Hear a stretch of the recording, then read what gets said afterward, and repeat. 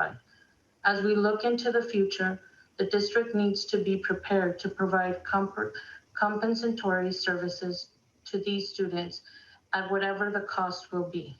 These kids work extremely hard, and the district and the staff will need to step up to match that work ethic. We need to start planning now, thinking outside the box, and looking at options for special ed summer school and other programs that are in person and specifically for special ed students. Grouping special ed students with other at-promise student groups does not work, since most of the special education needs of the students are complex, specific to their disability. This can't be reaction. This can't be a reaction. It needs to be a thought out, collaborative plan that needs to start now. We are eager to work with the school on providing a plan for these services. And that's the only public comment, Rosie, from the public. And then now we will move on to employee organization reports, and we'll start with CUTA representatives. Hey, and just to clarify, I think we have more public comments, but most of them are coming before the opening of school portion. Is that correct? I thought they were under a different item. What's that? I just wanted to clarify that people knew they weren't getting missed. That we'll yes, thank you for clarifying that. Yeah, I just didn't want people to think they're getting missed. Okay. No, yes, this is the only public comment for this particular item in the agenda.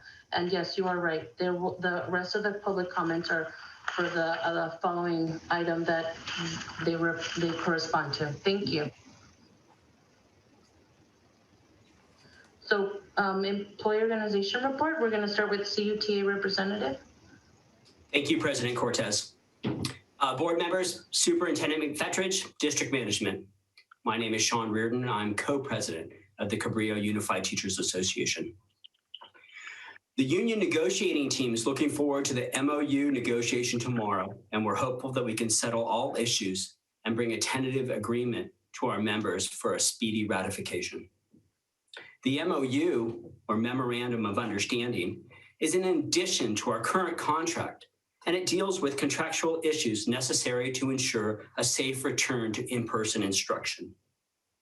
Essentially, we're figuring out how to return to in-person instruction safely for students, teachers, classified staff, and administrators. A good example is to think about class size. A class size of 32 cannot happen this year. For guidance, we're looking to the recommendations of the County Department of Health and the opening of school steering committee.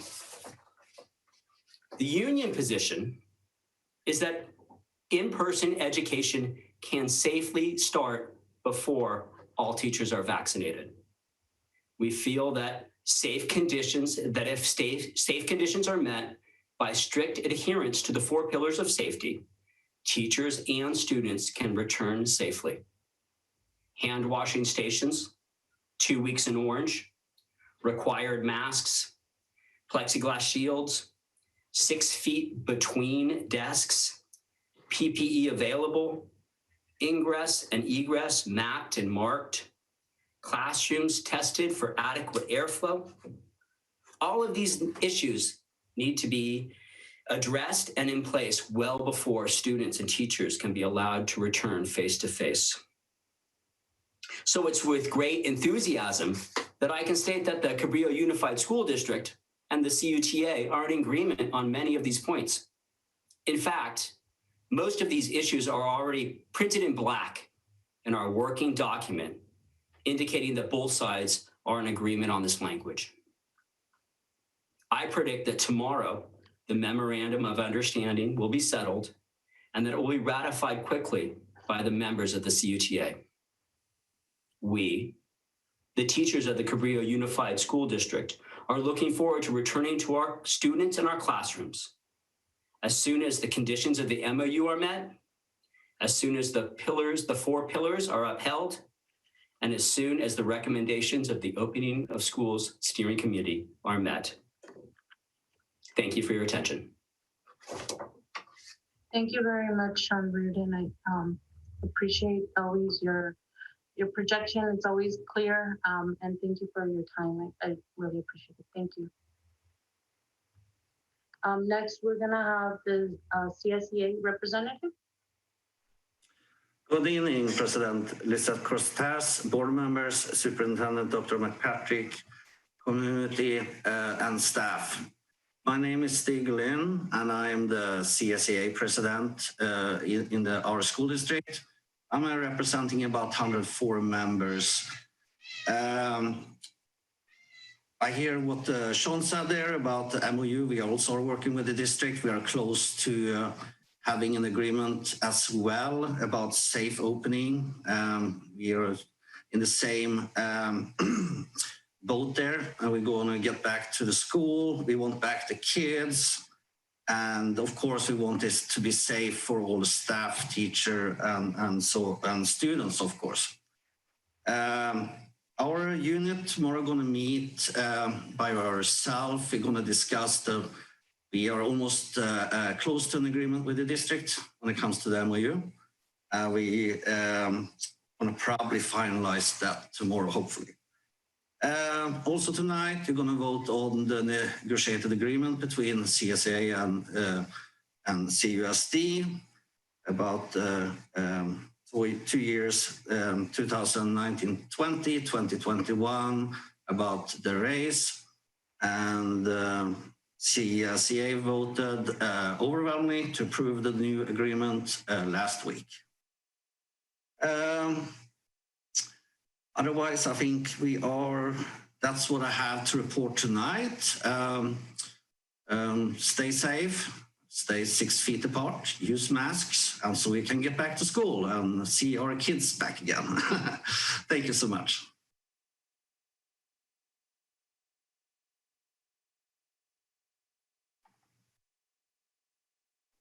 You're muted, Lizette. You're muted. Thank you. I was gonna keep going. Thank you, Stig. Thank you for and well said. And we are now moving on to the board member reports. Any of you young ladies would like to go first? One at a I time. can go first. Is that okay? I'm sorry? Is it okay if I go first? Actually, you're after the board members report, so you're immediately after all of us. Oh, okay. Sorry. Any of you other young ladies would like to go first? Caroline, we appreciate your enthusiasm. Thank you, Caroline. I can go just very quick. I just wanted to say thank you to everybody who's been sending emails and comments on school district business. And I think we can all agree on the vital importance of school and educating children and the varied things that school provides to all of our children. And so I just wanted to say thank you for everybody's input over the last couple of weeks. I really appreciate it, always do. And then also just really very excited about student leadership right now at the high school with our collaborative with the high school environmental committee. And they're helping us spearhead the environmental committee for the district as a whole, and also helping to bring the resolution that we're talking about for Earth Day to the board. So we're very excited about that. We had a couple of very productive meetings. So I just wanted to say thank you to the high school leadership there. That's all. Thank you, Freya. Would Kim or Sophia go ahead, Kim? I'll chime in. I also want to concur with Freya's thank yous for the people who have written emails and reached out to board members regarding back to school.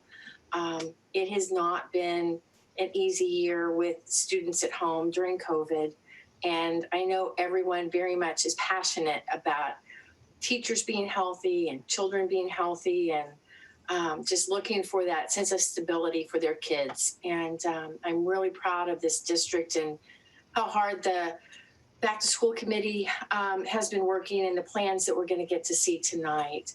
I also want to say thank you to the comments submitted by the Machado family. I know it's hard for special ed students, and that's something that we all do need to be paying attention to in terms of the best fit and the best response for the entire district and not leave our special ed kids behind. I'm looking forward later this month to the next Visual and Performing Arts Committee meeting. That's exciting. And the fact that our real estate committee, Mary Beth and I had an opportunity to meet with Mr. Contreras, and they're starting to put meat on the bones so we can actually have real estate experts give us proposals on how they would assess the district, how we can use our properties in a way that benefits this district long term. So it's all slow, but I'm definitely looking forward to tonight's presentation on the different school sites and architectural plans. And thank you everyone in the community that joins us. That's all. Thank you, Kim. I can go next. Yeah, thank you. So hi, everybody. It can be tough to remember day by day. I think right now we're hitting that 1 year pandemic wall. It's on us, and it's hard to believe it's been that long. It's hard to believe though, like kind of fast forwarding to the future, how we're making history right now, like as we speak, literally in a time that really can end up, looking backwards, being a turning point for public education in many ways and for our community as well. And I really appreciate the really wide variety of personal experiences and experiences we've had as groups, although, it's been such a devastating time, and it's hit us in countless and disproportionate ways. And that's been very difficult about this time. That said, I'm really encouraged to see, I feel like sometimes when we're in difficult times, we have tides turn and we realize how much more we can accomplish together. And I feel like there's something tangible in our community that is starting to change. We're getting there. And so I'm really thrilled to see some directions of that and more cross collaboration across all our different roles. Be we, district employees or, district or school employees or families, serving on the committees or whatever all our different roles are. I think that's really important, not only to get through this crisis, but also to lay a foundation for how we could do that even more in the future. And so much adaptation and so much learning. And I'm so grateful for people to, I feel like everyone still is aiming high, but really working together to try to get there. Students are showing up as best as they can, even though there's so much, they're struggling obviously a lot with a lot of different things. Our teachers who are continuing to find creative ways to engage them as best as they can under the circumstances, and who continue to love them and care for them and do their best to show that through the screen, which is not easy. Our administrators, our counselors, others who are juggling building the plane for kind of the next stage while they're still flying it. It's like things are still happening, but we're kind of phasing, mapping out the next stage, which is really, really hard. But I appreciate that we're doing things like looking at the situation right now, which is really acute, as we saw like last month in terms of some of the grades and the impact on our students' learning and engagement, I would say. Looking at that as a lesson for how do we adjust moving forward to address some of the underlying issues that we can address. So since our last board meeting, I'm just grateful to have participated on most of the committees I'd volunteered for, the PTO Alliance, San Mateo County School Boards Association, or Latinx, and our Latinx Roundtable, and our Budget Advisory Committee, and to just have that richness of interaction and across all these, all our different roles. As I said, it really just is such a great reminder that it does take a village. And I feel pretty lucky that I think with humility, we have one of the best there is. So I'm really thankful to be part of this community in that regard. So it's just a hard time. And I keep kind of once in a while, because we're getting, there is hope. We're getting to the end of this pandemic in some new phase. So I'm really looking forward to working with everybody to build things back even better. So that's my comments for tonight. Thank you, Sophia. Mary Beth? Hi, I don't have much else to add, but I do also want to thank everyone for sending comments. It's amazing the difference of opinions you get, and I'm happy to see them. And I want everyone to know they are being looked at and read, because I know not everyone can be on our opening of school steering committee, and I think it's good that everyone has a voice. So I am happy to be getting those. I'm happy to be part of such an engaged community. So thank you for those, and keep them coming. We do appreciate that, and we do want to know what people are thinking out there. So thanks for being engaged. And the only other thing I wanted to add on just at the end here is that just if I might need to bug out a little bit later, my dad had a surgery today. What was supposed to be 1 hour and turned into 7 hours, and I think he's on his way to the ICU right now. So if I have to blank out for a little bit, you'll know what's going on. It's probably here and just getting an update on that. So I just want to let people know that I'm here and paying attention. got a little something going on. So that's all I have. Thank you. Well, thank you, Mary Beth. And thank you for letting us know. And just hope that everything turns out for the best. Thanks. I think it will. Yeah. Oh, my turn, right? My turn. I've been a little busy. I've been a little busy as a community member and as a parent. I've attended ELAC and the ELAC this week, which was really helpful. It was very nice to see the principal there, and not only the principal there was a couple of principals, and it's always very nice to see the principals, and even though they don't speak the language, making that facial connection with the families and just showing their presence is it speaks volumes. So I want to say thank you to the staff, the principals, for Leticia, and for Jesus, and it really speaks volumes of um, of our staff showing up and not only doing these great presentations, but also putting a face to the voice and the information, because a lot of times the information is very overwhelming, and when you don't put a face to something, it's a little harder to understand. Also, I attended the Latino Roundtable, which was also very productive.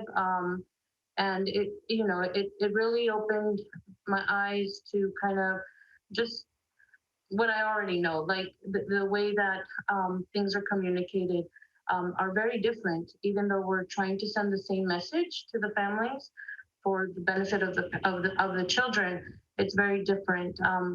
And one of the things Norma was saying was, ideally for a lot of parents, text messages work, and just sharing other information is always, is important more than ever right now.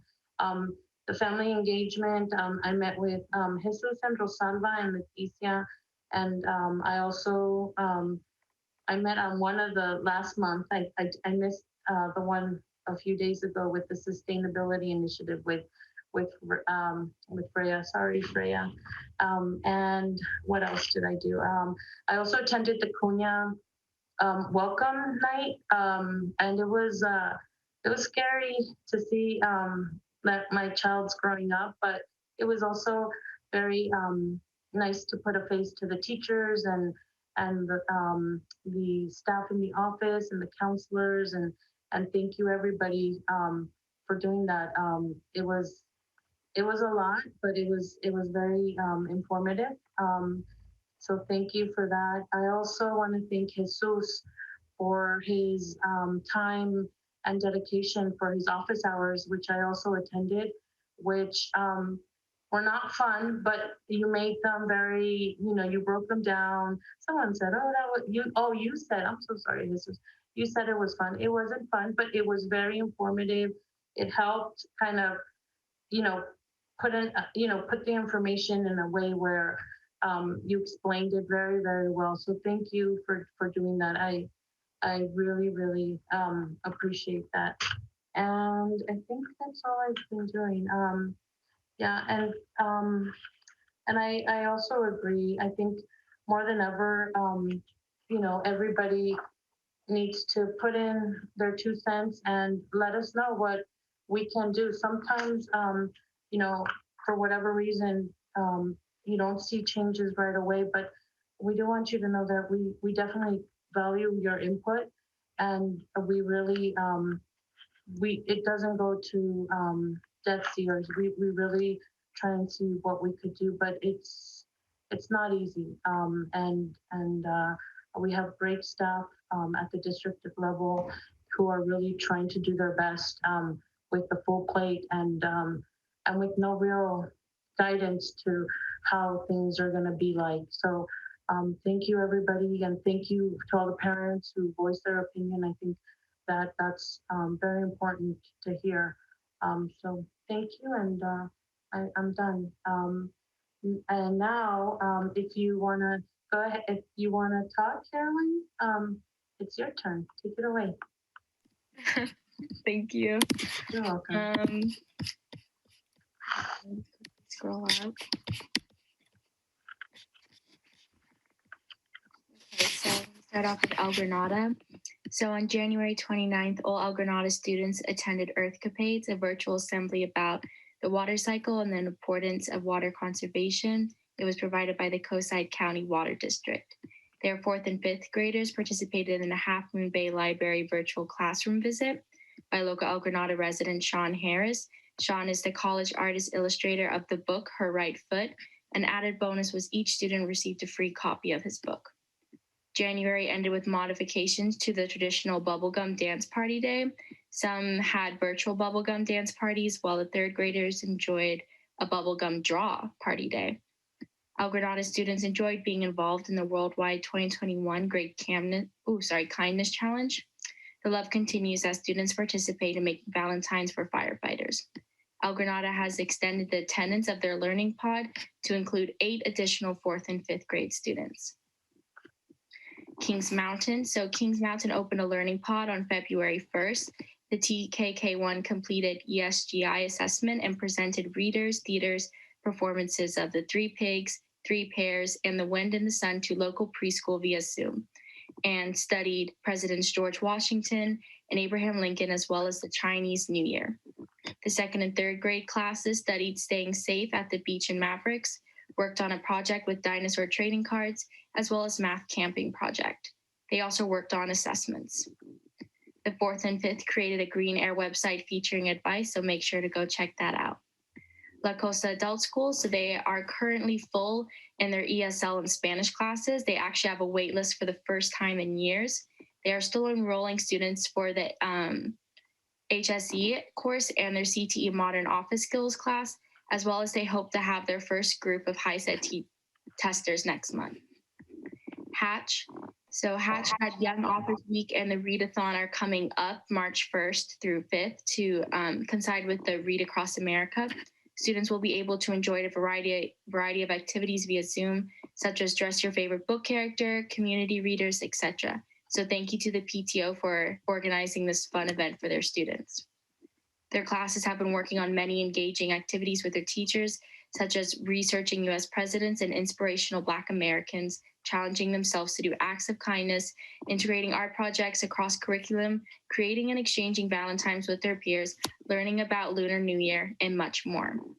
Hatch Learning Pods continue to be a huge success. Students in the learning pods are attending consistently and participating in their Zoom classes.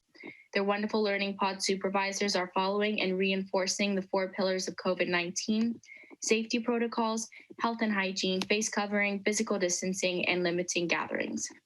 Hatch is getting its classrooms ready for the possible school opening when the current pandemic indicators allow it. Kindergarten and 1st grade classrooms are ready, desks are socially distanced, air scrubbers, hand sanitizer, gloves, extra masks, etc. So thank you to their amazing custodians and maintenance department for their diligent work in getting the classrooms ready and well equipped. Hatch wants to acknowledge the hard work and dedication of their students, teachers, and parents during remote learning. And they hope that everyone enjoys the President's Week off, and we'll see everybody back on February 22nd. Half Moon Bay. So the high school Vape Escape Committee of dedicated students led by adult volunteer Scott Weinberger and teacher Mr. Olson held a free swag giveaway yesterday at the high school campus. The message on all items given away had a clear message against the use of all nicotine products, including vapes. The message is, when the smoke clears, it's still nicotine. All protocols were followed, and a large number of students showed up to get their gear. The leadership class is hosting the K2 Fun event. Leadership students have been hosting daily, hourly events from 2 to 3 for local elementary kids. This gives parents a break and allows the kids to do something fun. The daily events will continue to the end of the school year. And many of the high school teachers are focusing lessons this month on Black history in recognition of Black History Month. Fairlawn View. So last month, Fairlawn View opened up an elementary learning pod with students in 2nd through 5th grade. Students have shown much improvement in their Zoom attendance and their participation in asynchronous assignments. All 2nd through 4th grade students are involved in a solitary unit on water, water conservation, and watersheds. Each grade will decide a solution or action that they can take in the world to help conserve fresh water. They have installed a 265-gallon rain barrel in their heel garden. Students in second grade will decide what to do with that water and will design the signage for the rain barrel itself to educate others about water conservation efforts and local watersheds. Their 4th and 5th grade students participated in virtual visit with illustrator Sean Harris and received a copy he illustrated, Her Right Foot by Dave Edgars. Thanks to Half Moon Bay Library for supporting the incredible event. Last month, their students also participated in the Great Kindness Challenge by completing various acts of kindness on the GKC checklist, decorating hands of kindness in a highlight, a specific act, and decorated their homes with heart displays.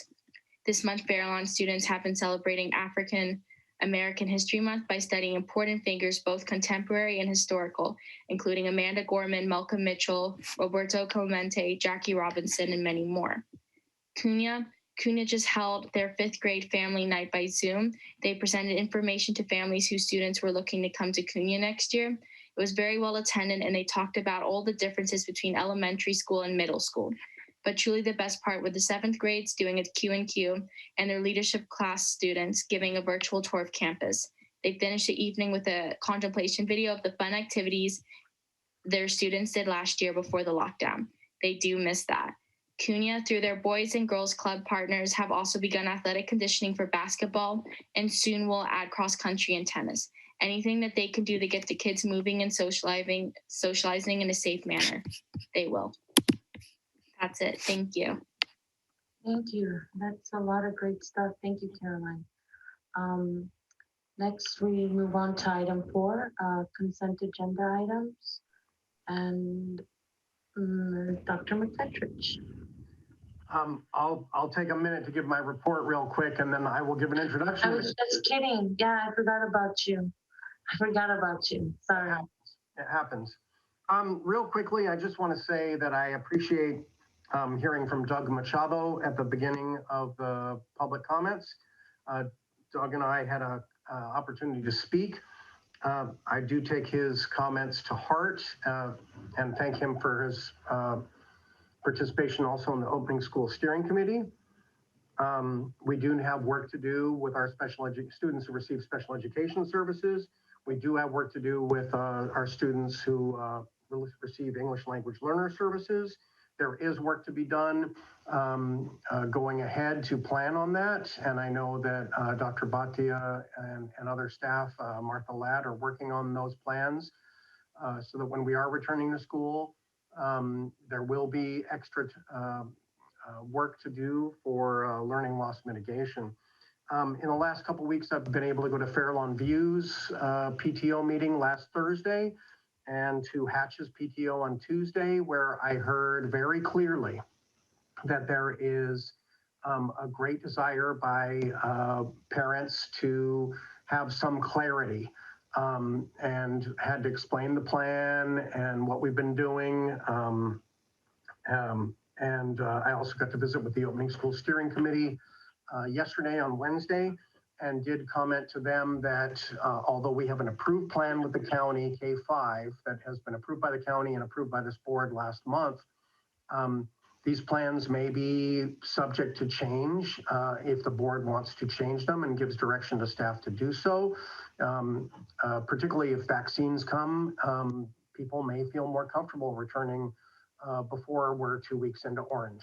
But currently, the Opening School Steering Committee recommendation, our plan that was approved by the board and the county, depends on that orange. And that is because I think, honestly, there are many people who are concerned about health and safety. And so there are some who have indicated to us, and you'll see that tonight with the data that's presented about parent and staff concerns, family and staff concerns. There is a wide range of opinions about should we come back, when we should come back.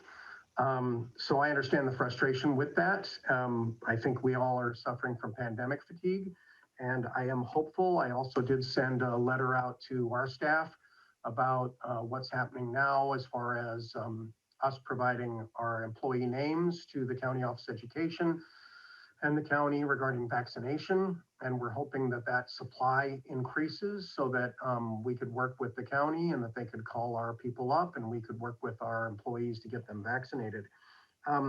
It is still February and we are celebrating Black History Month. And then I think that's very important. I was happy that the board approved that proclamation last month in preparation for this month. And I know schools have been working on that and greatly appreciate that. And tonight, just so you know, there will be an adoption of a proclamation recommended to endorse March as Women's History Month. Real quickly, I want to introduce some things too. I heard everybody talk about how the board appreciates hearing comments, and I've personally responded, I think, to everyone who has sent a comment to the board, and then I put them in the blind carbon copy because, of course, the board by Brown Act can't indicate their own interests among themselves except in this public body. So I've tried to respond to that. I greatly appreciate the advocacy and the outreach that we've received. That's important. We know that not everybody is happy with things as they are, but I also know that there are a group of people saying, wait, and let's be really clear about safety. And then I know that there's also a group that are saying, let's accelerate this. I do also want to speak to Mr. Reardon and Mr. Lynn, who spoke on behalf of our unions, CUTA and CSEA. I do believe those have been collaborative conversations. Negotiations always take a long time, but we are all committed to the benefit of staff, families, students, and their health. And those are what those MOUs are about. Finally, on the consent agenda tonight, which I know that President Cortez will be asking for a vote to accept or see if the board will accept that consent agenda. I do want to bring up, there's an item there on the San Mateo Multimodal Trail Project. I think the public needs to know about that. We've been talking with the county for over a year now about a trail that would go up, connecting Half Moon Bay up to El Granada, and that there would be a area that would connect to El Granada. And so tonight the board would receive those materials where we would provide an easement of some land that is off the campus that we would not use in between Highway 1 and the school that would allow for walking and rolling to school. And the county would take on, in our negotiations, they would take on the construction of that. They would take on the maintenance of that, and they would take on the liability of that. So I appreciate the county working with us on that. We think that's a great thing for the community and for El Granada students to be connected in that way. There is also a thing there about Gamut Policy Plus. We are upgrading to a new policy platform through California School Boards Association so that our policies can be uploaded more quickly and won't wait for California School Boards Association to get to them, and also that would allow for translation of those policies into over 100 languages, which I think is fitting and represents our goal to try to address the needs of all our constituents, no matter what their language is. Finally, in general business tonight, and I guess I'll have an opportunity to introduce these things item by item, but we are looking at special education services tonight and some concerns that we have, in fact, that are representative of California concerns writ large. We are looking at an update of the opening of schools plan. And we are looking at a facilities master plan update with more information that the board had requested and that we wanted to provide the board. Those are information items. They are not action items. For people who are concerned, oh my gosh, is the board making a decision tonight about what happens with the bond funds in the schools? No, we're just using the funnel approach to provide more information. And I appreciate QKA presenting that. And then, of course, we do have the recommended approval of our tentative agreement with CSEA. And there'll be some delegate assembly nominations from the board. So that's it for me. And I think we can start. Okay, thank you. All right, now we can move on to item 4, consent agenda. Sorry, thank you, Dr. McPetrich. Do I have a motion to accept the consent agenda? So moved. Second, Second. Rosie, can you do a roll call? Lisa, Aye. Macbeth, Aye. Freya, Aye. Sophia, Aye. Kimberly, Aye. Caroline. Aye. Passes 5+1. Thank you. Thank you. Next, we will move to general business. Item 5, and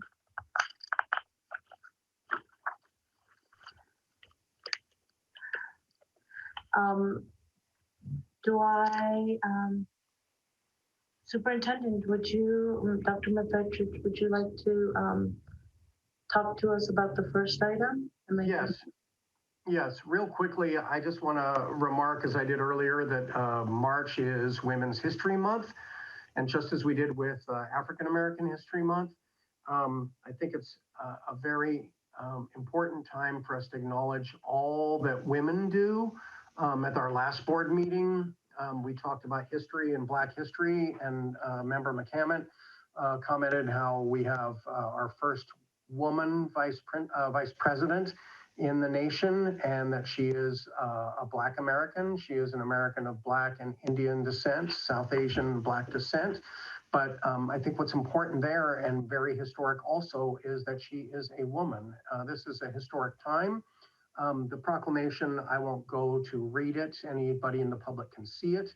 But we know how much women do, have always done, and yet the history books have not really represented all that women do. And so we would ask the board and recommend the board adopt this proclamation endorsing March as Women's History Month. We think that's important for a majority of our population in the world to remark on all the appreciation and to give honor and respect to women and the history of the world, our nation, the state, the coastside. Thank you. Do I have a motion to approve? So moved.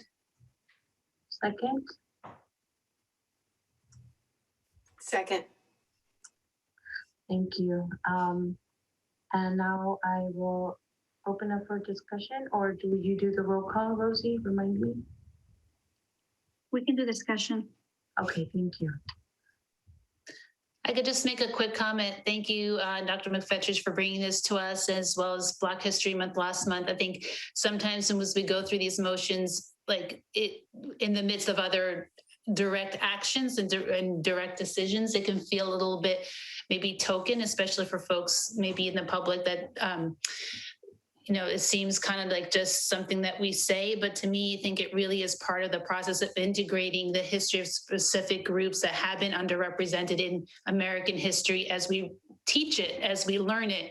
And so I see it as a part of, we know Black history is American history, women's history is American history, but traditionally it hasn't always been reflected as such. So I appreciate your highlighting over the course of the year these different pieces that ought to be brought out more fully for our next generation and those grown-ups of us that are always learning as well. So thank you. That's all. Thank you, Sophia. Anyone else? Kim? I would just like to add, I certainly agree with Sophia, everything Sophia said, and how important it really is to recognize all these different groups each month throughout the year. As a government employee, there are always special talks and events, and so I'm privileged to work in a workspace that honors diversity. But I also want to say what a privilege it is to serve with 4 other female board members. And I know that that was seen as novel and original when all 5 of us came onto the board together. But that I think that it really says something about our community being willing to support female leadership. And so I thank the community for that. Very well said, Kim. Thank you. Yes. Anyone else? All right.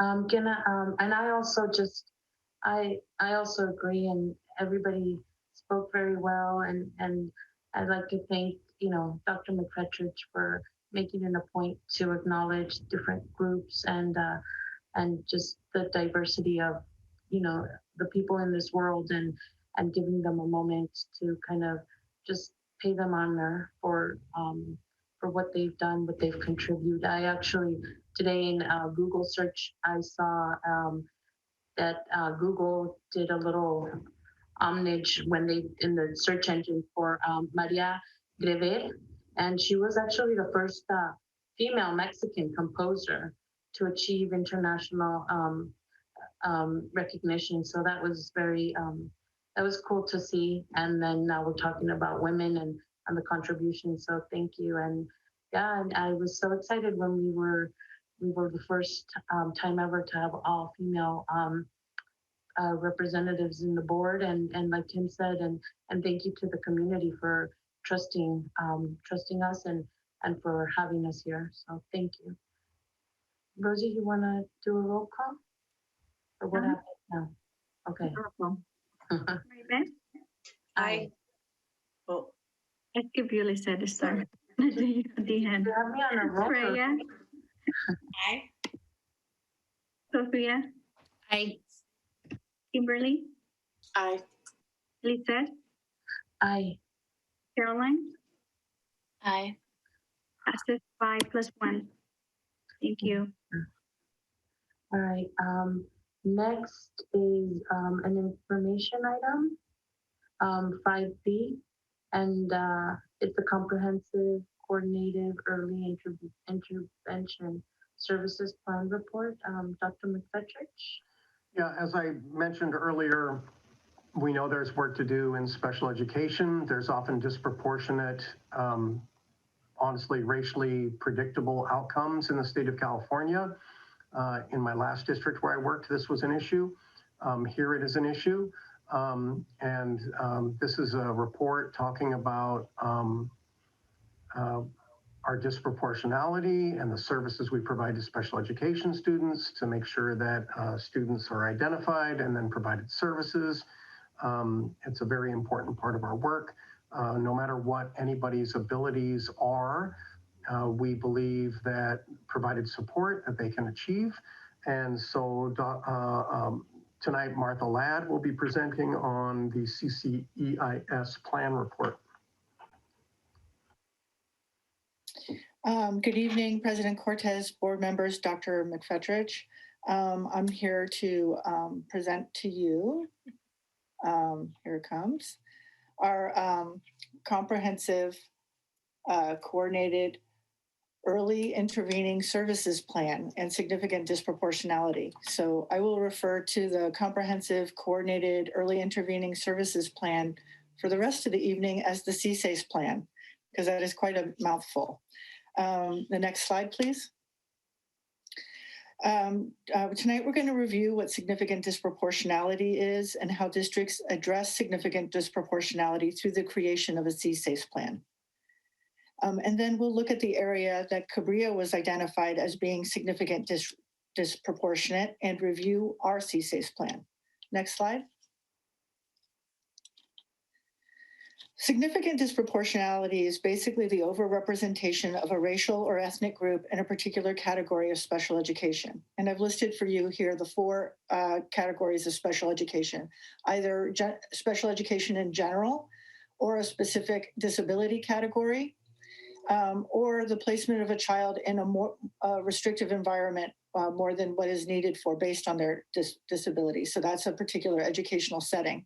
And then there's also a discipline category over a particular racial or ethnic group overrepresented in suspensions, expulsions, or other disciplinary actions. The next slide, please. I put up here some general examples so that you could see what disproportionality might look like in reality. These are not, CUSD is not disproportionate in these specific areas, but I wanted you to know what it looked like. So for instance, in the disability category, you might have Black students identified as eligible for special education at a greater ratio than their total representation in special education in general, or in a particular disability category like autism. So it might sound like white students identified with autism. And then in terms of least restrictive environment or educational setting, it might look like Latino students spending less than 50% of their time in a general education setting. And then, of course, discipline and referrals and expulsions, you might see something like Native American students with a disproportionate suspension ratio based on their total representation in a particular district. So those are just some general examples of what significant disproportionality might look across all the categories. Next slide, please. Simply put, so this is what is a CSACE plan, and simply put, a CSACE plan is a response by the district to remediate their area of significant disproportionality. There is funding for it, but the funding is basically reserving 15% of our IDA funds, or special education fund grant money, for the implementation of our CSACE plan. So it's not additional money; it's just the reallocation of grant money that we already receive. The CSACE plan is really a prevention plan, a support plan, and a systems change and innovation plan. And so it serves both general education students and special education students. Next slide, please.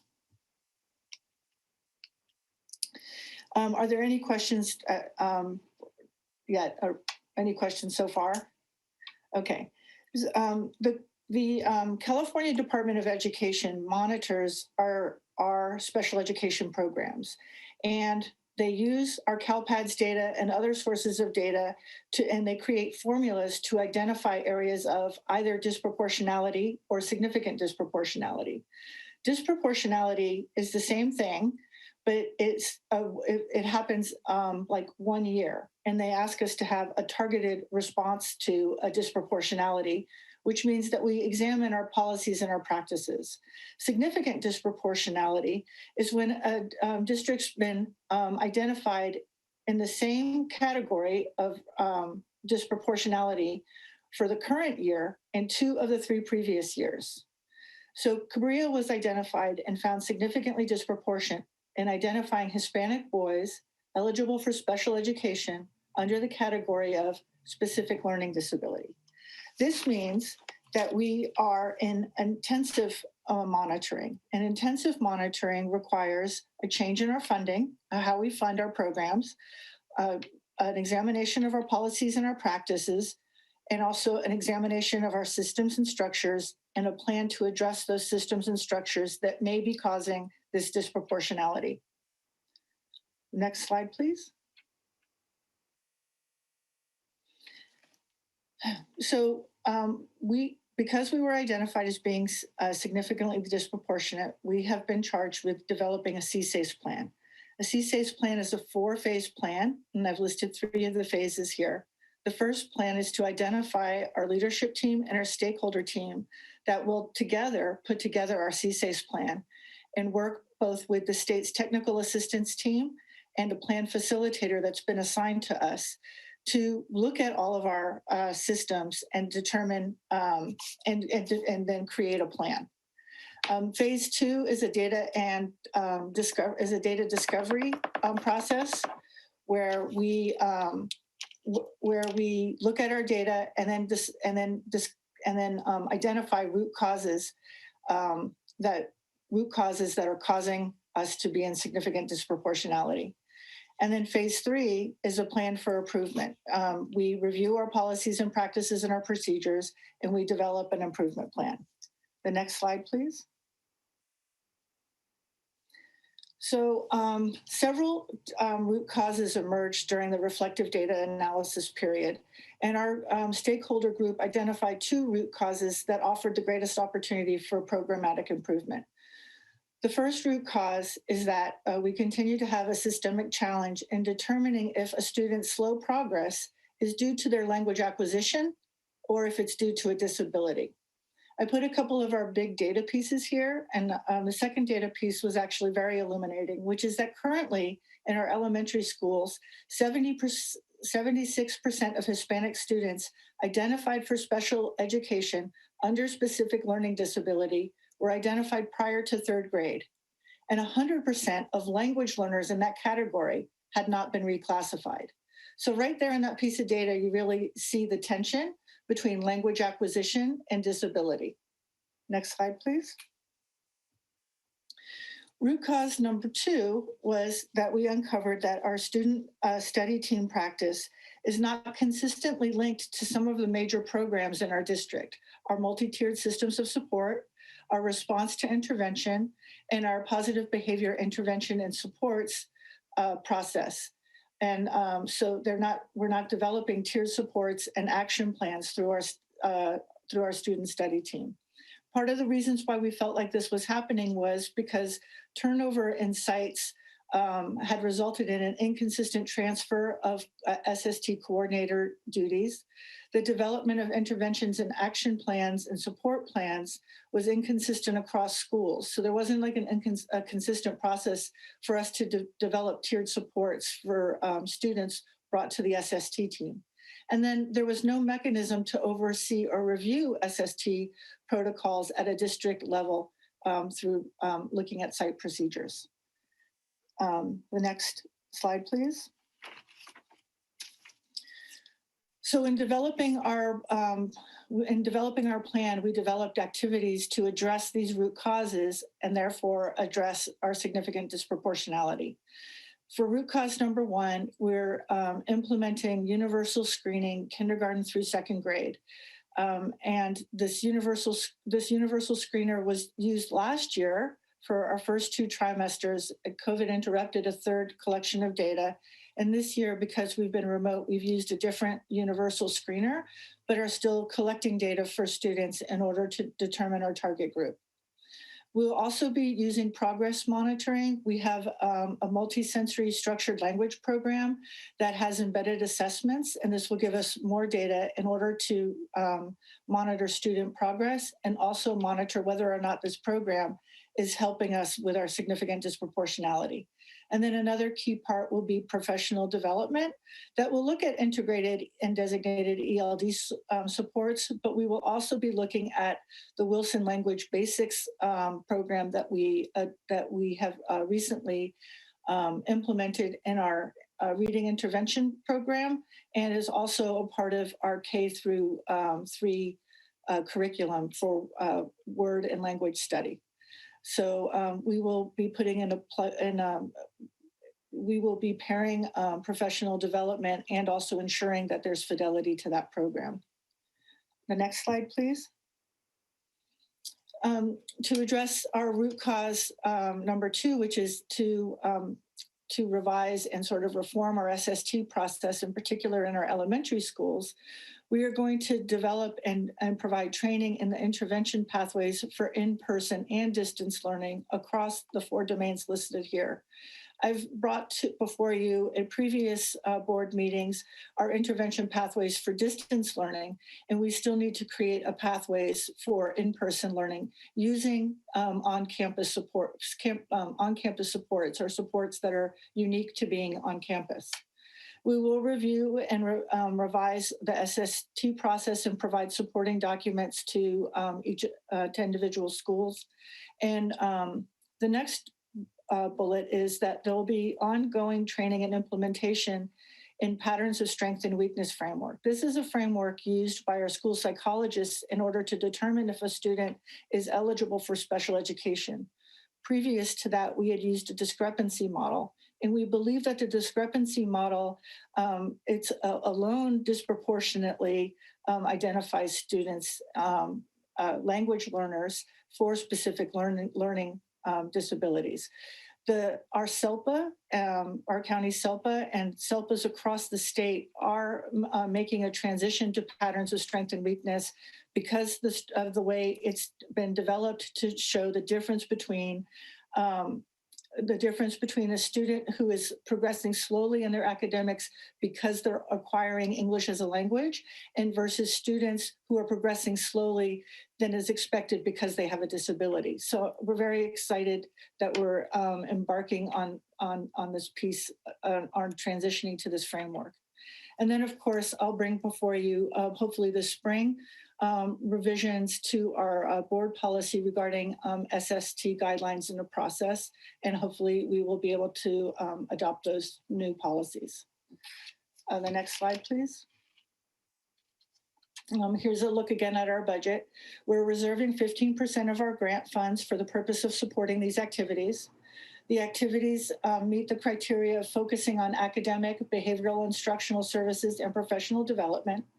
And we've created a budget that will that we'll be able to spend across the 27th month budget period. Next slide. This is, I just wanted to kind of put together sort of an example of our timeline of what we're looking to do over time as we're spending money and making change, so to speak. And so this is what you can expect to be seeing happening in order to reduce our disproportionality, in order to reduce our disproportionality. And the final slide. Questions?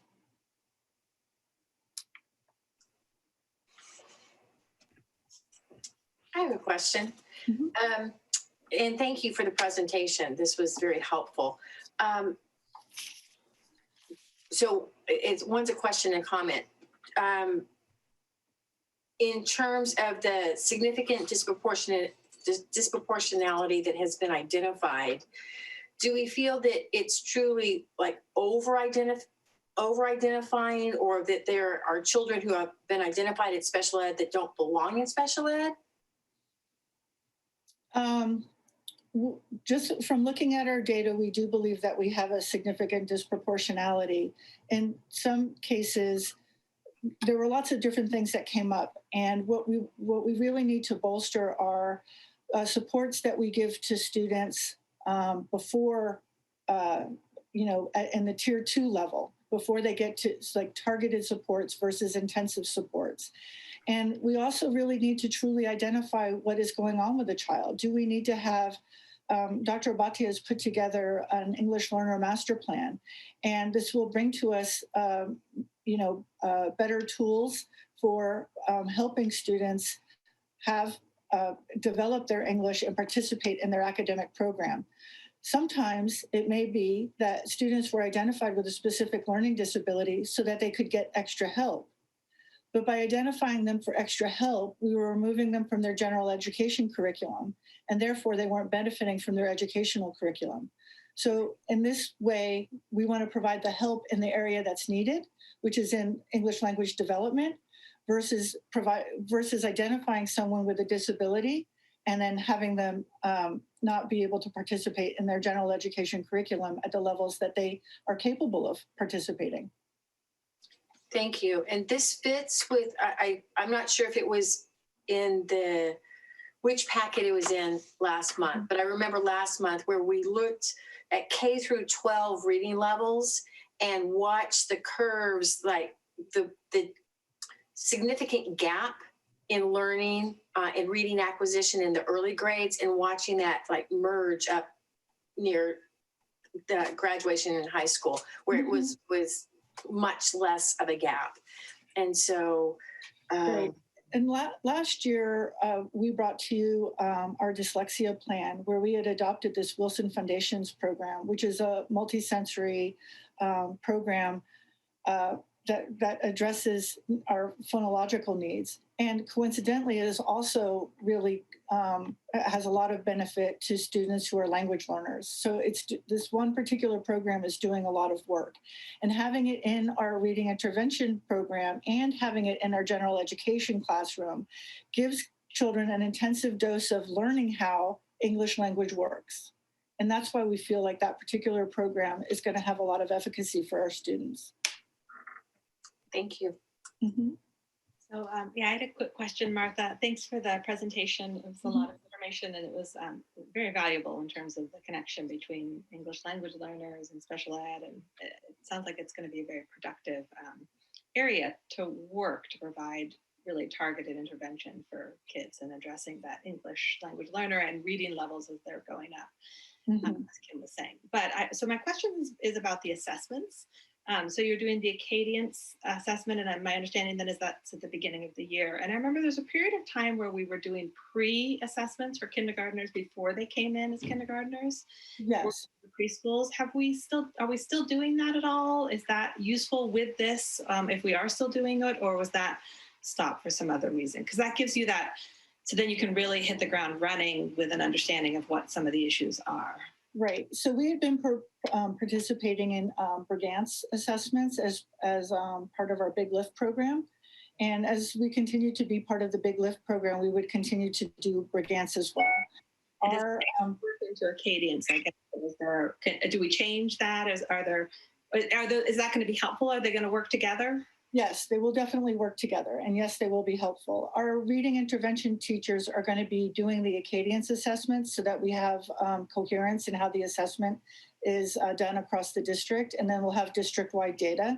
And then the Acadience assessment will be done at the beginning, middle, and end of the school year, so that we'll be able to, it will be another way for us to monitor progress, in addition to the embedded assessments in the Wilson Foundations program. And then just maybe if you can explain a little bit about how the patterns of strength and weakness framework fits into that. So at what point does that analysis get put on top of the Acadience analysis? Is it after some interventions have been done and it's been elevated to a further position in the SST, or is that something that can be used in the beginning to try and identify the difference between, is this an English language learner problem, or is this a special ed problem?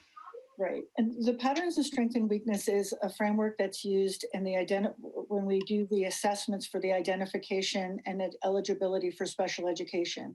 So it will be part of our intensive process, and we'll have twofold. It will help us really define better what is going on with a student and how to remediate it if it is a disability, or provide, help a student cope with the particular disability and still be successful in school. So in that respect, it will be sort of in the more intensive tier, and it also functions as a prevention model as well. So it will help us to identify, yes, this is a language acquisition issue. And one of the things that Dr. Bhatia is working on putting into place is language acquisition intervention. So then we would have intensive intervention for students who are struggling with acquiring English language, rather than saying, let's give them extra support in special education. And then, so would it make sense then to have this pattern, some portion of the patterns of strength and weakness framework be a part of the Acadience review, kind of even though it's not yet to that other level? I'm just trying to make sure that all of our assessments are kind of working together, and that as soon as possible, identifying that difference to provide the proper intervention. Yes. Patterns of strength and weakness is specifically aligned with the assessment process for special education. So unless we wanted to assess everybody universally for special education, which I don't know that's not actually feasible. So it is helping us in that sense, that it's in that special education identification piece to prevent and inform. I guess maybe I was just thinking if there was parts of it that either maybe Acadience already covers those, but if it doesn't, then if there's parts of it you could bring in earlier to help with that. Yeah, I don't know. I'm just brainstorming. Yes, I understand. And as we go through training, as our school psychologists go through training, we'll be able to sort of met out, how sort of that kind of interpretation of data may help us interpret our Acadians data. Right. So as soon as we can pull some of that stuff down so that, yeah, you're right, we're not assessing everybody for special ed, but yet we're learning from that larger assessment what to look for so that we know when to send for that assessment, I guess. Exactly. It'll be clues or something. Okay, great. Well, thank you so much. Thank you. Just wanted to add, thank you, Martha, for bringing this to us. I think it's a really great example of how some of the continuous improvements that we're making address not only equity issues in terms of giving students the extra support that they need, but really making a more just foundational system of education, that tier 1 support and tier 2 and tier 3, and having that MTSS structure that really helps kids like at a basic level too, to just be making sure they're getting the right support and they're not being put on a track that is actually going to be detrimental to them potentially because they're missing out on some other services as well. So I want to thank you for that. And I'm curious too, is it like when you do your root cause analysis, like if I understand correctly, with when you identify disproportionality or when CDE identifies disproportionality, to determine that it means you're over-identifying one group as opposed to under-identifying all the other groups, is it basically that you see that correlation with English language acquisition and that determines it's the former, not the latter? We also do look at the potential for under-identification of particular groups. In this case, it was very clear that there was an over-identification because you could see in terms of the number of students in a particular population group, and then you could look at what it was just completely out of ratio. Yeah. And so I think this plan is going to be helping general ed students and all students, but it will also help to reduce our disproportionality because of the focus on language acquisition. Makes sense. Thank you. The only other thing I almost forgot, which is the good news, which is, you submit your plan to the CDE and they can return it to you for revisions and reworking. And then that requires more meetings and time and revisions. But the good news is yesterday, Dr. McFetrich and I learned that our CSAFE plan has been approved and it's a go ahead for rolling out the plan. So that's exciting news. Good for you, Martha. Nice work. Nice work. Thank you. Congratulations, Martha.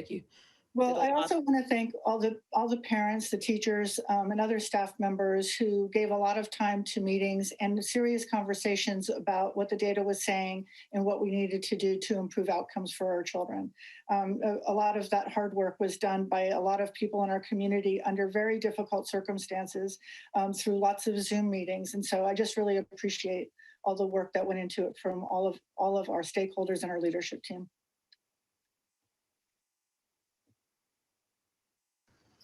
Thank you very much. And I had a question, but you just answered it because I was going to ask about the time frame, and you guys just got it approved. So congratulations. And it is very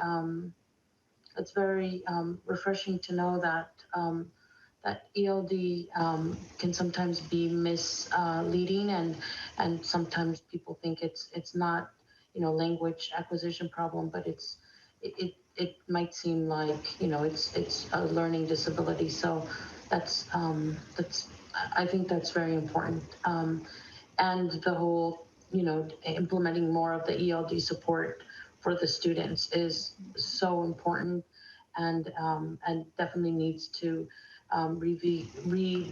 needs to be reviewed and improved, like any other services. But thank you. And I forgot to mention one of the other dealing with ELD and as a support, which is new. It's not very is something that Hatch did, and they also had a night where they had ELD support focus group for parents. And sometimes it's also important to involve the parents and give them those tools. And thank you to the principal at Hatch and to the community liaison that conducted 2 nights in a row of a series of a workshop. And it did a lot of step-by-step hand-holding to families who are not as comfortable as using the electronics or going on Google and doing all that basic. Some people find it basic, but other people find it challenging. So thank you, and just to continue to improve the services and the the knowledge, and that's very important. Thank you very much. And thank you for all the information and the work. Thank you. And since this is an information item, we move on. Mr. Exactly. Dr. McFetrich. Okay, so next we will move on to 5C, which is an update on CUSD opening of schools plan. So would you like to start us off? Or Yeah. when did the comments come in? Oh. Do I read the comments first? How does it work? Can somebody? Hello? Yes, no, we're here. You could do the presentation and then have the comments and then have your questions after that. Okay, sounds great. Thank you. So let me just introduce the item. The opening of schools plan, as I said at the top of the hour, was approved by the County Office of Education in December based on the recommendations from the Opening Schools Steering Committee, which is made up of parents and staff members. And then this board approved it last month at last meeting in January. Tonight, you're going to see more data that's been collected about interest from families and from staff in return, their comfort, their willingness, et cetera, et cetera. You'll see some data tonight on that. You'll also get some presentations on the plans to make the K-5 plan into a 612 plan. Again, this is an information item tonight, and I'll let my colleagues present. I think Dr. Bhatia is probably going to start. Good evening, President Cortez, board members, colleagues, and community. Rosie, would you mind bringing up the PowerPoint slide 2? Thank you. So here is the agenda. As Dr. McFetrich will go ahead and give you an update on our opening of schools, starting with a lot of hard work that went into our secondary opening of schools plans. Then we'll give you a quick elementary opening of schools task force list of new recommendations and an update of the current COVID risk status. Then we'll follow up with some of the data from our pupil services and personnel department regarding our parent and staff response for in-person versus remote instruction. Our Martha and Susan will review our student and staff symptom checker and also provide you a quick overview of where we are in regards to classroom readiness. And lastly, provide you some next steps. And so we'll go ahead and next slide. The next section, we have our fearless leaders, our principal, James Barnes, and assistant principal, Ben Bartel. And so they will be presenting their overview of the opening of schools plan. And keep in mind, I do want to share with the community that both Cunha Intermediate and Half Moon Bay High School opening of schools plans are linked in the agenda. So if you're interested to read the details of the plans, please feel free to find the plans linked in today's agenda. James and Ben. Hello, everyone. Thank you, President Cortez, board members, Dr. McFetrich, all our staff and families out there. Can we have the next slide, please? Okay, so I want to talk a little bit about our what we've done to plan reopening, the hoped-for reopening of Cunha. First of all, we've been developing plans with our task force since the summer when we knew that we were going to be potentially remote and maybe coming back in hybrid. So we met about 5 times in July, from July 6th through 22nd. We met in August. And during that time, we came up with a series of phased plans. And we are at the moment essentially in phase 2, where we are remote, but we now have learning pods on campus, open to begin with our at Promise students, ELD students, and we're now bringing in special ed students on campus.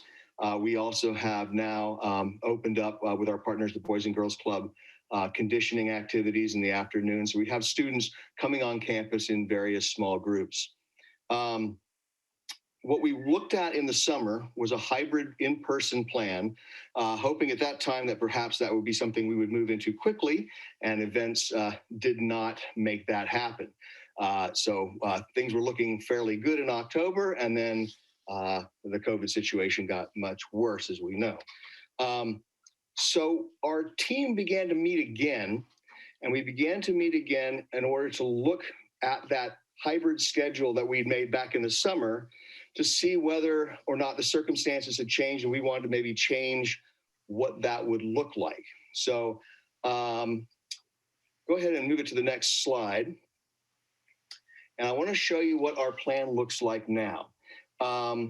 If you look on the left-hand side of the slide, you'll see what we've done. We originally modeled our return to school hybrid plan very much like what we're doing now in remote, where we are on a block schedule.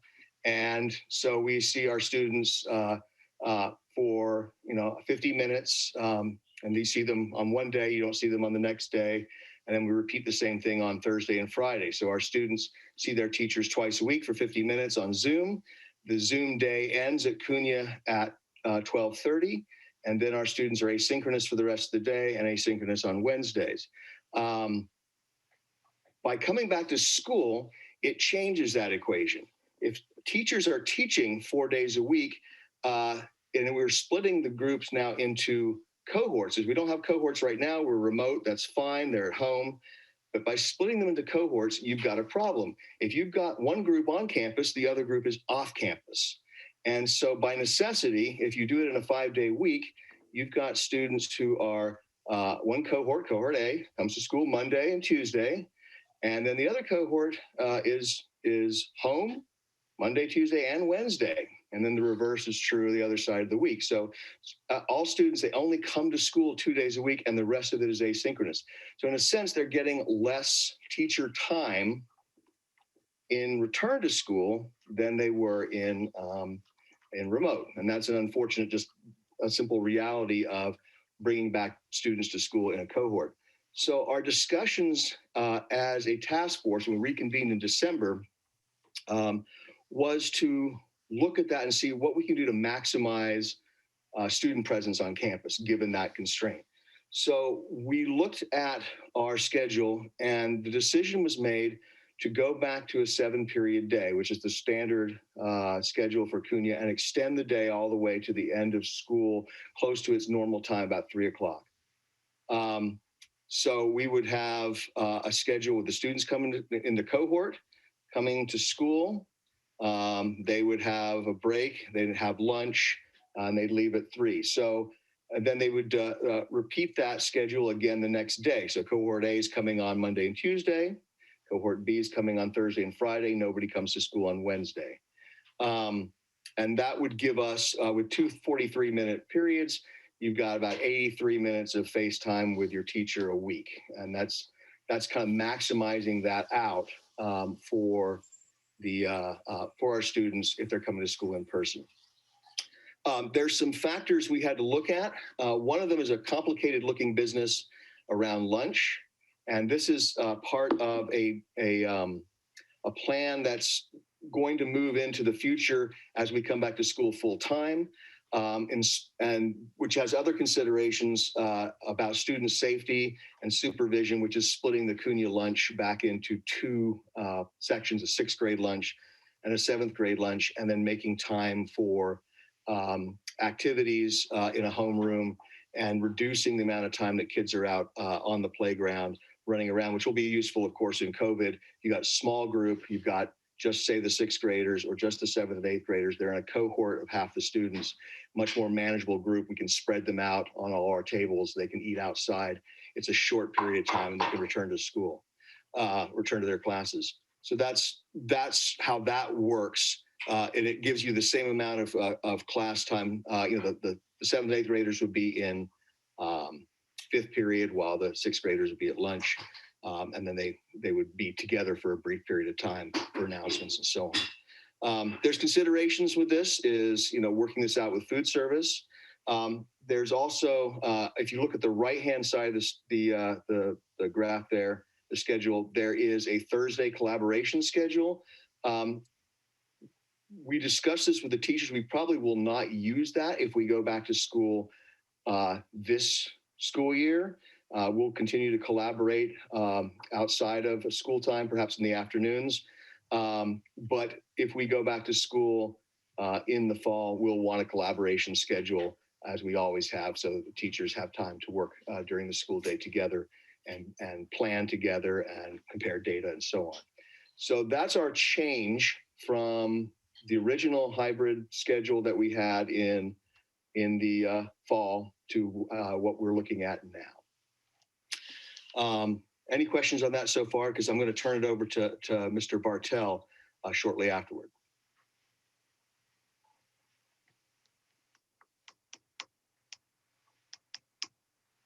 Okay, can we move on to the next slide, please?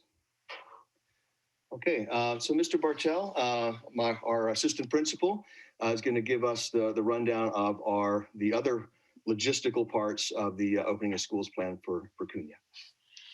All right, thank you, James. So as you can see there on this slide, what we've tried to do is obviously we want to minimize as much cross-contamination between students as possible.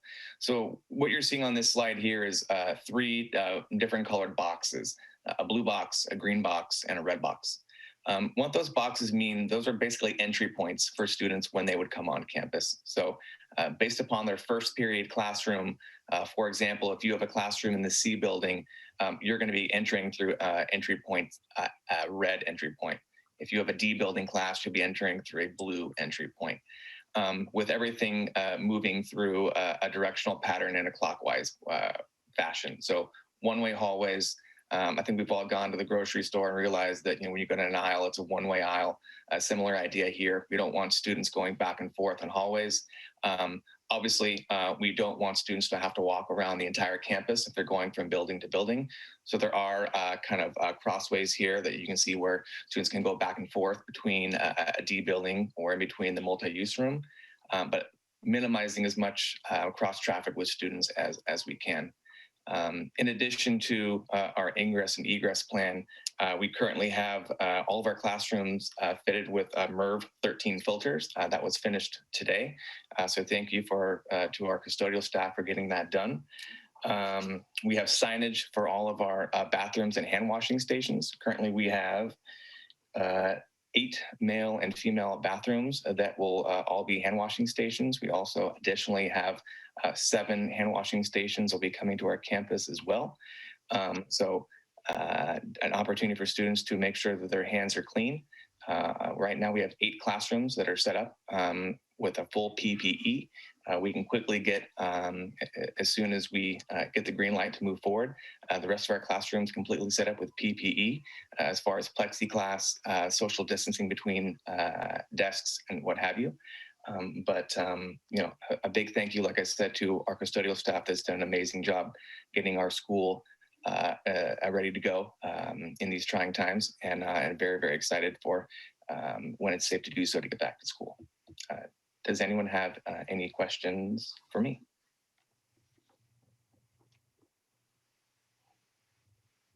Well, thank you. Great job. And now we'll transition to our Half Moon Bay High School opening of schools update. And again, our upper secondary fearless leaders, Principal John Nazar, Assistant Principal Deanna Tower, and Assistant Principal Andrew Boyson will lead us through an update of the high school, Half Moon Bay High School opening of schools plan. Okay, President Cortez, school board trustees, Dr. McFetridge, and Half Moon Bay community. We're going to break this into kind of 3 sections. I'm going to give, I think, a perspective on the big picture in which we're faced. Mr. Boyson, assistant principal, will be coming on and then talking about the logistical pieces. And then assistant principal Tower will dive into the specifics on the plan that we're going to be offering. So I think you'll get a pretty good perspective of where we're at and how we came about to where we are. We stand before you tonight to really address one of the greatest concerns and challenges that has ever really been in education. How do we provide a valuable education, a social emotional learning that we have provided to our students so well over the years in this time of worldwide pandemic? We recognize the importance of reaching the goal of in-person learning. Our investigation and research of our students' lives has overwhelmingly sounded an alarm about the social and emotional distress and academic learning loss. We hear the many people, including and most importantly, our students, clearly saying they want to be back on campus. I do want you to know that is exactly the same thing Ms. Tower, Mr. Boysen, I, as well as the entire faculty and staff at Half Moon Bay High School wants. We enjoy being around students. We feed off the positive energy and enthusiasm of our students, and it brings us great joy and fulfills our lives. This past year has been the most challenging, stressful, lonely experience I've ever had in my 37 years in education. Fortunately, so many of you have reached out to me with words of encouragement, wisdom, and thoughtful suggestions. I know our students miss their peers, their teachers, and truly the incredibly caring and kind culture that we have at Half Moon Bay High. We clearly hear their cries wanting to come back onto our campus to engage with their classmates and to share the joys and challenges of their academics, their arts, and athletics. We clearly hear the parents' frustration with the thought that their children are missing a vital part of growth and development for the youth of this community. And Ms. Tower, Mr. Boysen, and I also feel that as well. We are parents. Ms. Tower has a child at El Granada. Mr. Boysen has a daughter at Half Moon Bay High School and another one joining us next year. And I have a stepdaughter at the high school and a stepson at Cunha. We see firsthand in our homes kids staring for hours at a time at a screen, trying to make sense of all this in isolation, without their friends and classmates to cry, to laugh, and commiserate with. Yet we also hear the incredible distress of families that have suffered tragic losses at the hands of COVID, that care for elderly or fragile family members or themselves are very high risk to suffer greatly if they contract the virus. We have teachers and staff members who give everything they have to their craft, yet fit within the very high risk category. We care deeply about these people as well. In the broadest sense, we see the most clear message from our community is that the most important thing we can do for our students is give them the social, emotional interactions in a safe environment. What you'll see tonight and hear from us tonight are plans to meet the most immediate objective. Give our young people a safe place to socially interact and learn, and then be fully prepared for the full transition back to learning as we have known it when we are given the green light. The slide before you, you see, is the current site task force. These are members that have been working extensively over a period of time. Assistant Principal Tower, Assistant Principal Boysen, myself, Joseph Santoni, Science Department Chairperson, Hannah Carney, Agriculture Department Chair, Nancy Damarotis, Paraprofessional, Marcine Kendall, Chemistry and Earth Science Teacher, Michael Muramoto, Head Counselor, Dr. Tracy Yerby, Biological Science Teacher, and Maida Townsley, a parent. And we're also planning on adding at least one more parent and 2 students in our future meetings. If we could Our approach, safety first for our students, families, and staff. As you can see And you did see members of our committee are science teachers with extensive education with biological sciences. One of which, Dr. Yerby, has worked in the private sector for many years prior to becoming a teacher. Their contributions to science-based due diligence have been invaluable. Working with this team, we feel we have developed a plan of action to meet our objectives. These listed in front of you, you're seeing this is the times we met with our site committee to work on consistently addressing the issues and plans that we have developed as of tonight. I'm now going to turn it over to Assistant Principal Andrew Boyson. Good evening. Thank you for being here. Please, next slide. Okay, so I'm going to focus on, again, our opening school committee and our update with that. And just going to give you a sense of the things that we studied, the concerns we had, our investigations and research to better understand this complicated problem and provide the best services possible for our community students, our staff and faculty and families. So one of the first things that we really launched into, and Mr. Nazar gave you the timeline going back to June up until February 8th, just recently.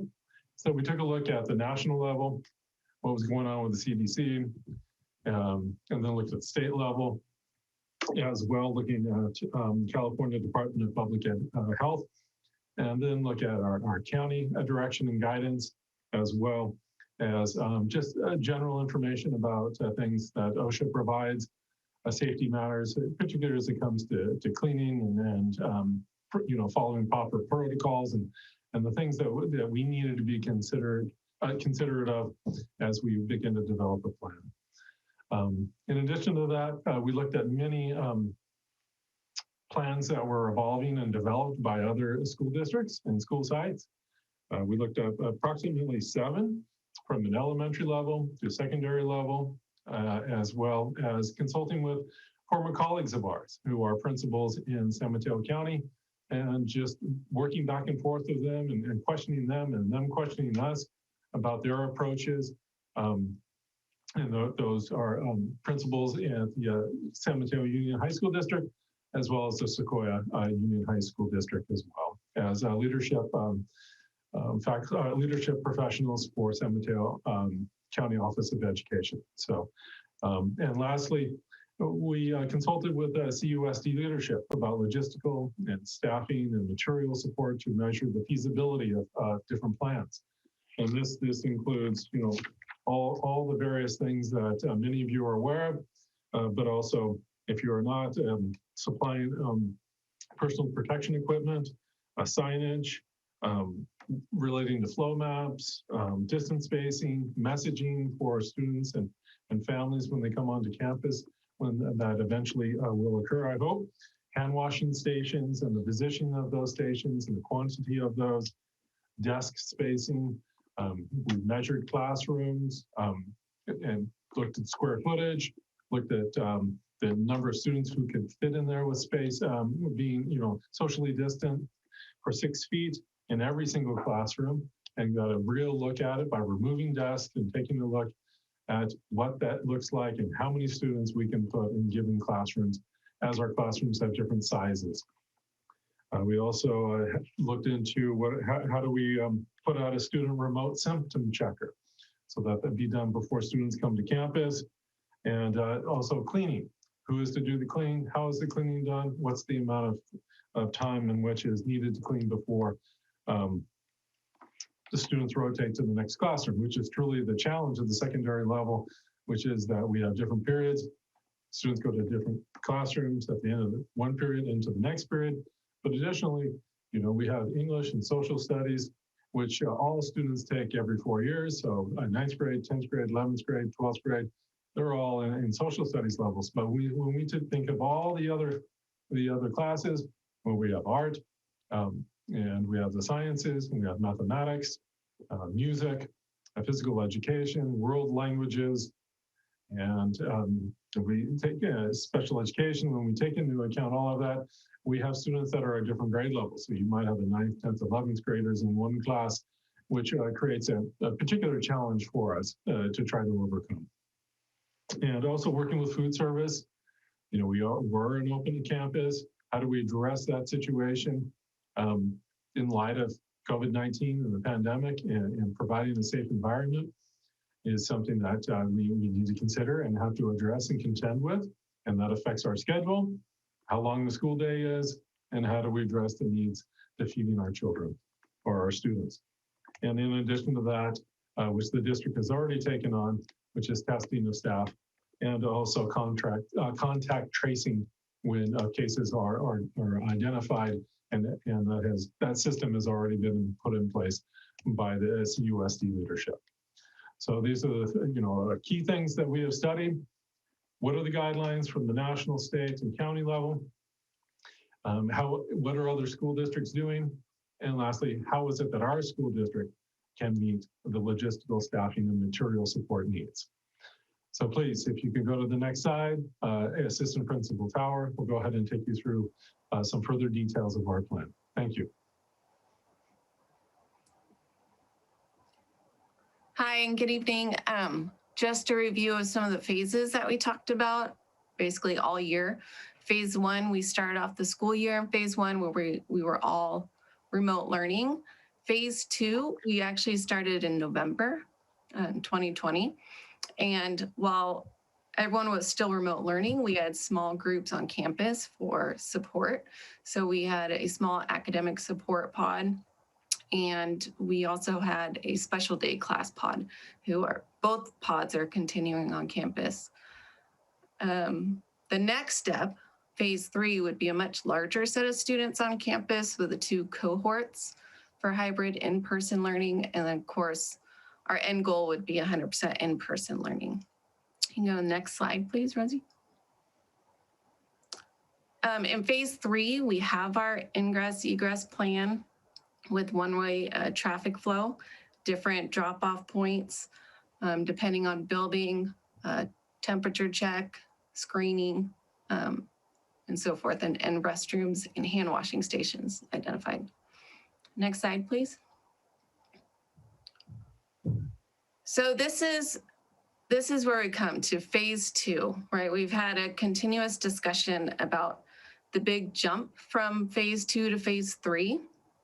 And we've had a lot of discussion about how to bridge that gap. And we've been talking about this, honestly, since the beginning of school and what we could do here. So we looked at what we've been able to provide for our students in phase 2. And my son. I see you, buddy. I'm sorry. Initially, the emphasis was on academics. But then it became very clear to all of us that social emotional health and academics hold equal weight, really. So we divided phase 2 into 2 subgroups, phase 2A and then phase 2B. So phase 2A is where we are right now. This is our current phase. And like I said, the 2 support pods, and we have some athletics going on. If we want to consider athletics a pod, which they are, then we technically have 3 pods that are on campus. So what we want to do with phase 2B is extend that. We want to extend some academic support pods. We want to include, so this would be our new part, small group activities that would be in person. It would encourage social peer interaction. And then athletics continues to extend its the abilities of what they could do within the guidelines. Next slide, please. So here's, this is basically our schedule, right? So we're not changing the bell schedule at all. That's not our proposal. We will still have synchronous instruction days. We still have, 8 or 9 o'clock until 12 o'clock would be synchronous. What we want to do is utilize that asynchronous time. So if you look, for example, on Wednesday, we can utilize all day, we can utilize 6 hours of that asynchronous time to provide academic support. And we would divide those into 2 pods at a minimum of 2 pods, depending on our interest and needs. The Monday, Tuesday, Thursday, Friday asynchronous times, this is where we foresee the opportunities for in-person social interaction with students. And we foresee that through small groups like clubs, like our resource specialist program, some specialized classes like leadership, yearbook, broadcasting, band. So we hope to, within that, we hope to provide that. Within that, if you see our detailed plan that's linked on the board, we talk more about how we can provide it, specifically how we can address the 4 pillars of health and hygiene, face covering, physical distancing, and limiting gatherings. So we talk exactly how we're going to do that. We also describe how pods won't be able to intermix. So a student can only participate in 1 pod. That pod will also be supervised. And we will create a schedule with the small pods so that not all the small pods are on campus at the same time. So we can designate times and we could designate areas on campus, with the pods being encouraged to meet outdoors. And then of course, athletics will continue from 3:30 on. In our plan, there is additional information about the phase 3 hybrid learning plan. But as Andy Boyson had mentioned, all the obstacles we face at the high school level. So that's definitely going to require a much deeper conversation and how we can abide by the 4 pillars and meet all the obstacles that we face. Are there any questions for any of us? I have a couple questions, probably mostly for with regards to this schedule. I'm trying to kind of think through it and compare it to CUNY's schedule as well. I guess my question, this is really cool. And my question is for that Wednesday, to understand better, are you thinking like 1 pod, like however many kids it is, 12 or 15 kids in the morning and then 1 pod in the afternoon? Or like 1 set of pods in the morning, 1 set of pods in the afternoon, depending on staffing and space. But I mean, certainly we have a huge campus, so you could probably do several pods in each of those time slots. Can you help us understand that a little bit better? Our goal is to support as many students as we can. So this was just kind of a framework of what we're looking at. So depending on need and interest, we would love to create as many small pods as we can that's feasible within the guidelines. Each of those pods would have a different supervisor. Well, so if we can get 2 pods and have 1 in the morning and 1 in the afternoon, great. If we get 6 pods where there's 3 in the morning, 3 in the afternoon, that's fantastic as well. So it's just kind of a starting point for us, but the idea is to, gain interest from our students and create as many pods as we can that still fits within the health guidelines. Makes sense. Thank you. And then for the small groups and clubs in the afternoons, to allow kids the time to like get there, participate, and get back, would there be some kind of accommodation made in terms of like the academic workload that they're getting from their classes right now? Because theoretically now they're getting like enough work to cover that afternoon time plus evening homework-ish time. How would that adjust? John, do you want to address that one? Sure, thanks. So what we are asking, and we've already talked to our staff, is that we're not, we were under the impression when we started this school year that we had to have on Wednesdays assignments that would gauge, since it was asynchronous, how do you engage, how do you show that the kid or student was there, and how do you know that they've been engaging or involved in the lesson. So we had all of our teachers create some level of assignments in addition to what would have been normal assignments. Talking with our leaders at the district office, we're not under that same constraint anymore. So our staff knows, starting when we come back from this next holiday, that there's no mandatory additional assignments for a Wednesday, that if they give an assignment on a Monday and it's due on Thursday, that is a homework assignment that they could choose what to do. We're asking and really have given our staff and our teachers the liberty to kind of reduce some of the workload, even though we do recognize, and one of the challenges is our educators really care not only about their students, but they care about the curriculum that they teach and how our students are learning it. There's going to be different challenges. Of course, advanced placement, unfortunately, AP is a challenge one because they've decided they're not going to take any elements out of any of the AP testing.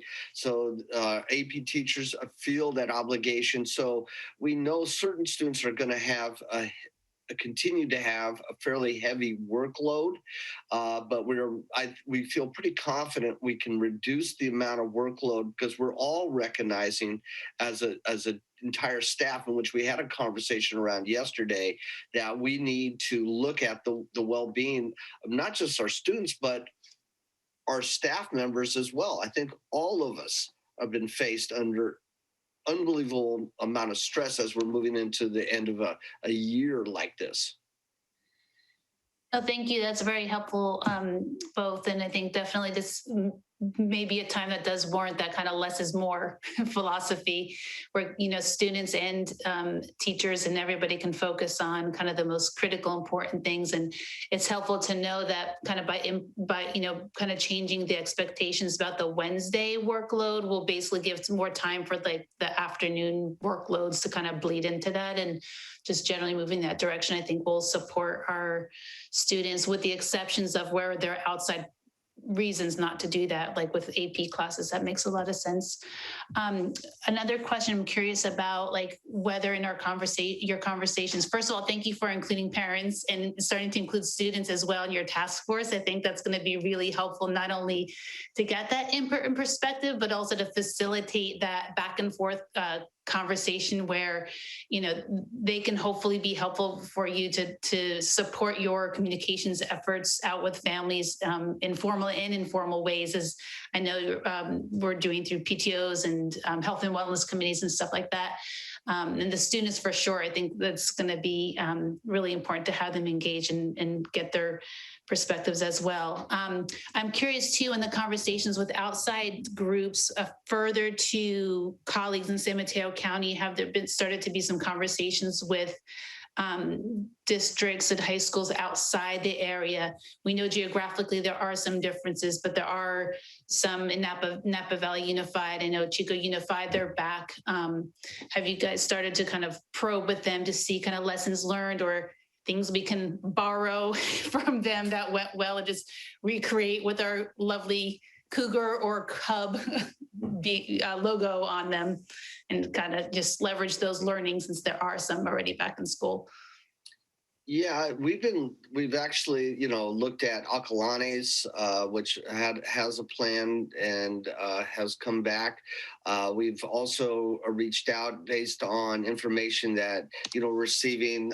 There's some schools in the Orange County area that have had some success with that. So that is really, we're going to heavily dive in to trying to put together, because we do have, and Deanna can show our hybrid plan that we have, but really looking at how can, testing and finding out from our other schools and other districts, what are they doing that's working, what's not working, because we've also have really studied some plans which we are finding when I reach out and talk to leaders at some of these schools, that they really haven't been working. So even though they have a plan, they say we're back in school, in real essence, they're not really meeting the needs of a lot of the students. And that's why we feel very optimistic about this phase 2B plan, that we could put this into place in, I think, a relatively short amount of time, because filling those pods like Ms. Tower talked about, let's say there was 6 pods in the morning and 6 in the afternoon. We're basically are asking for staff members and maybe others to volunteer to be. So this is not a requirement, but it's say, hey, I'd like to be with kids. I'm in with this group, let's say is 12 kids, for 3 hours. I can mentor them. I could, if I choose to, I could maybe a tutor. I may not be a content expert in that subject, but I have kids and I can work with them. We hope, let's say 2 or 3 kids maybe in a geometry class, they can work together, of course, socially distanced and, you know, all the protocols in place that they can help and support one another. We've also started thinking the idea of possibly like in AVID, where we have some really high achieving students act as student tutors, possibly being a part of this. And then the idea being that a number of our staff members probably would not be comfortable to come back, and we respect that and we know that, and that they would not be able to come in under the conditions right now and where that we are tiered at. However, that they can be available remotely, so that if I'm a student and I'm really struggling, I'm not understanding how to solve that problem, I could then Zoom my teacher to get that support. So I think there's a lot of really strong possibilities where the kids are on campus, they're with people for, you know, the 3 hours, because we could do 3 hours. And if we have, let's say, large numbers of kids, we can move in, even do it by grade level, say, bring our freshmen in at 8:30, get them out at 11:30. So we're not having a large, I guess, group bundled up, kind of having to just check them in and go through all the monitoring.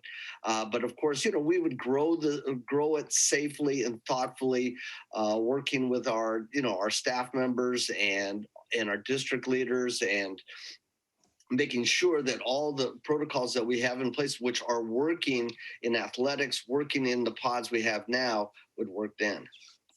I think that's really great. And I think working, the Boys and Girls Club has been such a great partner, and the pods too, that leveraging really that partnership and that infrastructure they have to recruit and manage things as well. I know that's an ongoing partnership that's been really great for everyone involved. And, you know, between those groups and other nonprofits, and our parent groups as well, I think, you know, we'll be chomping at the bit and jump in if we say we need, you know, we want to run pods. We have kids that want to do pods. We need volunteers. Let's, you know, kind of work together with all those groups and get the word out, and they can help us, you know, fill those positions sometimes themselves. Like I've already had parents volunteer to say, you need somebody there to like be a pod leader, like just let me know.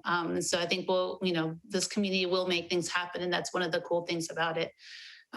So that's really great to see that we're willing and able to kind of expand those pods. You know, ideally, I think in collaboration with the Boys and Girls Club, because I think, you know, some of the feedback I've heard a little bit, and I think I don't know where specifically it's coming from, but it's like, if we can make the pods fun, that will also make the kids be really excited to be there. I think if they feel like they're sitting there, it's like the cafeteria, lunchroom, and, you know, it's kind of just like you and your computer and you're, you know, bored.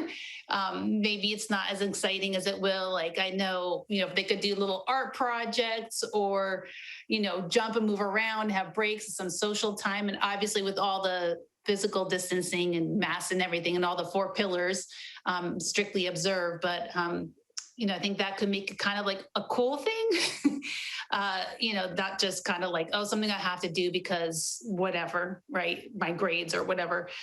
You know, same thing with the small groups and the clubs in the afternoons, like to the extent that there's some incentive for kids because it's fun or because it gets them out of something they need to do for class. Like, I don't know, maybe they could, you know, whatever, have some benefit or some incentive. And that's where like students can help give us some good input, because I don't really, even though I have teenagers, I don't even know what motivates them all the time, right?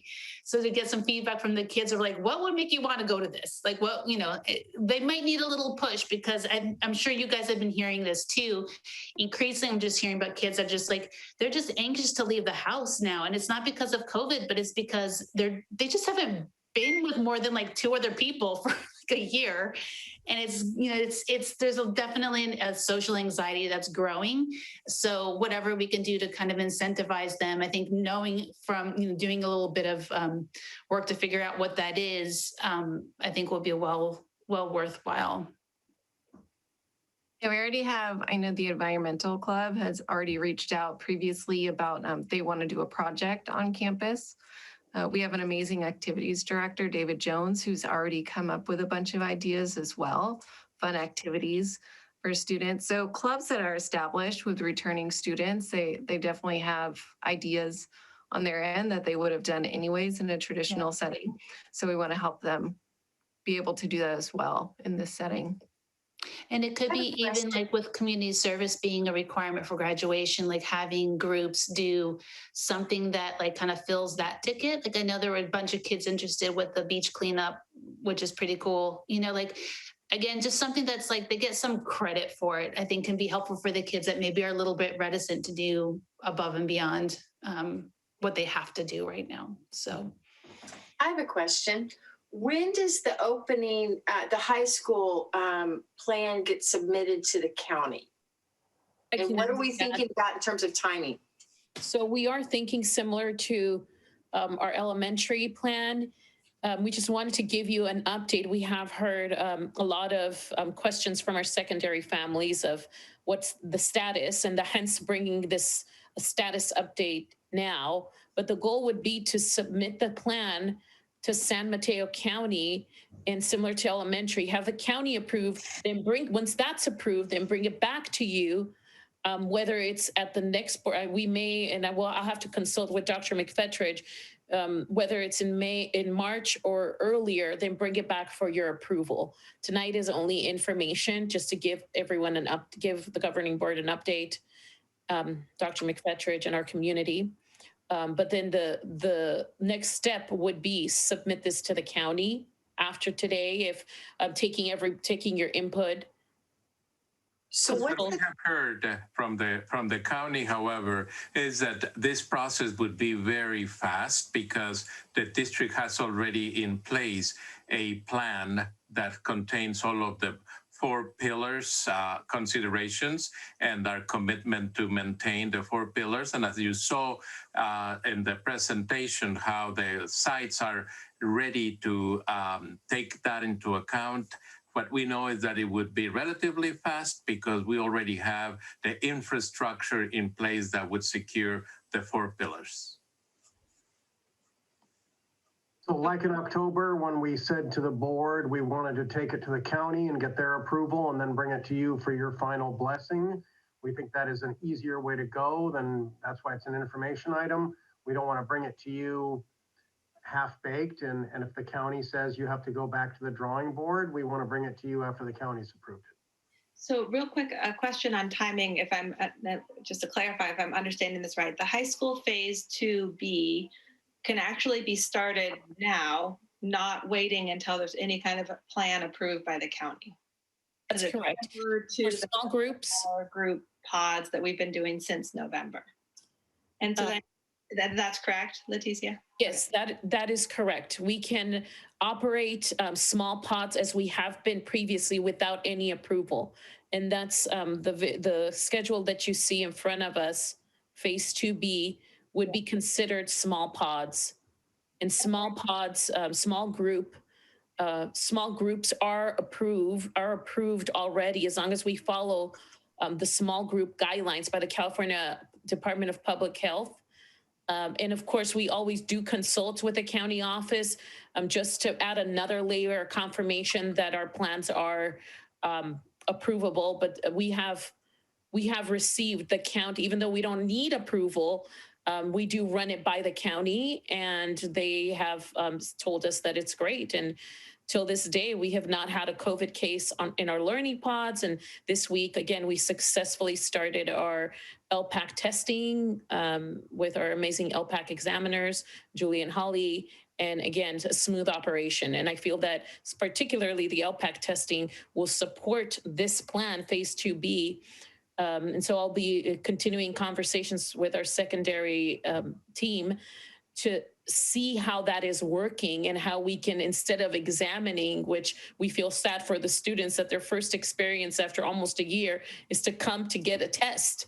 But as many of you have mentioned here tonight from our board, we want to start incorporating at least some art or some fun activities that is above and beyond the exams that we have been giving special education exams. I do want to call out our amazing psychologists that have been doing this since the fall.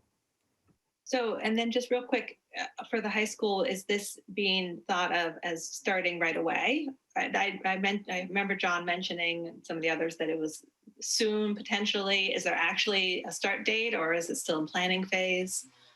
And then is something similar, real quick, and then just the follow-up, is something similar being considered like this at Cunha? Is there a phase 2B there as well that's potential? We would, of course, we're going to make sure that all the 4 pillars are completely in place before we put in any pod. But we would hope that we could start rolling this out relatively quickly, because I think we're well within the guidelines. We're looking at volunteers, people that will want to be part of that. It's not a mandatory piece of it, so I think it's really taken in consideration. And I think it also really, and another piece which we felt I think has a lot of validity, that it doesn't reduce the instructional time that students are getting with their teachers. One thing that we do know, that our teachers are doing incredible work teaching remotely, and there's been a lot of progress from where we were a year ago to where we are now. This level of sophistication and a depth of instruction has greatly improved, and it's been phenomenal in my mind to see what they are doing. And so we don't want to take away those pieces, but there's also a lot of families on the other side that do not feel secure in sending their students, like I mentioned in my opening statement, to school. So if a student or family is not secure with that, they are not missing out on their education. They could still, access their teachers during that pod time, that they are doing their work asynchronously, while all the kids that are in the pods are now in school with their classmates, maybe working. And so it allows each family and each student the opportunity to engage at the level that they feel secure with until things are given the go ahead. And of course, we do follow all the, we want to follow all the expectations and rules and the guidance of you as the school board. Great, thank you. And then just real quick on Cunha, is any of this kind of being addressed or thought about as a bridge to the hybrid model that would need to wait at least purple to start? Well, we proposed tonight. We were talking about our phase 3, right? Our return to school proposal. Our committee also met. Our task force also made some minor modifications to the current remote schedule. Because we realized that we're going to be in it for a while.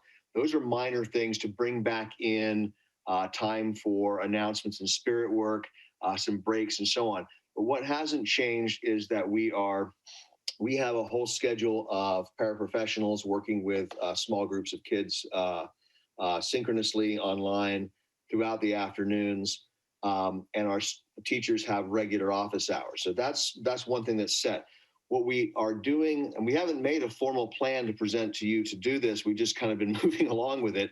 We're going to be opening up our learning pods that exist now to our 6th grade. And so we put together a plan to begin talking to parents and seeing if we can fill those. Right now, we were authorized to have 2 pods. They aren't filled right now. And those pods were originally set up for English language learners, and at Promise students, and we've reached out to everybody. We have a good number of kids there, but we have capacity for more. So our 6th graders, we want to see if we can bring back into learning pods those who need them. We also have special ed students who are now going to be coming back to campus as well, which I think the high school has also. The next piece that we're considering now that we have kids on campus for the sports conditioning, we want to try to have activities for the kids to come on and have different kinds of fun. Those have not been developed yet. I'm working with our leadership group. I'm working with staff to think about how that's going to happen. So without it being necessarily like a phase 2B schedule, it's what we're doing, because our main value for CUNA with the age that we have is to get kids on campus. And so that's what we're trying to do with the constraints of being remote and hopefully transferring into the on-campus all-day school when we can go to phase 3. Great. Yeah, thanks. That would be exciting for leadership or maybe some other groups to do some other fun things there as well. Okay, thanks, James. I have a couple more questions, and they're probably a little bit hard. But like at this point, so are we thinking for CUNA, do we have a sense of timing for implementing that phase 3? Like, or are we still kind of figuring that out? And if it's the latter, then would you come back next month with a proposal to say like, what's the trigger for implementing that phase 3? And what's like your drop dead for like making that decision? And then I'll ask my hard question to John. I mean, to some extent, that's a decision I can't make on my own. I mean, that's going to depend on our MOU about when we can open up, being in the orange and so on. What we would love to have, if at all possible, if we don't, you know, there's a phase to bring in the elementary schools. If conditions allow with the county and the state, do we have to wait for all 5 lower grades to be in before CUNA can start? Or perhaps if things improve rapidly and perhaps if there's a vaccine rollout, we can move that along faster. I would love to have it so that we could have the last quarter in person in a phase 3 schedule. But I have no ability to trigger that. That depends on how things are going to roll out and what status we're going to be in and the district's discussion with the county and the state on that. So I just want to interject here. I've heard a lot of confusion about this, well, wait a second, if it's sequential, K1, 2, 3, 4, 5, does that mean you have to wait for those grades before you can get to 6, 8? I think that's up to the county. I see that we have one board member who's asked a question, and I just think for the public that question should be asked out loud. But Sophia, you had a hard one for Joan. We can go to that and then come back. Here's my question. Yeah. And it was, are there any other schools in the county looking at ways to come back before we get to orange? Yes, I have. Sorry, Sean. Are you speaking to middle schools and high schools, or are you speaking to elementary schools? Because there are elementary schools that are currently open that have their plans approved and have been open, 8 out of the 23. And there are no public high schools in the county currently open. I have a meeting every Thursday with the superintendents of the high school districts and the unified districts. I think Pescadero La Honda is actually the closest to getting their middle and high school students back, but that is because it is so small. I mean, they have a very small but mighty team. The superintendent is a local resident and is phenomenal, and they've been open for elementary for a while, and they are waiting to come back, I believe. Again, you must remember that you have to be in red at least 2 weeks for high schools to be able to re-enter. That's the rule as I understand it. But no, there are no public high schools currently open. And may I share? Sorry. May I also share that, and I have in a few slides ahead, it'll show you the exact school districts that are open. But I do want to commend our high school opening of schools, task force teams and our administrators here, because aside from La Honda Pescadero Unified, as Dr. McFetrich mentioned, is a smaller district, not as big as our district or any other high school district. We would be the second high school, middle school district submitting an opening of schools plan. And crossing fingers, getting that approved in a few weeks. And so we are, I have to say, in regards to planning, a little bit ahead of our secondary colleagues in the county.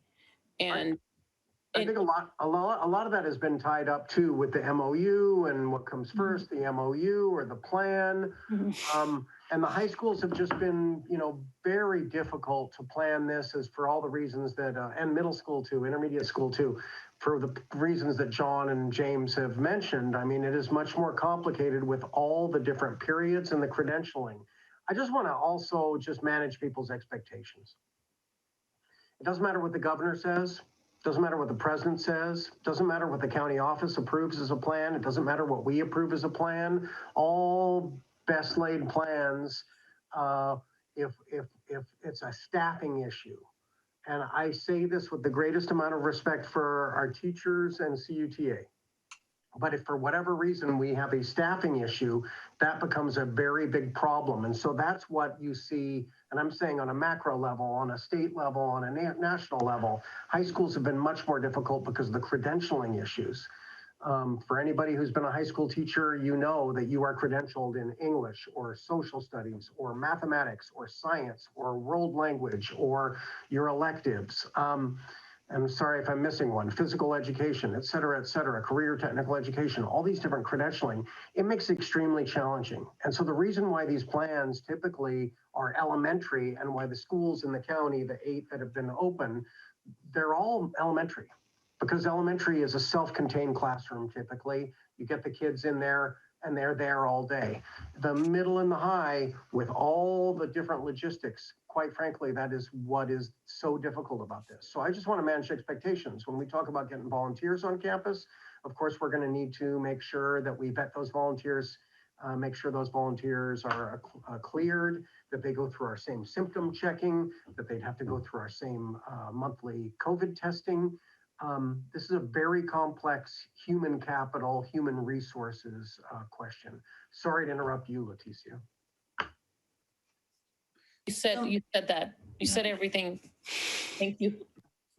So my hard question, I don't know if it's for John or for Sean. And then I had a hard question probably is for Sean in terms of timing of kind of final decisions, which I know is what a lot of families are eager to have. Is the plan then to go to phase 2B for the high school and then like that's the plan for the rest of the year and then we'd go into phase 3 or is that still to be determined? Yeah, so no, I definitely, our phase 2B is we feel is the opportunity to engage our students in, all the pieces that we are hearing very clearly from students and families that our kids are, the biggest thing they're missing is that interaction that I'm not with my peers. I'm not. So this allows us, I think, in a way to do it in a way that we do not need to be in the red or like in the conditions like we're under in, right now, orange for this district. So this plan is something we hope to put in as soon as we are absolutely sure everything's done. I'm anticipating fairly quickly.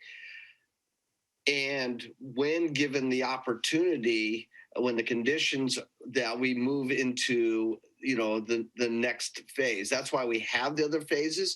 But before we really implement the other phases, we're going to have to really have conversations with our staff. Deanna, Andy, and I will definitely talk with all the teachers and really get a sense of how we could do this. Because one of the great things about that I've learned about Half Moon Bay High School in my years is that it's a really dynamic team of people that really they're passionate, but that we do come together and we could go through some very hard conversations, but they need to have their input and be heard. And I think we could come up with something, but if the conditions still say for whatever reason, we have to wait till orange or high schools cannot come back to red, there is, we're a little bit hamstrung there, but I think this gives us an opportunity. The one thing I do want to comment that concerns me, and I think Dr. McFetridge made mention of this, I personally would be very disappointed if we, for some reason, were told that we have to wait for succession from K1, 2, 3, all the way through middle school before we start bringing high school students back in like a hybrid if the opportunity is there. I think that would be absolutely unfair to any district that happens to be a unified district, because then the high school districts can say, oh, we're going to start because we'll start with our, one grade or whatever, even though doing by grades is very difficult because Andy Boysen talked about our kids are in multiple grades. It's by subject area, not by grade level. But I think that would be absolutely horrific to say because we're a unified district, have to wait that till all the other grades go through before we open the high school. I think, when the conditions are right, I believe our team and our school community and our teaching staff and administration will come together with, moving forward.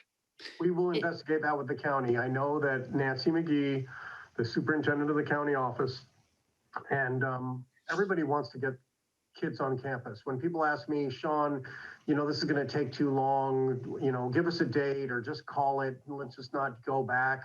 I keep saying every day we could get a student back on campus is a victory. So that's why I'm actually very heartened by the fact that Mr. Barnes and Mr. Bartell and Mr. Nazar and Mr. Boysen, Ms. Tower, and all their teams, their task forces are looking at, okay, what can we do?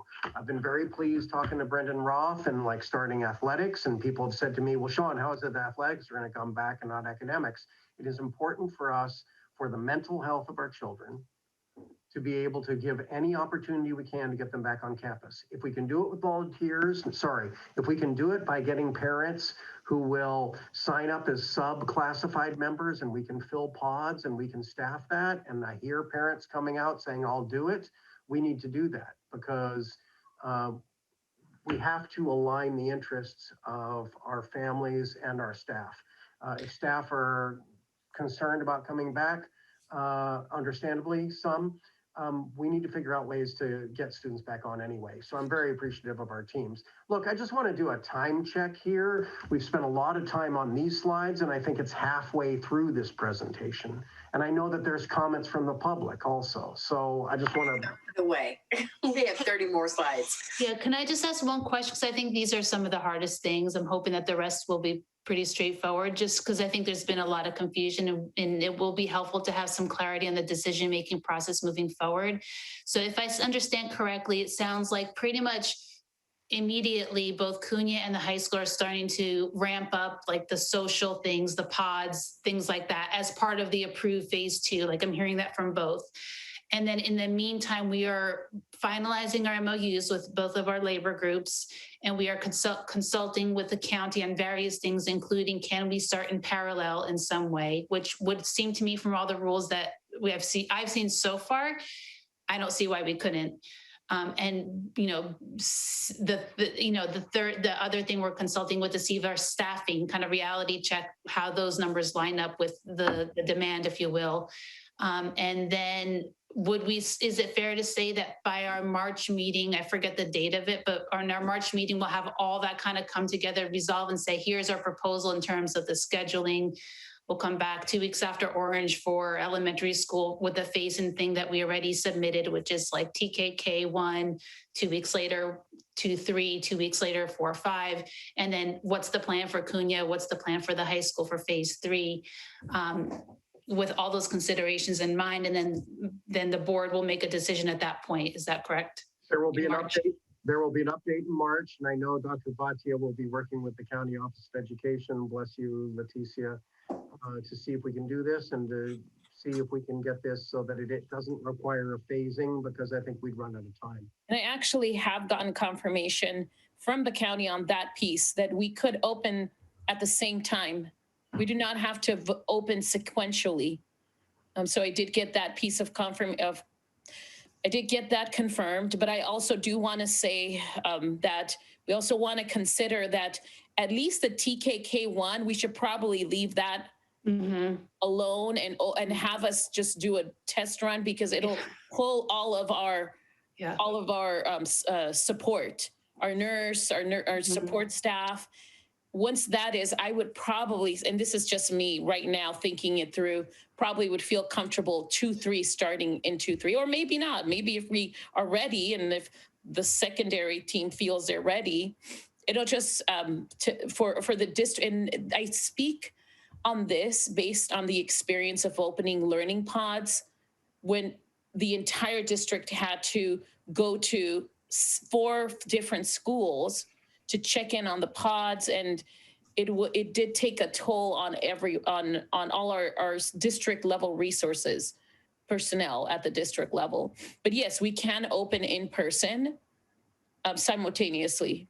And so again, makes a lot of sense, Leticia, especially having like one little bit. It's like the sample, and then you get the full buffet after. Yes, you want to like dive in and stuff yourself. That makes a lot of sense. So what I mean is our March meeting kind of our drop dead date for making decision to move to phase 3 for all of these schools, or we could say like our target is March and our drop dead date is the April meeting. Like, I think it's helpful if we have some kind of plan for that, because I think our families have been, by necessity, living in suspension for a long time. If we could have, as we're getting close to the end of the year, like how late can we decide we're going to do this and do it? And by that, I mean phase 3. I also want to say too, don't be constrained or think that we're constrained by just one date in March. If we needed to have a special board meeting to consider whatever the county told us, we can do that also. Yeah, that makes sense too. But I think we need to move, with a quickness with the county and see if we can get this done. And we will continue to work with the MOUs. I appreciate the confidence that our unions have about us being close, but I'm also reminded that, the joke about contractors, there's the first 90% of the job and the second 90% of the job. So these things take time, but we will continue to plug away at it, work at it. I'm very appreciative of the Opening School Steering Committee. I'm very appreciative of the task force. I'm very appreciative of these teams. I do feel like they've done a lot of work that's been presented well here. And I'm just going to be that guy and say, we have another lot of slides that when Leticia gets to those with her team, I'm hoping we can, not talk too long about those. Sorry. Not to rush you all. I think these were the hard ones. Yeah, you pretty much covered most of my hard ones. So I just had one easy one. And many of you are texting me, asking me about my dad. So thank you. He is in the ICU and he woke up from the anesthetic mad as hell. So I think that's a good thing. So he's awake now. So anyway, just one easy question on the CUNA back to school slide. I noticed that the slide presented is different on the timeline from the slide in the packet to go to the county. It has different ending time. I think the one we just saw was 3 o'clock and the other one has 12:30. Is that a big deal, or is what's going on with that? Can you reverse back to the CUNA schedule slide?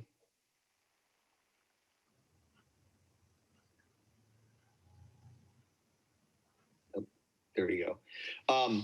This is what we put into for the packet. If it didn't make it from the original one we'd had back in this summer, then that might be an error that it went to the county with the previous phase 3 schedule. This is the one that our task force has recommended and that we are looking to approve now. Okay. And I do want to say, Mary Beth, that we did revise the middle school opening of schools plan plus this, and we have not yet submitted to the county. So I'll make sure that I work with our administrators, with James and with John and the teams to make sure that we have the latest version before we send that off. Okay. Thanks for pointing it out. Once I submitted this, I didn't make any other further amendments to it, but yeah, we probably want to do that. But just so you're clear, that our new phase 3 doesn't end at 12:30 like our current remote plan does. It extends the school day till 3 o'clock. Okay, very good. Should we move on? Okay, so then slide 7, I believe, Rosie, or 8, I apologize. Oh, not 8. 15. So we're going to quickly give you a elementary task force update. And on the next slide, you are going to see some of the elementary task force updates. Last week, we did provide our elementary educators, as per the recommendation of the Opening of School Steering Committee, a new survey to look at the best instructional program models. And after surveying our elementary educators, this was the model that, aside from remote learning, which you'll see in a second, looking at the survey results, this was the model of in-person instruction that was mostly supported by our elementary educators. It is the AM/PM model that has been approved by the County Office of Education. It is an AM/PM cohort, so that students, instead of being seen Monday, Tuesday for a full day, they're being seen for 4 days, shorter times, 2.5 hours.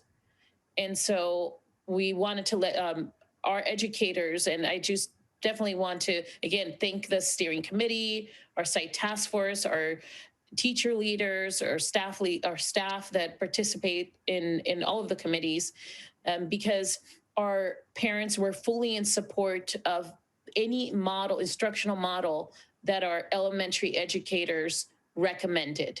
Even though there were some parents in some of the surveys that we had previously sent preferred different models. This was the model that was approved. And so again, a very slight modification on model, like Jesus mentioned earlier, won't take too long to, according to what we've heard, it won't take too long to get that approved by San Mateo County. And we are waiting to submit this instructional model along with the secondary plans to San Mateo County. And another next step is to go ahead and send a TK through 5 parent survey based on this instructional model. And as of yesterday and today, and thank you, Dr. McFetridge. I do want to give him a shout out for being our guest speaker at our Opening of School Steering Committee to give us updates on vaccines. Our steering committee really appreciated that. So at that meeting, we also ended the meeting to talk about next steps. So now that we have this model as the recommended model for instruction, we'll send a parent survey only to elementary parents to ask, depending on which COVID risk status, when would parents be comfortable returning using this instructional model? Now, keeping in mind that we heard many concerns from parents and from staff that the full day model was tricky with the lunch because students needed to take off their mask in order to eat, and it would just be a scheduling nightmare to try to schedule all of the luncheons staggered, and it just wouldn't fit. It wouldn't fit as nicely as this TKK model. Jesus, we've already discussed custodial staff to clean between the cohorts. We've shared it with the county, and so we have all of that ready to go once we're in orange for 2 weeks. And next slide. Here are a few other updates. We continue to set up our classrooms. We're very happy to say that we have expanded our learning pods at El Granada, Fair Longview, and Kings Mountain. And as I mentioned, thank you, Dr. McFetridge, for just being our guest speaker and giving us a quick update on the vaccines and where we are on that. And the next update is to make sure the steering committee has mentioned that the way the steering committee was designed in the beginning was to include different stakeholders to participate in a steering committee, and then jigsaw back and forth. So steering committee members would take information back to their particular stakeholder group and then come back to us. But now we're hearing from families that sometimes the information may get misinterpreted, or some may not get to some parents due to lack of access to phone numbers, because some of our PTOs and parent leaders may not have access to all of the information. And so Jesus and I will be meeting next week to talk about how to set up a communication plan to ensure that after our opening of school steering committee, and with Dr. McFetridge, either through Dr. McFetridge's letter, we provide either a video or a quick summary of some of the decisions that were discussed at our opening of school steering committee. And lastly, definitely want to say that we applied for a grant yesterday, and many of our board members, thank you so much, sent us that opportunity. It's the Learning Pod Expansion Grant. We applied for $150,000 to expand and open 3 new pods to support our At Promise students. And the next slide. The next few slides will show you our elementary task force survey results. If you look at slide 19, the next slide, and then again, I won't go too deep into this, but green is very comfortable. Blue is very uncomfortable. We use a Likert scale for the teachers, for our educators. And as you can see, the first question, we asked, please select your comfort level of returning in the following COVID-19 risk levels without a vaccine.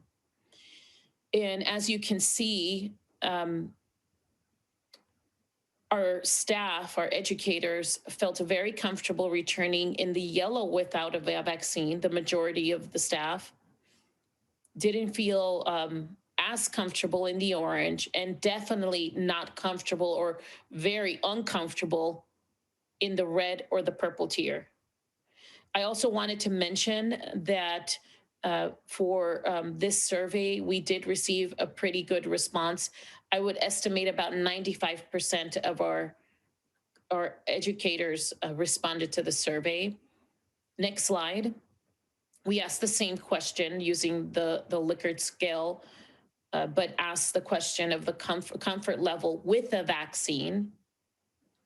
And as you can see, there is definitely a lot more comfort in the orange and the yellow. And in the red with the vaccine, we have about 50-50. 50% of our educators are comfortable returning with the vaccine, the other 50% not, but our steering committee has mentioned, and our Kathleen Wall, our teacher and union representative, did mention that this is just one piece of data. Many teachers, if we had had a neutral option, maybe had chosen that, but in the comments, it's very nuanced. Some teachers said, well, if once I saw the data and I learned that more schools were opening safely, so a lot of data points that would affect that red tier. And then the next slide on the data, Rosie. This slide, then you'll see the instructional models.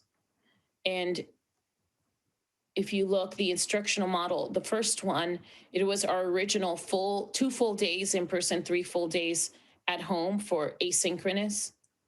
Model 2 was a modified model with AB cohorts, but it was a shortened day with some Zoom interaction. So similar to what the secondary is presenting. Model 3 is a model that out of all the model 1, 2, and 3, the in-person, received the first choice. So here, blue is first choice, red is second choice. Majority of our staff felt that this model was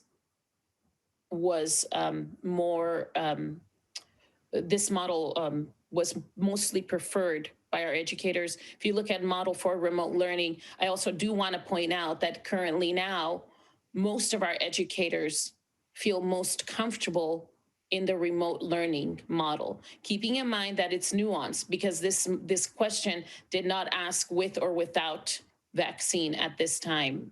This is just strictly asking in person. Sorry, Dr. McFetridge? If I can just interject here, I mean, this is a lot of data and it's hard to parse. So I'm just going to give you my take on it. Employees are more comfortable returning in the orange with a vaccine. And in the yellow with a vaccine.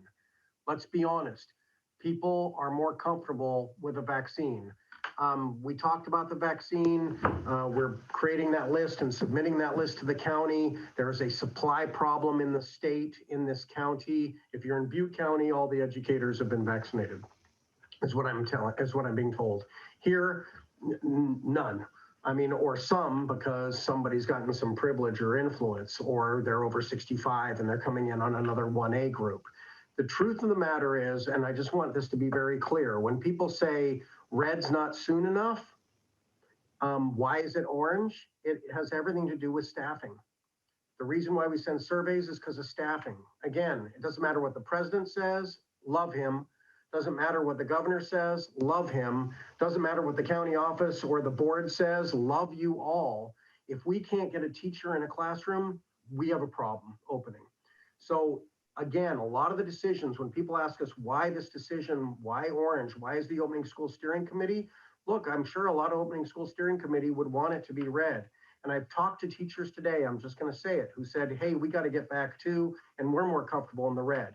But there are so many employees there that are not comfortable in the red or without a vaccine that's just really the reality of it. Why can't we do it? Because we can't just pluck a teacher out of the air and put them in a classroom. We have to make people have got to be comfortable to return. So I just want to give that aside there quickly, that in the bottom line. Thank you. And then this slide, it's just the data presented in a different way by extracting the core teachers and by school of their comfort level, and the data matches the previous slide. But the board and the community can peruse. The next slide also shows the data in a different format, looking at only core teachers and responses, which again, they match the previous slide regarding the program model. Okay, and then the next section, we'll review the current COVID-19 risk status, and we all have become super familiar with the California Blueprint for a Safer Economy, the new Facebook link. And then if you go to the next slide, here you'll see, and I do want to thank Susan Vanna for giving me this data to present from the nurses' presentation. So on the left, you're just going to see the rubric of the COVID tiers. Widespread, anything more than 7 per 100K. Substantial is the red, anything between 4 to 7 for every 100K daily new cases. Orange, this is where, again, I want to take some time to analyze this orange. Our teachers, and it's been very consistent, felt the most comfortable in the yellow, somewhat like some in the orange. Some of our teachers do feel comfortable returning in the red, but the majority no. The majority feel more comfortable returning in the yellow. You can see the data on the other side. Our parents feel comfortable coming in the red.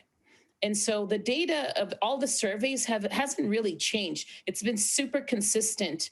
The data that Jason will present in a little bit, the data from the fall and the summer. And I just want to remind everyone that the reason why when we submitted the plan in December for the district elementary opening of schools, we decided to meet in the middle. And that's what the opening of schools steering committee made. We made that decision of coming in the orange. On the right, you are going to see the COVID risk status beginning mid-January to present. So as you can see, in January 19th, we had a 31.4 widespread purple. So we were very rich color purple then. And there has been, and it's great news, there is a positive decline we're going the right direction. So 6 points, we decreased 6 points the following week, January 26th. We decreased by 7-8 points then the following week, February 2nd. And then we didn't have as big of a decrease between last week and January 9th, that is 15.4, but we are going in the right direction. And then below, you are going to see in San Mateo County, and Dr. McFetrich mentioned this earlier, we have 21% of public schools that are currently open. And even though some of our schools do have plans, only 21% of public schools in the county are open. 69% of private schools are open. If we go to the next slide, Rosie. And here you are going to see, and this is the information, I won't repeat it, but you can read it. Dr. McFetrich mentioned these percentages earlier. And as we mentioned, La Junta Pescadero is the only school district that has a middle and high school, that has both a middle and high school that are open. We do have some K-8 schools, but there is no high school district that has opened. But here we are, Cabrillo Unified. We do have an approved plan, and I feel this is a celebration. I know that it has been very difficult for everyone, but as Jesus mentioned, the skeleton of the plan is approved. The 4 pillars is approved. So any smaller modifications we'll just need to submit to the county, and I don't think it'll take too long. It'll take, we estimate, less than a week to get small modifications to the plan made, including the submission of the secondary plans. Next slide. Yeah, now we have our amazing Director of Pupil and Personnel Services, Jason Owens. Thank you so much for being here. Who will show you a different set of data results. Thank you, Leticia. Good evening, board members, President Cortez, and Superintendent McFetrich. I'm here tonight to discuss with you the survey results for staff and family surveys in returning to school. The survey that we sent out was very quick, very concise, yes, no questions. So this is the staff survey results as a whole. I'll go over them briefly with you. For example, El Granada, there's 17 total teachers. 15 of those teachers completed the survey. 7 of them said they would be returning in person for in-person hybrid learning, and 8 of them said they will not be returning for in-person learning. The slide is pretty self-explanatory. I'm not going to go through and read each one to you, but you can see that we did have a good number of teachers that responded, as well as an interesting balance of people who are willing to return versus not willing to return. I do want to specify that when I say staff survey, we surveyed the certificated staff only. Certificated staff includes classroom teachers, specialist teachers, special education teachers, and counselors. We did not include the classified staff in this survey at this time. Can I have the next slide, please, Rosie? This slide and then the one following is just a further breakdown of the data on the first slide. So this one is just to show you, again, the total number of teachers per building and then how many completed the survey at their building. Next slide, please, Rosie. Thank you. And this is, again, the yes, no answers per building. So as we can see, El Granada, for example, 7 teachers said they would return, 8 said they would not. And then as we move forward, for example, Cunha has 14 teachers that are willing to return and 7 who are not. So when I look at the totals, we have roughly 25 teachers based on this survey that are unable to come back to school in an in-person model out of the 90 teachers approximately that did take the survey. And we do have a total of about 134 teachers. So that gives you a picture of the total number of teachers, the responses, and then the number who are unable to come back. Next slide, please. Just real quick, Jason, what was the criteria for returning? Was it in orange? Was it after vaccine? Was there any kind of, was it right now? The criteria for the survey was when we say that we're approved to go back in person, will you come back? So there wasn't any details about what that was? There wasn't specific details. The past surveys, as well as the openings to a steering committee and the union conversations, people know that it's going to be within orange. We have to be orange within 2 weeks. That plan has been approved. So I didn't feel like it was necessary to put all that back in again. Okay, but that's the assumption is that it's in orange, but no mention of vaccines at this point. No. Okay. A number of the comments did mention vaccines and had asked if I would be willing to hold off on opening until people were vaccinated.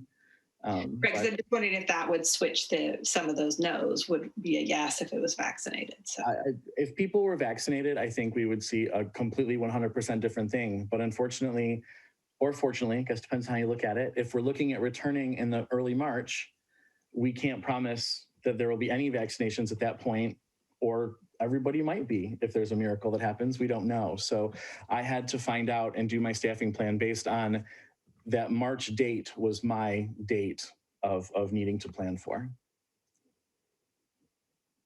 So just a basics breakdown here. Out of the responses, 65% almost said that they would be willing to come back in person, and 35% said they would not be able to come back. Next slide, please. And this is the parent survey. Again, I put all the data on one graph in the beginning, and then the next two are to break the data down a little bit further. I know I like to look at all the numbers at one place, but I know some folks like to look at things, a little bit broken down. So I wanted to provide that option. So for example, if we look at El Granada again, since it's the first one, sorry to pick on you guys, El Granada, but there were 331 total students, 131 completed the survey. 101 of those said they would want to return to in-person learning, and 30 said that they will not want to return to in-person learning. So if we look at the totals, we have currently 2,686 students that are enrolled in the schools. That does not include independent study students. We did not survey independent study students. And then 1,039 completed the survey, 814 said they'd return into in-person learning, and 225 said that they would not.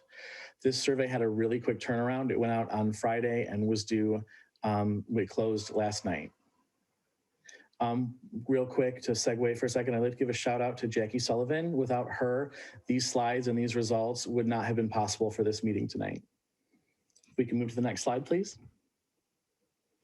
Parent survey again, 331 total students at El Granada, and 131 completed the survey. Same thing with the other schools, just a different way to look at the data. Next slide. And again, this is the yeses versus the nos. Again, El Granada, 101 said yes, and 30 said no to returning. Next slide. Again, so I can do the aw shucks, like, big picture of this. Staff less comfortable, parents more comfortable. Yep, that's where I'm going next. Thank you. The next one is, again, 77, so almost 78% of families that responded said that they would want to return for in-person learning, and 22% said no. So we have about a 13% discrepancy rate on whether people are not going to return. And that's where we're at. And I'm going to further look at this data to create a staffing plan that I promised to Dr. McFetridge over the break. I'm happy to answer any questions you may have.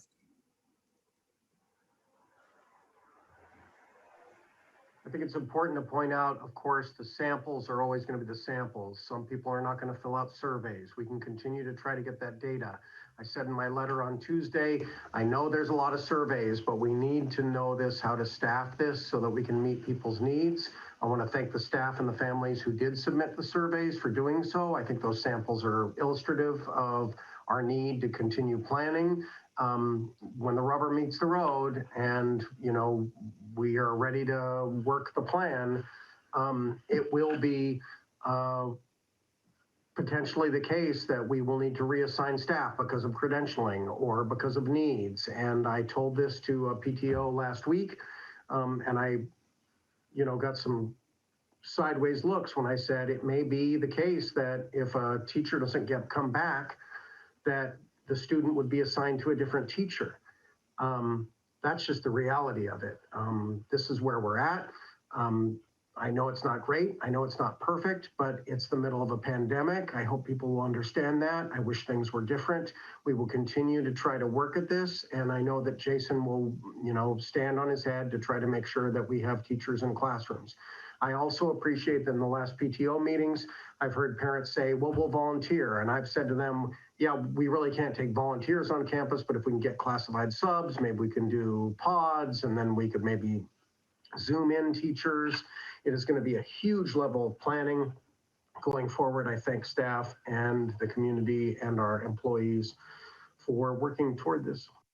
The teachers and the staff, we have spoken with them and had conversations, and again, asked a question on the survey regarding, would you be willing to have your teacher reassigned, and teachers, would you be willing to be reassigned to be able to ensure the most comfort level for everyone involved? And the majority of people did agree that they felt that students could be reassigned and teachers could be reassigned to different places, of course, with appropriate credentialing, to move forward with in-person learning and some type of remote. So people are willing to be flexible in moving forward to make sure that we're able to place them in a situation where they're going to feel comfortable.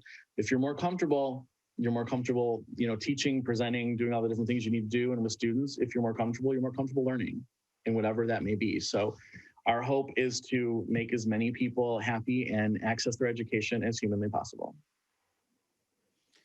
Quick question for students that whose families don't want them to return to phase 3 on campus for whatever reason. Is our assumption that they would then go to independent study, or are we still kind of hashing that out? My hope, and this is a lofty goal, I'm not sure I should say this yet, but my goal would be to have independent study students remain in independent study, and then to have design some type of remote program for students who, it seems like we have enough to be able to do that, and then assign teachers who need remote first to those classes, and then shuffle around the other teachers and staff to make sure that the other schools are staffed for the hybrid or in-person learning that they have. So it's a big undertaking, but it's not impossible. It's just moving the pieces around to try and fit them together in a way that makes sense. And again, I'm a counselor, like that's where my heart is. And so I want people to be comfortable at work. And I want people to be comfortable in their classrooms learning, whether that's at home or it's at school or wherever that needs to be. And so I'm going to do everything I can do to make this puzzle fit in the best way we can. I'm sure that it won't make everybody happy, but I'm certainly going to give it my best shot. Well, thank you. I think that's really great too. Just you said like the magic word, which is flexible, right? And flexible on all ends. And I think so much, there is so much opportunity to kind of have a more adaptive or adaptable system, both over time as a public education institution and within any given point in time for our students and our employees. Like their needs are so variable that I think that we have a lot of tools that we can utilize. Technology for sure is one that like we didn't realize how, maybe we knew, but we didn't know until we had to do it, how powerful a tool it is to give our families and our community, all the members in all the different roles, more flexibility and kind of just help people kind of meet people where they are when they are as much as possible. And it's not like it's never going to be McDonald's where you can go order your burger and fries the way you like it, right? Like it's, I think on all sides there has to be flexibility, and that's how we get the best results. So thank you for pointing that out. Absolutely. Okay. If anybody thinks of anything later, I know sometimes like when you go to the grocery store, you leave and your bag is, half empty, you forgot the ice cream halfway home. So if you realize halfway home you forgot the ice cream, you can email me your list and I'm happy to answer any questions that may come up. Thank you for your time tonight. Thank you, Jason. And then next, I know that there have been many questions about the symptom checker for staff and students. And so we have Martha here who will give us a quick update on our plan for symptom checking process when we do open in-person instruction. Good evening. Next slide. So this is a plan for monitoring staff health, and we already have a Google form that hits the boxes of the email boxes of all of our employees every morning, and they complete the symptom checker, and it's aligned with our pandemic framework. This is already going on daily and will continue to go on once we're in person. The staff should complete the symptom checker prior to arriving on campus, or they can complete it at the office kiosk if they were to forget to do it at home before coming to work. And then based on the information on the symptom checker, staff will be advised about whether or not to report to work. We've been doing a lot of education with staff, and all of us have learned through the process of doing this that staff who are feeling ill would probably make note of that before coming in anyway. And then, and of course, staff will be trained to recognize symptoms that would necessitate staying off campus. This would prevent someone from coming in and completing the symptom checker in the office kiosk with 101 fever. Next slide. For monitoring student health, we're partnering with Hazel Health, which will provide a daily symptom checker that families can fill out. It's a web-based system, and it's accessible in both English and Spanish. The students whose symptom checker is not completed before school will be screened by staff upon arrival at school, and parents will be trained in how to use the Hazel Health system. Next slide. If students arrive at school and they're exhibiting symptoms of illness, such as what's described in the symptom checker, they'll be escorted to the isolation room for further assessment. If a student arrives at school and they develop symptoms of illness during the school day, they will be escorted to the isolation room for further assessment. And if the student's symptoms dictate that they should not be on campus, they will remain in the isolation room until a family member or caregiver can pick them up. Next slide. It's Jesus's turn. Thank you very much. Jesus, your mic. In the next slides is basically pictures of what you have already heard, and then just to the status of readiness with the 4 pillars. And we are ready, basically, is that what we want to say? And you have heard from our colleagues that we have been working with our elementary schools, and this is what we had worked with them. And what we need to do now is basically have the principals have already worked with the teachers. Now we want to finalize any minor details that would need to do that. But we do need the teachers to be part of this process. Those teachers that have been part of it, that the principals have already been with them, those classrooms are set, are ready, are for those teachers whom we still need to get some input on how they would want their classroom. We're still waiting for that, but we have everything and anything that we would need to set in those classrooms. The next slide, Rosie, it's basically we have what we need. We have it ready to go. And as soon as we say this classroom, this teacher, we are ready to set this up. Most of the classrooms, as it was expressed by the administrators, are ready to go. But those that are not, we still are in need of the teachers' input. That's basically my message to you today, confirming that we are ready to go, and that as we get through this journey, we will just continue the journey and making sure that we are ready when the children are there. Okay, so here are continued next steps, meeting with our various committees, continue to monitor the COVID-19 risk status, monitor the vaccine rollout. I just want to thank Dr. McFetridge. He's been an advocate for our staff, and he'll never say it himself, but he's just very humble in making sure that our staff always goes first. He'll say he will always go last. So thank you, Dr. McFetridge. Just for just being an advocate for our district, and continue to set up classrooms like Jesus said. And lastly is that what we mentioned earlier.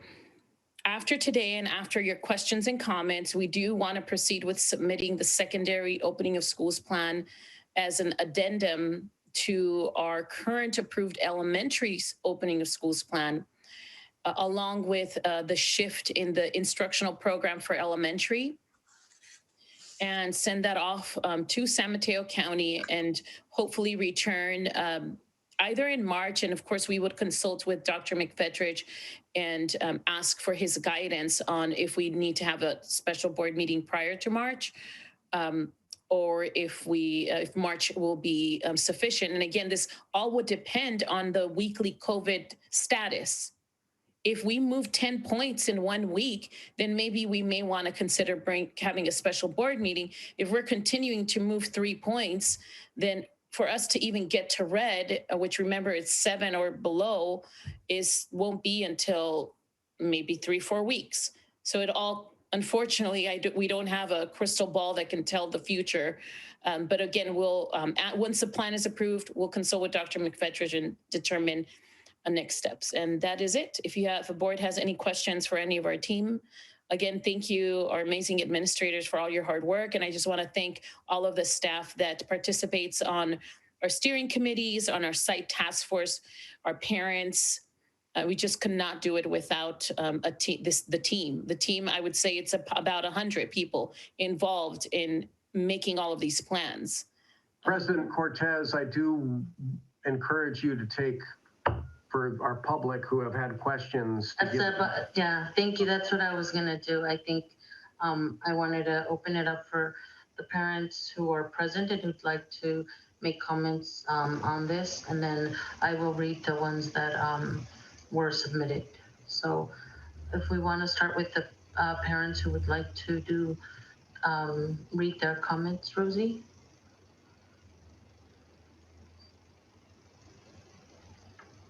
We have Lynette Cordois, and I'm moving her to the screen.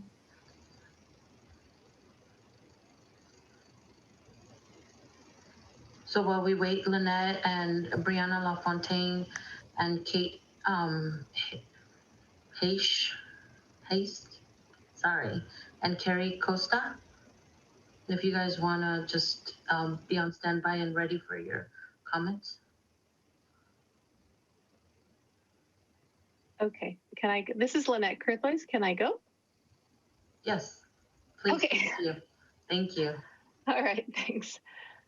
So I appreciate this information night. It's been super helpful and all the work that's gone into it. And I'm pretty excited about that medium hybrid or pre-hybrid plan for the high school. I have a high school and a middle schooler. My concern is more about the hybrid schedule shown in the high school plan and the middle school plan, actually, that shows an increase in asynchronous learning days from 1 day to 3. And as a parent, having those synchronous days has made all the difference this year from what we experienced in the spring. The kids, it's better at the high school, but at the middle school, it's just real tough for them on those asynchronous days to stay focused and get their work done. And so I think that is the biggest drawback of the hybrid schedule, is decreasing the synchronous instruction that's guided by their teachers. So I strongly encourage the district to consider providing 4 days of synchronous. And I'm just wondering why we couldn't have the kids that are staying home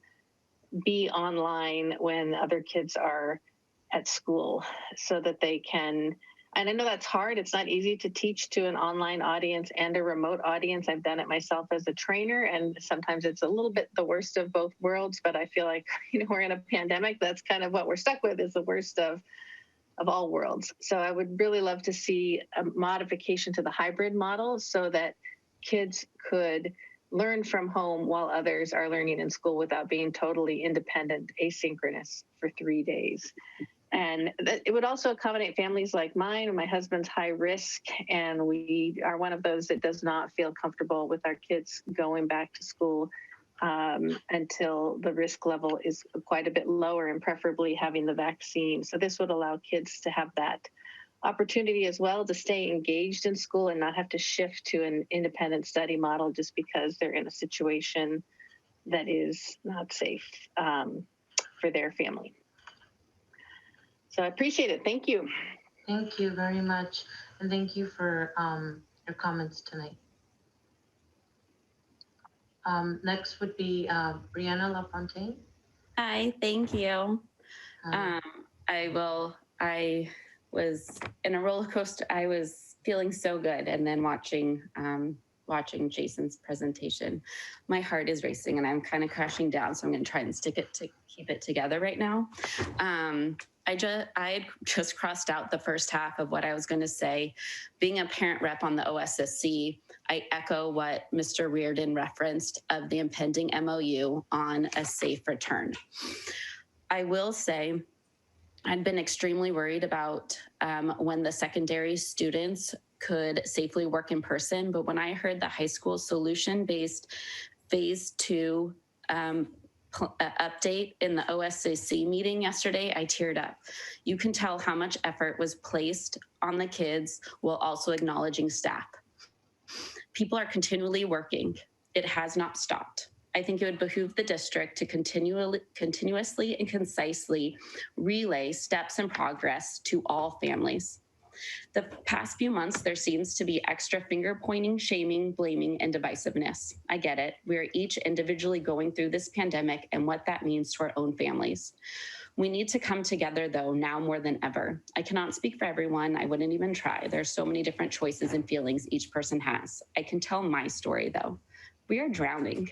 My family of 4 is in one of the best positions on paper to get through remote learning, yet we are struggling to breathe.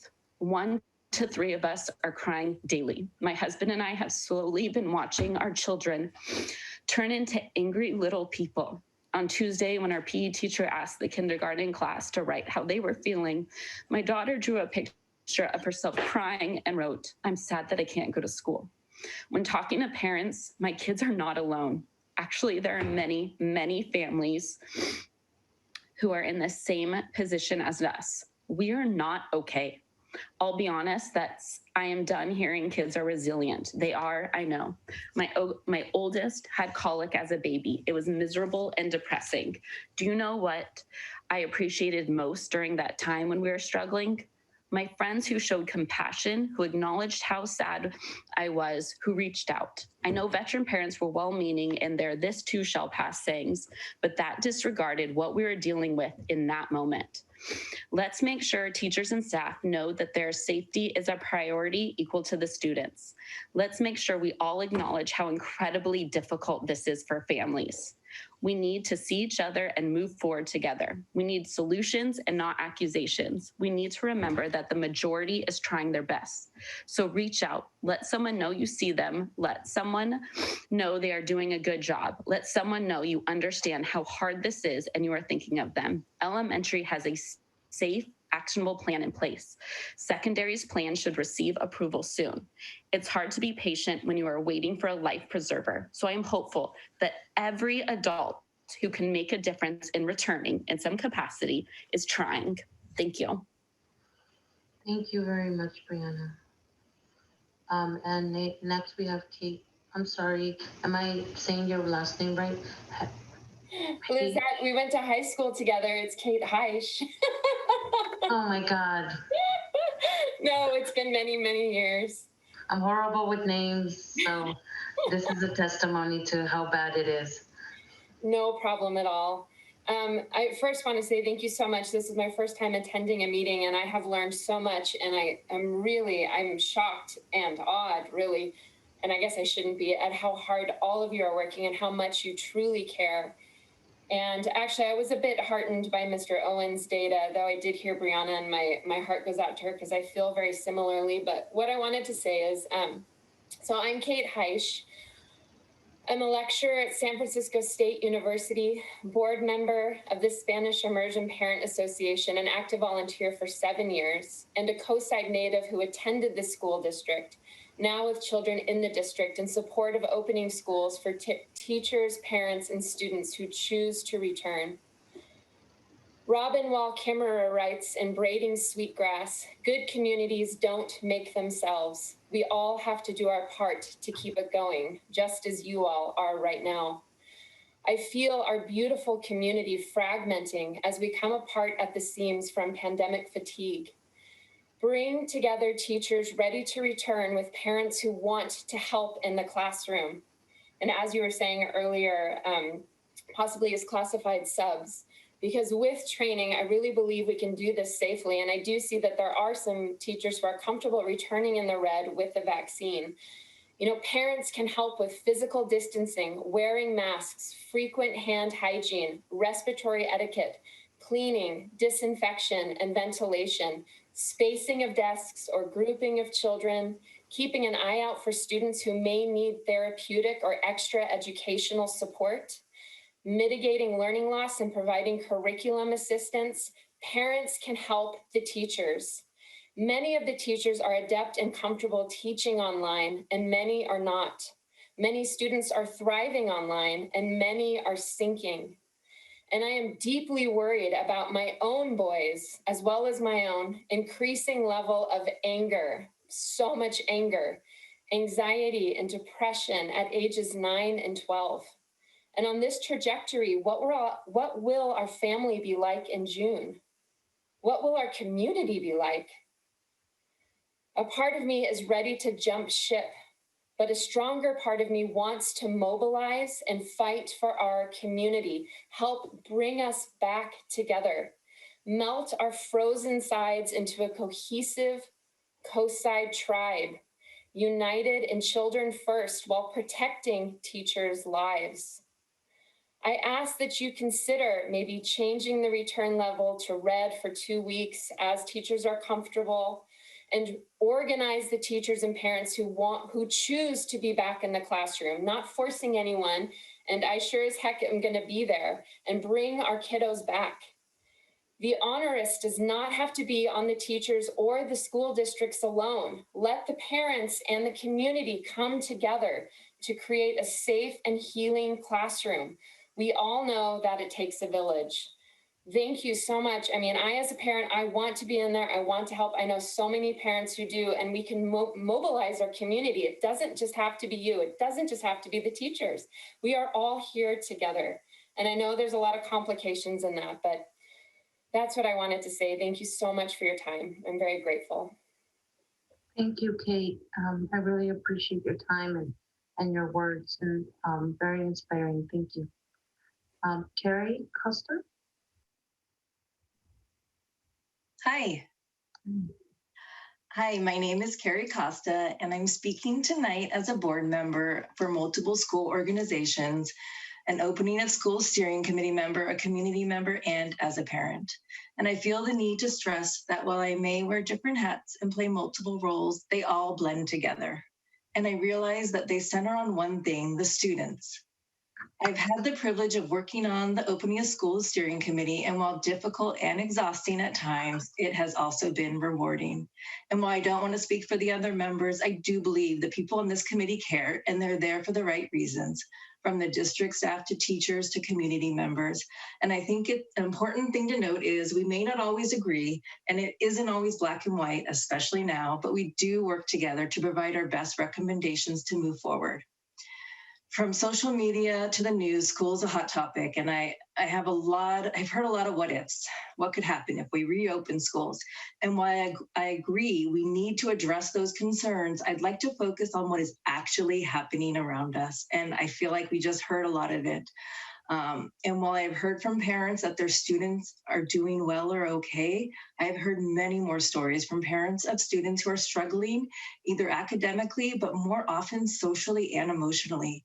And so I implore you that this needs to be our focus right now.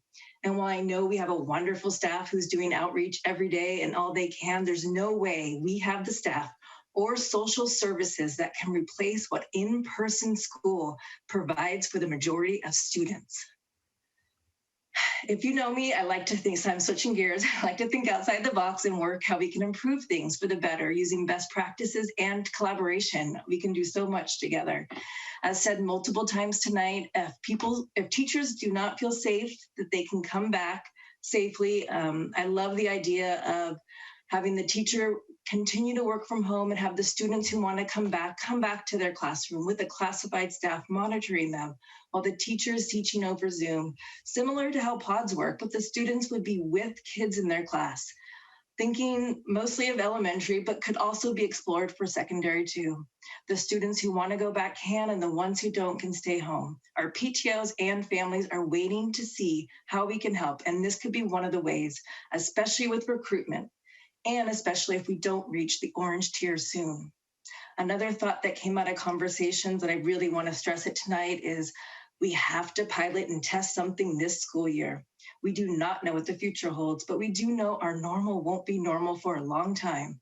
We can and should focus on next school year, but we need to know what can work and what won't work in the physical classroom before next school year. We should identify the kinks, the protocols, everything, so we're fully prepared to start school next year and focus on the students and their needs.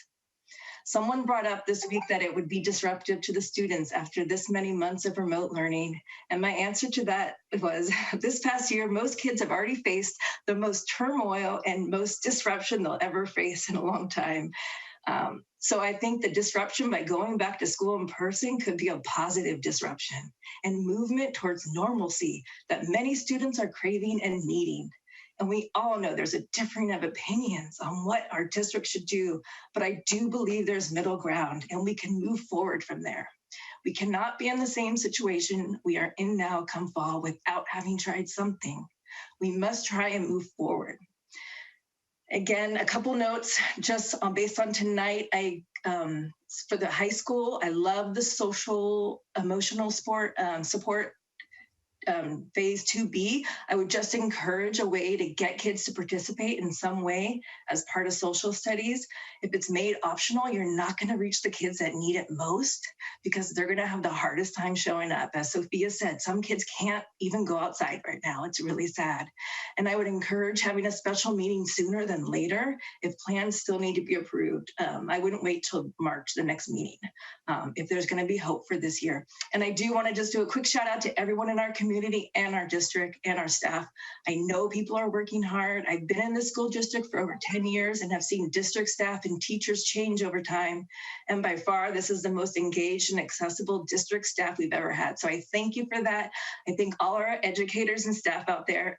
What you're doing for our students, I know it's hard. I know it's a lot. So thank you. Thank you, Carrie. Thank you for being present and speaking your truth. Thank you. And now I will read a comment that was submitted by a parent, Bettina Lunasi. I hope I said it right. And her comment reads, reopening our schools in orange tier plus 2 weeks needs to be reevaluated since that timeline seems unrealistic for us to open up this school year. A lot has happened over the last few weeks with the acceleration of the vaccine rollout and update. CDC studies show that it is possible to safely reopen the schools. In the last week, 2 Peninsula school districts, San Francisco and Palo Alto Unified, have announced their plans to reopen middle and high school grades in the red tier. Palo Alto Unified School District reversed their decision from no in-person school this year a few weeks ago to now planning to reopen March 1st for 6th grade and 7th through 12th grade. Grade will return once Santa Clara County is in the red tier for 5+ days. We ask that we follow suit and we ask that we follow suit and reopen middle and high school campuses in the red tier. Thank you, Bettina. And now read Paul Kurthois, and he's also a parent. And his message reads, I am very high risk due to asthma and some other conditions. We've lost family to COVID already, and it makes no sense to risk exposing our family to more devastating losses simply so our kids can return to in-person classes. But it also doesn't make sense to banish our kids to independent study when Zoom classes have worked well for them. The school needs to offer fully Zoom-based schooling for the remainder of the year so our kids can get classroom time with their teachers until vaccines are widely available. Teachers can easily simultaneously stream their classes to remote studies while instructing in front of a live classroom. Anything less is unsafe for and frankly unfair to families who have high-risk members. Thank you, Mr. Paul. And now Lisa Zanetti.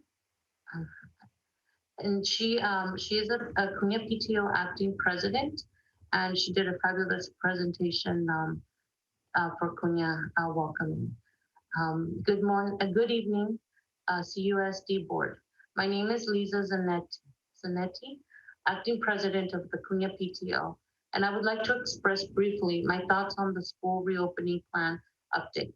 I would first like to congratulate the secondary schools on completing update in-person return to school plans this week. I know how difficult it has been for school sites to create these plans while navigating the word COVID-19 has handed them. The time and energy that went into these plans is recognized and very much appreciated by the entire community.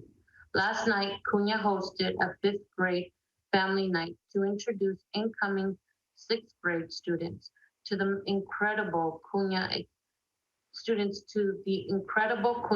experience via Zoom. Normally, these students would come to campus and see firsthand how exciting life is in our middle school. But things aren't normal.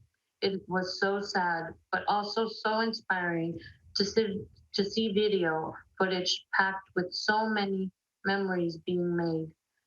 The interaction between teachers and students showed in a YouTube video was one of the most heartwarming things I've seen in many months.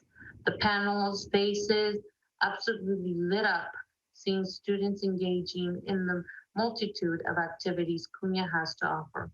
I don't think anyone on the panel had a dry eye. I know how much our educators miss being with students, and I am very excited to see this reflection in the Cunha updated return to school plan. I know much of the community is eager to see kids back in school, as I am. I fully support this plan for return. It is student-centered and, in my opinion, very generous. A huge thank you to Mr. Barnes and his team for their willingness to present this schedule and site plan. Please know your parent groups and community partners are here and willing to help assure a safe and return for all staff and students. Sincerely, Lisa Zanetti. Thank you very much, Lisa. And that concludes our comments.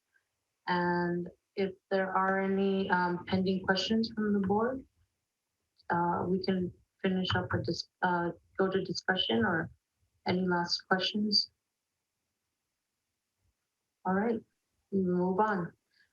Next item is the Quattrochi Kawang Architects Facility Master Plan Update. Did I say that right? Quattrochi Kwok Associates, yeah, that's QKA, and these are the architects that have been working on our facilities master plan. Just before we segue to this, I want to thank them for hanging in there this late. Mark and Lyanne will present tonight, and this we presented last time on Half Moon Bay plans. Remember, this is a funnel approach. We gave information last year by going through the facilities master planning with the school sites. We looked at master plans like DREAM schools for El Granada and Farallon View. Then we got a demographer's report. That was the next set of information. Tonight, what Mark Quattrochi and Lyanne Schuster will be presenting on is more information after hearing from the board that you wanted information on Half Moon Bay High School. You got that at the last meeting. Now you're going to see some options. I'm just going to put out there that I got an email today from a parent saying, hey, are the board making a decision tonight? The board is not making a decision tonight. This is an information item. This would take a long time. Well, we don't want it to be too long, but we need to get the information in front of the board so that we can prioritize how we're going to move forward to do what we've always talked about. We have to have a good plan on how to use our bond funds, because we know the bond funds are not as much as we need to do the whole thing from A to Z. The good news is that many districts don't even have the bond funds that we have to do what we have. We have about $150 million in projects, and about $80 million of bond funds. Plus there's more funding with bonds coming, with state bonds and that we could get. And there is a lawsuit that we're still hoping to get some money on that's pending. And I won't go through that. But I just want to say, look, back to the parent that emailed me today, this is an information item. Certainly any big decisions the board make, if they were big decisions, then that would be something that we would have to have more community input. It would take time. So I want to welcome Mark Quattrochi and Lyanne Schuster to walk us through this so that the board and the public have information on how there are different options we could take going forward. And before we do that, point of order, as it is 9:30 right now and our curfew's 10 o'clock, do we want to make a motion to extend past 10 o'clock? I'm happy to do that hereby. It sounds like you're making a motion and you can do so. Hereby making a motion. You have a motion and a second to extend the curfew past 10, assuming that this is going to take longer than a half hour. Rosie, do you want to call roll call vote? Is that all right? President Cortez? Yes. Lizette? Aye. Mary Beth? Aye. Freya? Aye. Sophia? Aye. Kimberly? Aye. Caroline? Aye. That's 5+1. Thank you.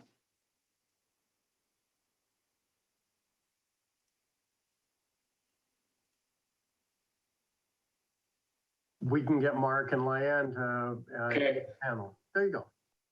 Thank you so much. I really appreciate you having me. I think as a point of order, I'd like to point out that Dr. McFetridge and I did not actually call each other to dress this afternoon, because I realized we're wearing almost the same outfits. That was not done by design. Thank you so much for having me.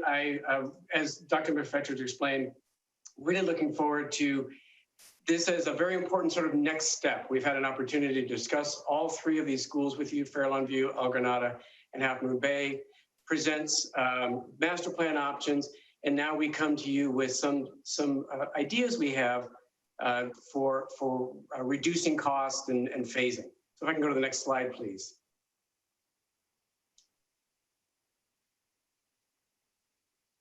Thank you. So both Lyanne Schuster and I, as we did last time, we'll do a little tag team here. What we're going to do, in fact, Lyanne's going to lead this, is recap our work to date, remind you of the original master plans we provided for you in June. We'll do that pretty quickly. And then both for Fair Lawn View and El Granada, and then show two options, two slides for each of the two elementary schools. First with a reduction based on demographics, and then also a reduction based on demographics and some ideas we have for how to still provide the educational program, all the sorts of facilities that both teachers and community members want, but in a way that's cost effective, trying to stretch our dollars better. Likewise, she'll review with you the high school, which we saw last time with you. And then as we shared with the board, some opportunities for cost savings, some phasing, focusing on the things that are most critical right now. From that, we'll look at cost and then some other options and then next steps. So with that, if we can go to the next slide, I'm going to turn this over to the capable hands of Lyanne Schuster. Hi, thanks. Thanks for having us, as Mark said. So Fair Lawn View, both of these schools, some of what we're going to look at is familiar to you, but it's you've seen it before, but it's been a while. It's been since last June. So we wanted to just revisit where we were, so that we thought a reminder would be helpful for everyone. So next slide, please. So this is Fair Lawn View as you know it. And some of the things we heard and saw was that you've got some buildings out there that are in disrepair, especially the modular buildings. The multi-use is too small for everyone to fit in it, and there's some parking drop-off, pickup and drop-off concerns. Next. So this is the original master plan that you saw back in June, that we shared back in June, and this shows. So we took the current you probably remember we took the current multi-use room and made that into library student union. Oh, forgive me, I also want to point out, it's easy to tell on these, it's color-coded by the orange buildings are what are new buildings, and the blue color buildings are modernized or reconfigured, renovated buildings. So in this, it's where you see the multi-purpose gym, that's a new building where there is an existing classroom building. So, and then we replaced the existing modular buildings that are in disrepair and some of your older classroom buildings with a new two-story building. So this is where we were when we talked to you in June. Next. And then as Sean and Mark both mentioned, we got a revised demographic report in November of 2020. And so based on that, we took another look at the site. And so whereas we were previously planning for 310 students, now the projection showed 238 students. This is for the fall of 2025. So there's a slight decline. And so what we did was we just looked at purely the number of students and the reduced number of classrooms that would be required for the reduced number of students. And so we kept the same, everything's the same, except that the classroom building, which was previously 2 stories, is now 1 story. And that's also in response to some community concern about the 2-story building. So we're happy that we were able to do that. Everything else here is the same. And then we wanted to look at what else could we do to save, to reduce costs and not lose any classroom spaces or any of the things that you need, that are needed for this amount of students. So next. So in this one, notice that there's less orange, which is the new building, and more blue, which is the reconfigured building. We kept this, we made the new classroom building, single-story classroom building, slightly smaller and moved a large science and maker functions into the building that is where you see it says library and science makers, the blue building kind of to the left of the little of the central quad there. So in this way, we were able to make the new buildings smaller. Everything else, the other functions are the same, except we also, in order to do this, we kept the multi-use room. We reconfigured the multi-use room. It looks the same. If you can see there's a stage and everything, but we took out, there's some functions in there that, are you guys all seeing the wrong slide now? Yeah. Oops. Thanks. Oops. Back one. There we go. So we took out some of the functions that are currently in the multi-use building. Apologies, my mouse is acting up. It wants to go and show them what it used to be there. It's trying, every time I say that, it goes back to that same slide. Next slide. There you go.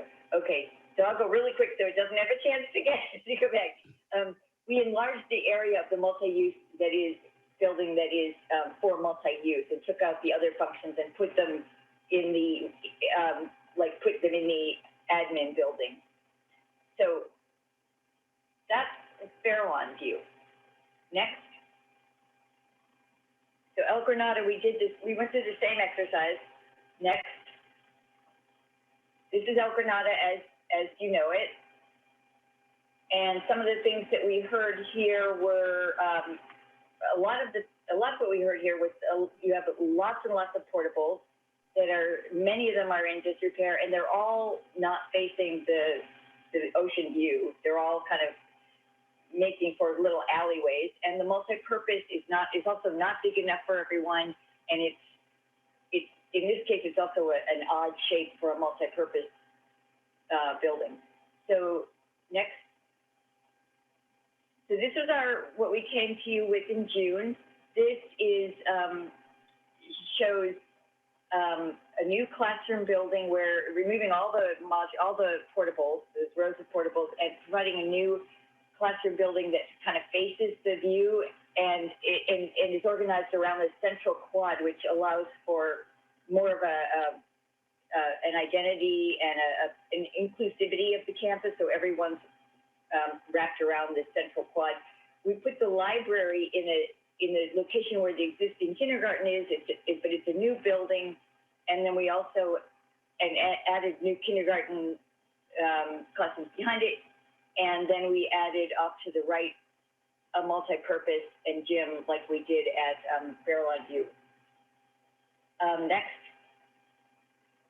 So in this case, if we reduce the number of students to the 296, which are projected in the most recent demographic report, we were able to make the classroom building smaller.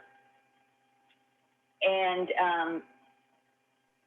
again, that's pretty much everything else remains the same here. So then we looked at what else could we do to further reduce the cost for you. And next. So in this case, what we did was you can see again, there's more blue than orange. In this case, we really couldn't see keeping the multi-use room building because it's because of the location and the size, and also just the configuration of it. It didn't make sense to keep that. So we still have the new multi-purpose and gym, the new classroom building, but everything else is modernized. Like the kindergarten classroom stay where they are. We did move the library up towards the front of the campus into the building that's closer to the street. And the rest is fairly similar to the original. So the one important thing to point out probably is that the childcare in this situation also remains in its current location, which we had heard was actually desirable as well. Yeah. Sorry, Lane. Sorry, the least childcare. Yeah. Because Coastside Children Programs have an MOU with us, and because they actually own those buildings on our property, that is a good thing for us. Yeah. Makes for savings. So that's a good move. Okay, so next. So then when we talked to you in January, we had brought we presented the assessment report for Half Moon Bay High School, which was included cost. It was included a cost estimate. And next. So here's to remind you of Half Moon Bay High School again. Some of the major things that were identified in that assessment were electrical upgrades. Your lighting is great, but the electrical is mostly like AV technology support. The roofing, there's a lot of roofing needs. Some exterior finishes that are just based on wear and tear and age of the buildings, and interior finishes as well based on wear and tear, age of the buildings, and heavy use. And then some, mechanical, fire, and plumbing, we combine into one category. So you pointed out to us that Building K is the newest building on the site, which is, even though it's 20 years old now, it is still the newest building. Next slide, please. So, but in looking to see what we could do to get the cost down from $34 million, which it was not surprising, we looked at some of the one strategy for getting the prices down is we omitted most of the work at Building K because it is a newer building. We kept in the electrical work that would support technology because that's changed a lot since that building was built. We also proposed to eliminate some of the roofing, not all of it, but some of the roofing just that was in least need of replacement. The administration, I just took out because even though it's important, we were concentrating on the classroom, on the teaching spaces, and also the administration didn't have as much need as a lot of the other buildings. The other thing we omitted here was 50% of the site work, which this is showing like a conceptual thing. We have more detailed information about it, but your site work was primarily accessibility upgrades and some paving repairs, and so 50% of that we still brings makes your campus fully accessible, but it doesn't. So for example, in your central courtyard, you have lots and lots of railings, steps and railings. So what I did was defer some of those to becoming new railings. They're not to current code. They were to the code that was in force when the building was built or when that work was done, but the codes have changed. So we did keep enough in the site work to make the whole campus fully accessible. The other thing we omitted was the work at the portable buildings. And that was at the suggestion of the district, of Jesus and Jim, as their portable buildings, and we want to, with the limited amount of money, we wanted to spend it on your permanent classrooms. So that brings us down to a total phase 1 project cost of $25 million. We saved $9 million by doing this.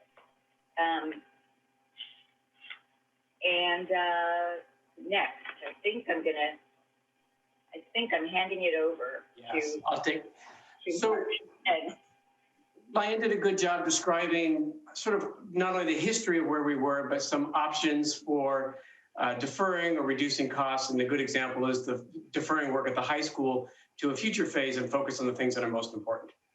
But to understand this, we thought it would also be useful to provide for you the cost for all these options in a single sheet, because in the end, sort of comparing costs will make this the easiest exercise to do. So this slide we've seen before, just to remind you that when we show you costs, they're all inclusive, from construction, non-construction costs, and escalation, and even some temporary housing. Next, please.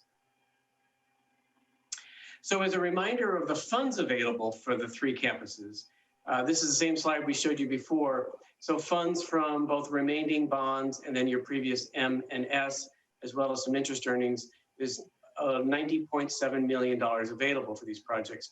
However, there are some committed use of funds that we have to take out, as we showed before, both for technology and then some other deferred maintenance projects on sites other than these 3. So removing $13.7 million from the funds available, the number for us all to remember is $77 million. So when we start looking at the options that we're about to show you, that's sort of our target number that we want to get close to. Next, please. So what we have for you is the same options that Liane described to you in the same order, and I'll sort of describe this chart. Looking across the column heads, you can see Fairlawn View and El Granada, and every number below it is a different option. Then the high school is master planned, and then the high school is Liane described for cost savings, and then adding those across to begin to look at the option totals. So starting off with the original master plan where we did in June with the higher demographics and not any of the cost savings and the full value for the high school is $142.7 million. That's where we left you in January. We looked at those and we recognized that $77 million, we need to do something about this. So then the first option Liane showed was the June master plan costs that we saw before, the $56 million at Fairlawn View and the $51.7 at El Granada, but began looking at the cost savings at the high school. So that reduces our total plan, if you look at that scenario, down to a little over $133 million. Still not close enough to 77, but we begin to see the impacts of some of these cost savings. And then the next couple ones, of course, are the really interesting ones. So now Lyanne provided the same master plans at each school, but with reduced demographics and therefore reduced costs of construction. You can see at Fairlawn View, we went from 56 down to a little over $43 million. And likewise for El Granada, went down to $49.8 million. Then, of course, we still want to add in the high school, the reduced high school cost based on the phase one. So now we're at $118.1 million for the reduced demographics scenario.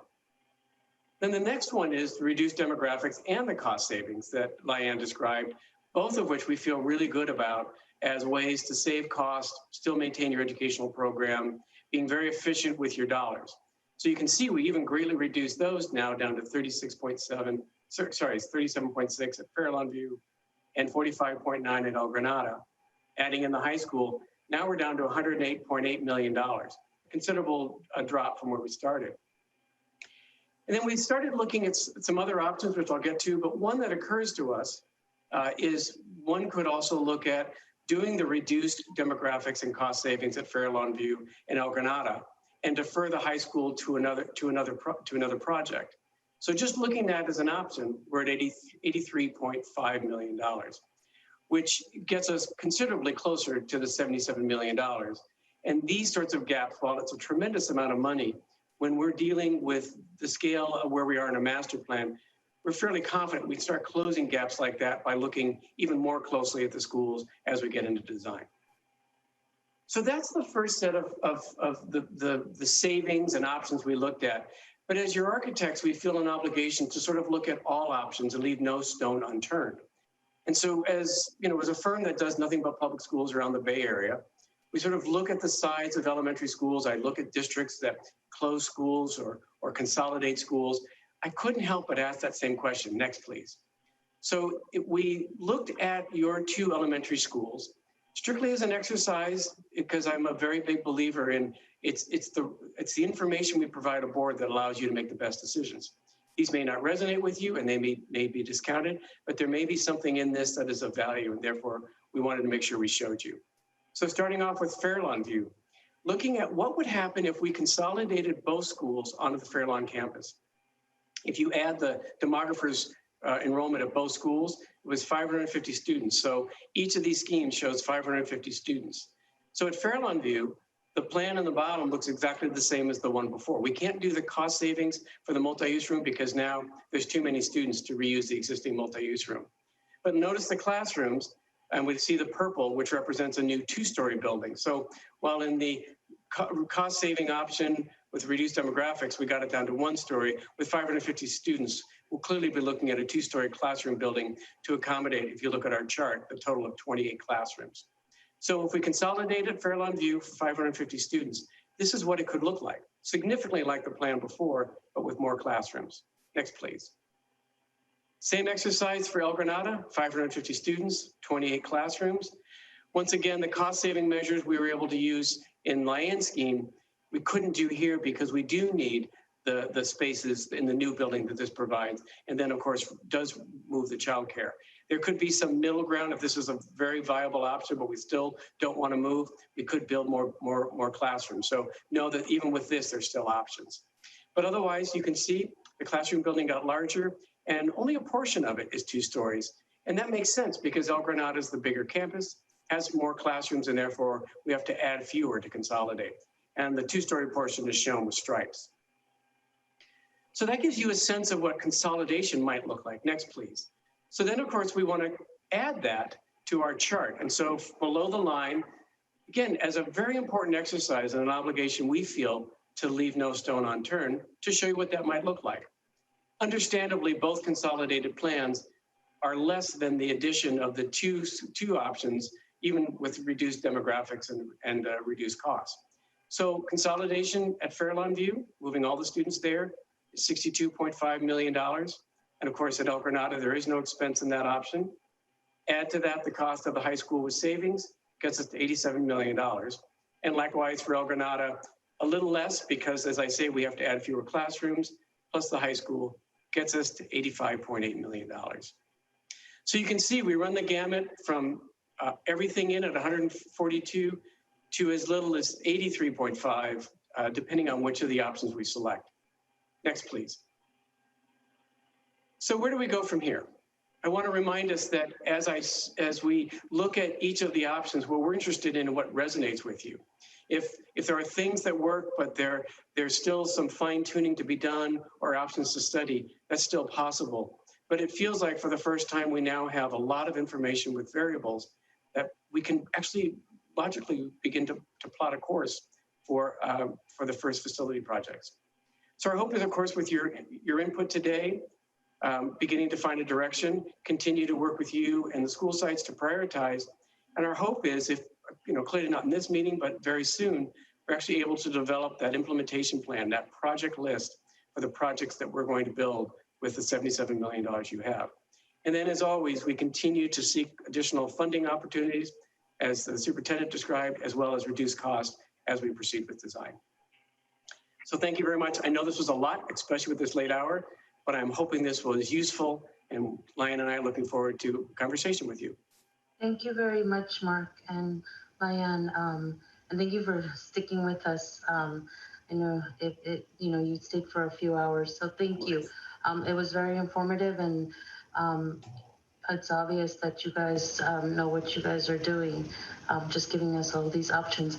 I would like to start the discussion, and I first want to acknowledge that I appreciate you having us look at the consolidation of either or school, because it's looking like it's a reality, right?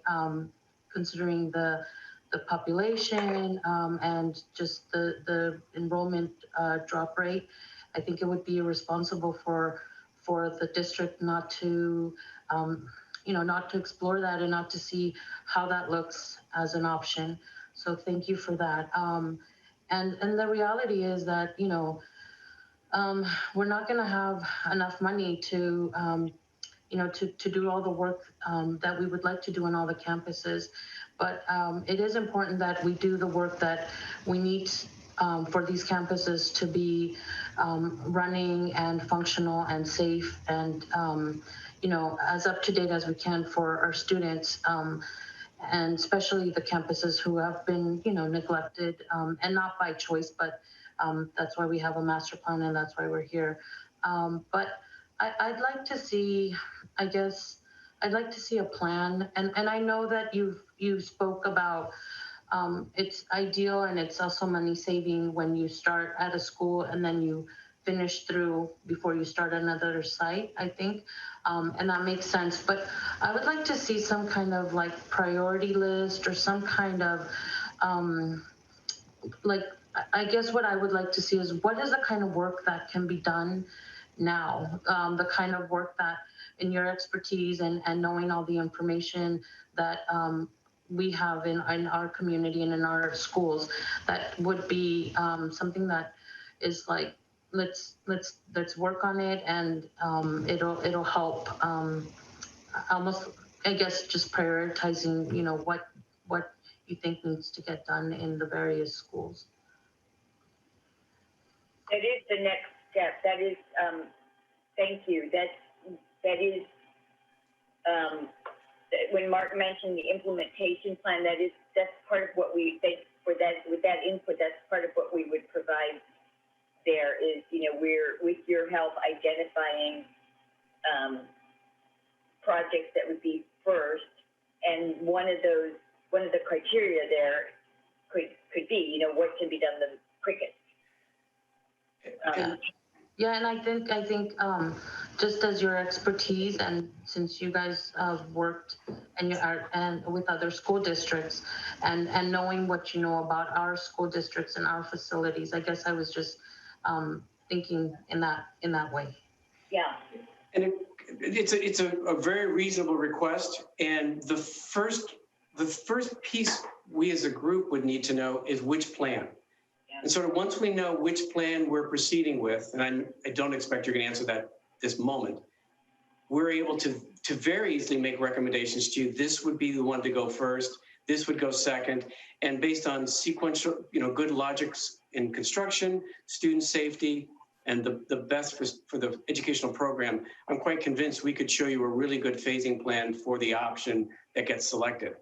Unfortunately, the hard part first is knowing which plan we're proceeding with, and based on that, we can give you options. I do also want to say that I wouldn't want to give the impression that you had to finish one school in its entirety before you started another. We're quite used to working on multiple projects, multiple campuses at the same time. This is a piece we would work carefully with you, with your school staff and the district office to ensure how we ensure the educational program student safety. But by no means would we have to wait for one school if you did both before we started the second one. So I think go ahead, Freya.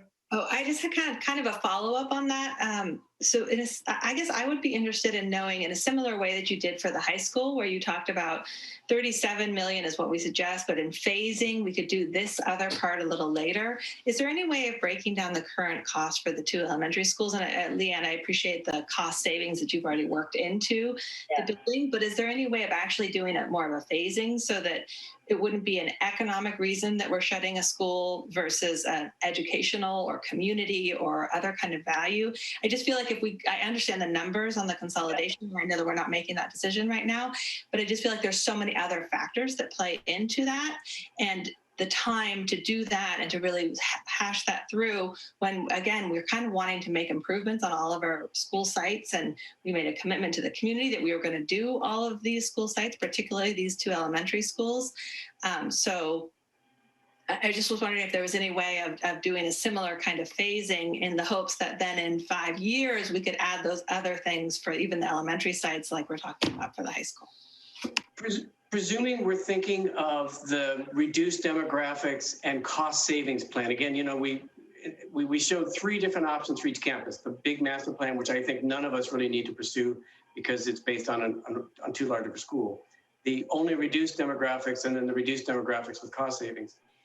If the board is interested in that option for each of the school sites, yes, I believe we can provide you with phasing, just as President Cortez asked about. Phasing and kind of the costs associated with it.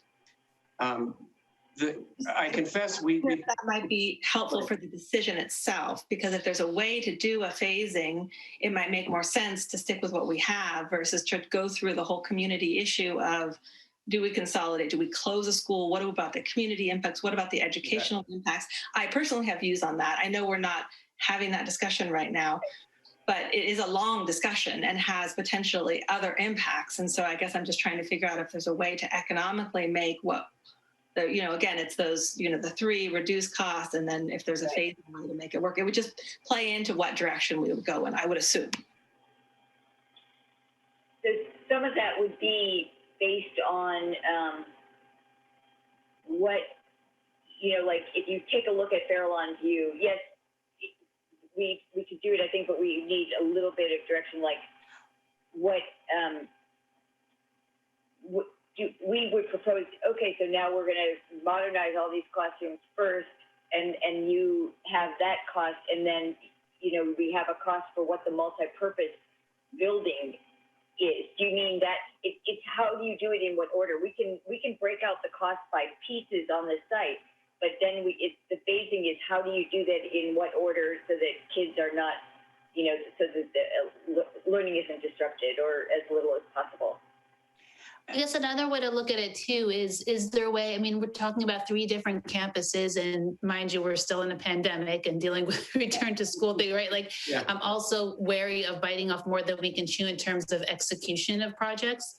So if we were to say, I guess, is it an option to look at one of the elementary school districts, getting one started as soon as we can, and it may be the one that was more likely to be a consolidated campus if we were to go down that route, and maybe some of the more urgent things at the high school, like the electricity stuff and the power stuff that just makes modern educational practices difficult. I know there are some there in that regard.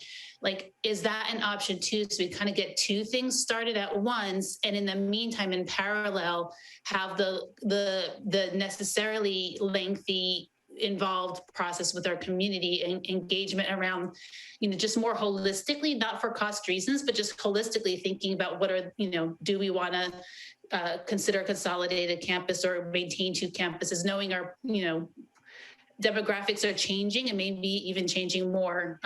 Things are still pretty up in the air with COVID. So is that another way that we should look at things? I understand the question. The complexity for us on that is, what you're asking is, can we get started knowing we can change our course on which one of the two schools? So a couple of things come to mind. One is, what if we pick the wrong school? Which, that alone would be, because that immediately presumes which of the schools one might consolidate. Right. The second part is more of a strategy we use when we build new classroom buildings on a school site that's then going to modernize other spaces. The best strategy is we build the new building, the new classrooms first, because by doing that, we've created a space that we can, and the portables can still stay there, so we can rotate students through. That would again sort of presuppose the size of the classroom building that we're going to build based on whether it's two schools or one. Having said that, if that's the direction that we need to go, yes, we can come up with some strategies. The difficult part will be deciding which of the schools to start. Mm-hmm. I do feel that if you did say to us, and I think a reasonable direction will be to look at the two schools with a reduced cost and the reduced demographics and reduced cost. At a minimum, we can come back to you with, here's how those plans would unfold, here's how the money would unfold, and here's the point where you would run out of money, and here's how we'd make sure the school still can function until you have funds to complete this. Like that's the sort of thing that we could provide for you if we knew that was one of the areas you wanted to study, which was the two options. Well, I definitely want that. I don't know if we have a consensus. Question. I'm loath to go down that other route. I don't think it's the time. I don't think it's needed. And educationally, I don't think it's valuable. Again, we're not doing that right now. But if there was a way to financially, for me, do what we have and just do it, but do it in these phases, I would love to see that. So that's just me. And by do what we have, you mean doing both schools. Did I hear that correctly? Good. Understood. I have a question. Once we make a decision on what path to go down, how long does it take from, yes, this is the approach, before we can say, okay, this is how we can start? Meaning, like if we were to, how many months lead time before we can actually start implementing some changes on one of the elementary campuses? Sorry to say, the first phase is the long one. There might be some simple things we can do, whether it's sort of resurfacing a parking lot or things like that. But I'm sorry to say that the things that you might think we would do quickly, creating an outdoor courtyard, those are the things that end up happen at the end of the project. The first things tend to be the new classroom building. And there's a year of the whole design and, most importantly, the DSA approval process. So it really is about a year from when we can start on a project of any substance before one could start construction on it.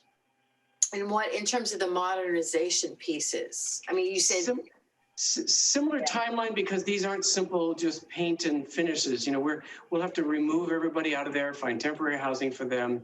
And again, I would rather the sequence to avoid temporary housing would be to build a new building first, so that when we move students out that are in a modernized space, they have a place to go to. But even in a modernization, it's a pretty long time frame, because these are significant modernizations. We're cutting down to studs. And I'm wondering, for Sean, if we might not have around this master plan, have a separate study session, not decisional, before we have to make a decision. Meaning, could we have a study session that gives us some trades and actually addresses what the impacts would be to the community if we were to consolidate? And would it be I don't know, if we consolidated, is it just a matter of smashing two schools together, or do you say, okay, we're gonna have a K through 4 and put fifth graders, in single classrooms at Cunha? I mean, again, with declining enrollment, I know we're talking about, it has nothing to do with the education piece, but how we use our properties. I know we're looking at a real estate group coming in and giving us recommendations on long-term, how we use the buildings that where the our district office is right now, if other things moved around, and maybe we could have not a full-blown conversation on that, but start to understand what the issues and impacts are. So I hear what Freya's saying in terms of everybody's comfortable and we like having our neighborhood school. At the same time, how can we, My experience with this is whenever you're going to get into school consolidation, it takes a long time of community input. So there's that. The other thing is, having worked in a district where we had surplus properties and you have to, look, we have surplus properties currently, and they've been on the books as surplus with a 7-Eleven committee saying so since 2012, and the district has never done anything with them. And so my concern would be, if you want to get in that surplus property thing, we're going to put out an RFP for property advisors to see what we can do. But if you hinge the work we need to do at those school campuses on that, then you're deferring not just a year, you're deferring 2 years. It gets really complicated. So I don't think it has to hinge on that, but I'm trying to figure out how we can think out of the box and have some type of a rich conversation where we're not like, oh, I don't want to deal with it, so we're just going to okay, queue it up next month and it's okay, board vote on it. I do think we need to talk about the trades, not just based on the cost of what these plans are, which are, I appreciate the work of the architects, and you guys are awesome giving us these options, but I think it's more than just the cost and the site map. And a twist. Oh, I was going to say go ahead, John. You asked my opinion. My opinion is, don't connect surplus property. Okay. Questions. Strike the surplus property. Okay. Disconnect that. Even for rolling out what we want to do with, I feel like we've got to grapple with the elementary schools.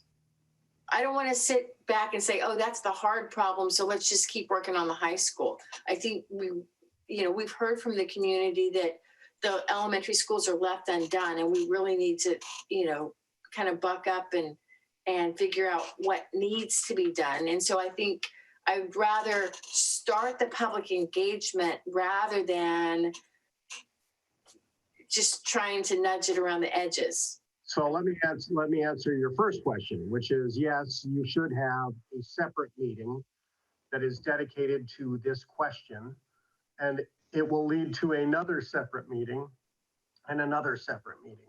I do think there is a way to get Mark and Lyanne to sort of come back and say, okay, these are a way that we could see that you could get work started on one piece, that would allow you to modernize. If we're trying to not maximize and talk about the perfect and satisfice and get to what is a good, start, I'm just going to say it. If I look at if you're going to start an elementary school and if there's concerns about you don't want to foreclose the option of consolidation, then you would do work on one school, because then you wouldn't do the work that ultimately might be a waste. So you're either going to have a discussion with the community about consolidation, which is a hard discussion, and quite frankly, I think is fraught with concerns, because I'm just going to say it, because of Highway 1, because of where Fairlawn View is located, on very narrow streets with no sidewalks, all the way back in that community, of the traffic concerns from Montero. This is fraught with concerns. We know, Mark said it at the last meeting, and I think Mary Beth asked the question, well, where would you start? And Mark said, well, that depends on what school you go to, right? That's the truth of the matter. If you're going to make a political decision about who gets what, where, how, and when, then you would need to have a separate engagement process. You'd have to have a separate meeting that's away from the opening schools. We are trying to do two very ambitious things. We're trying to get schools open during a pandemic, and we're trying to plan for the future schools. of 2025, 2030 and onward. You can't screw it up, right? So I think, Kim, your point is exactly right. You would need a dedicated meeting. At least it's And not decisional, but just literally what are the trades, what are the pros and cons, and a way to, not try to drive a decision, but really get all the information on the table. Honestly, it's a lot. I'm just going to say it just to manage expectations. It's a lot for staff and the community to take up at this time. And so I would kind of defer and go back to Mark and Lyanne.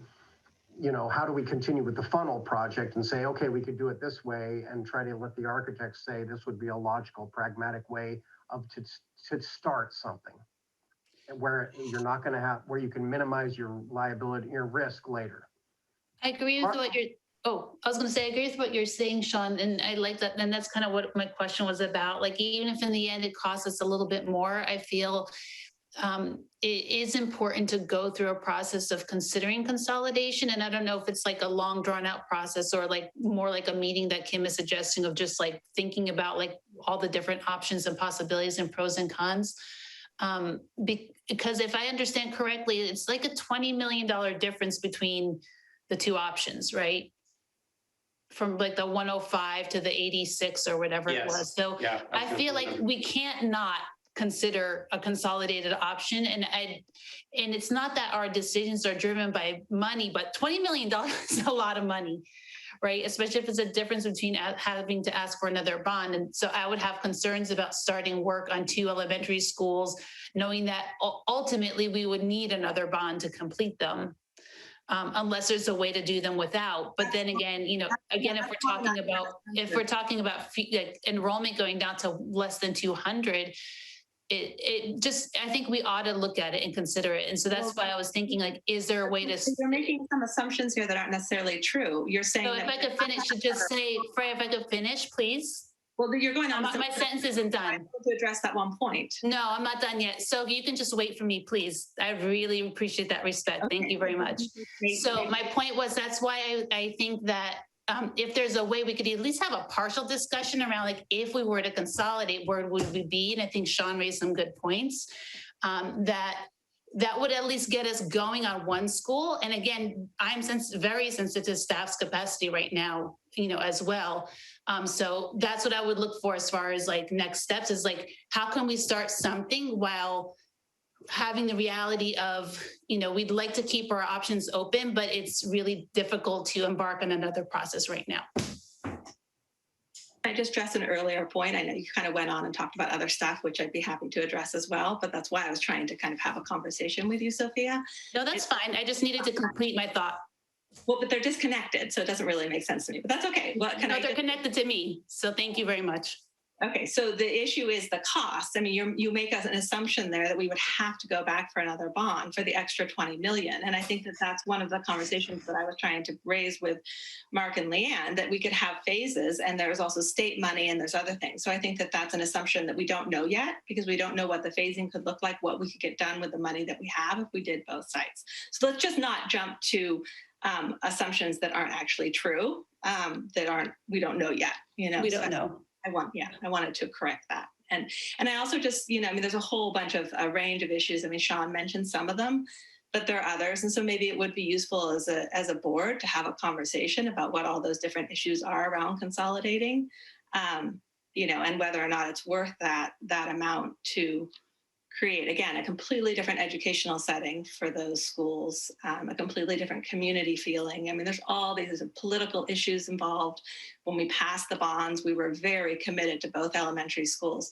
So there's really there's a lot of other issues that are going to have to be debated if this is the road that you all want to go down. And then it's the community process, right? Because then you start the whole. Exactly right. Yeah. No, I think that's the point. That I agree with that point, is that it would be a long process, and it's something that we ought to look at. Look, the old contractor joke holds true. You can have it good, you can have it fast, or you can have it cheap, but you can't have all three. There are communities that for years have been promised, we got to fix these 2 new schools, and I've seen them because we've patched holes at Fairlawn View, and we know there are holes at El Granada. I mean, you got to do something.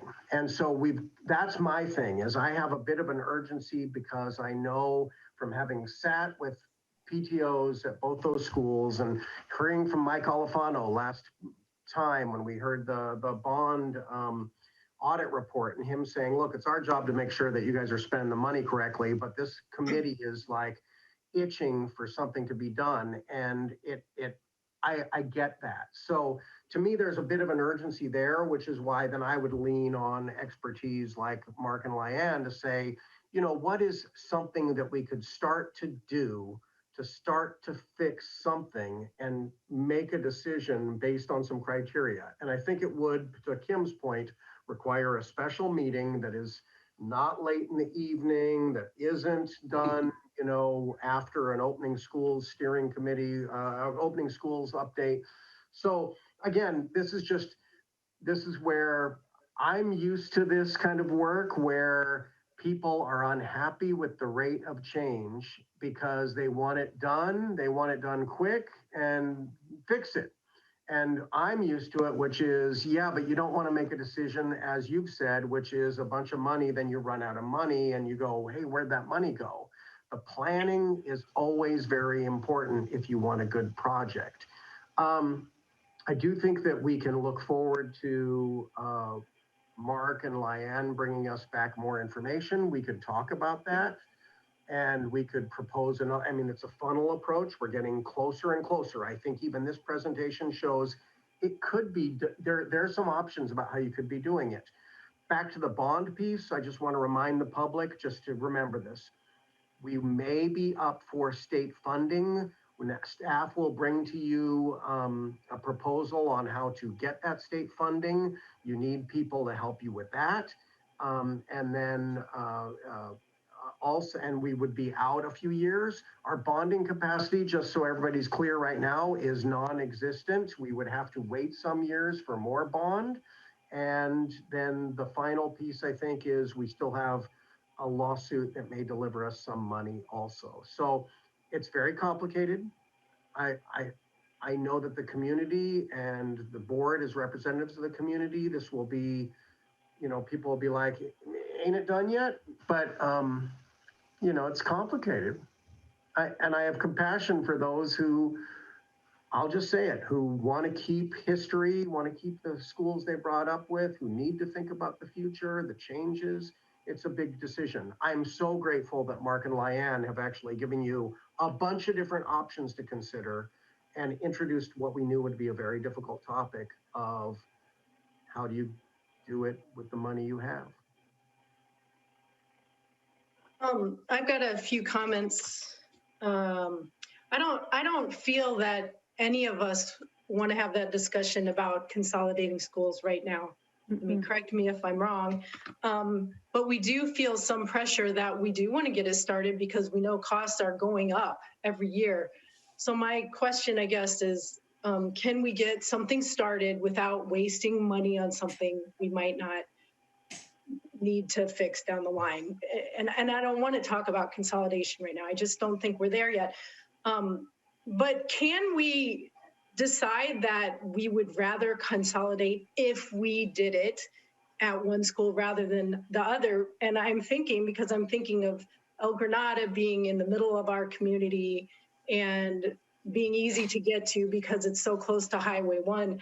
Could we agree, since it is in dire need as well as Fairlawn View, but could we agree we start there? Could it be done in phases so that we wouldn't need to decide? Is there part of it that we could start on that we wouldn't need to decide if it was going to be 300 or 500 kids?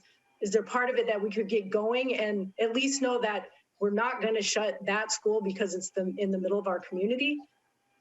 Is that an option to look at it that way? Which maybe is kind of what we're saying, but. I think so. It's an interesting conversation to listen to, and already I'm starting to synthesize some ideas.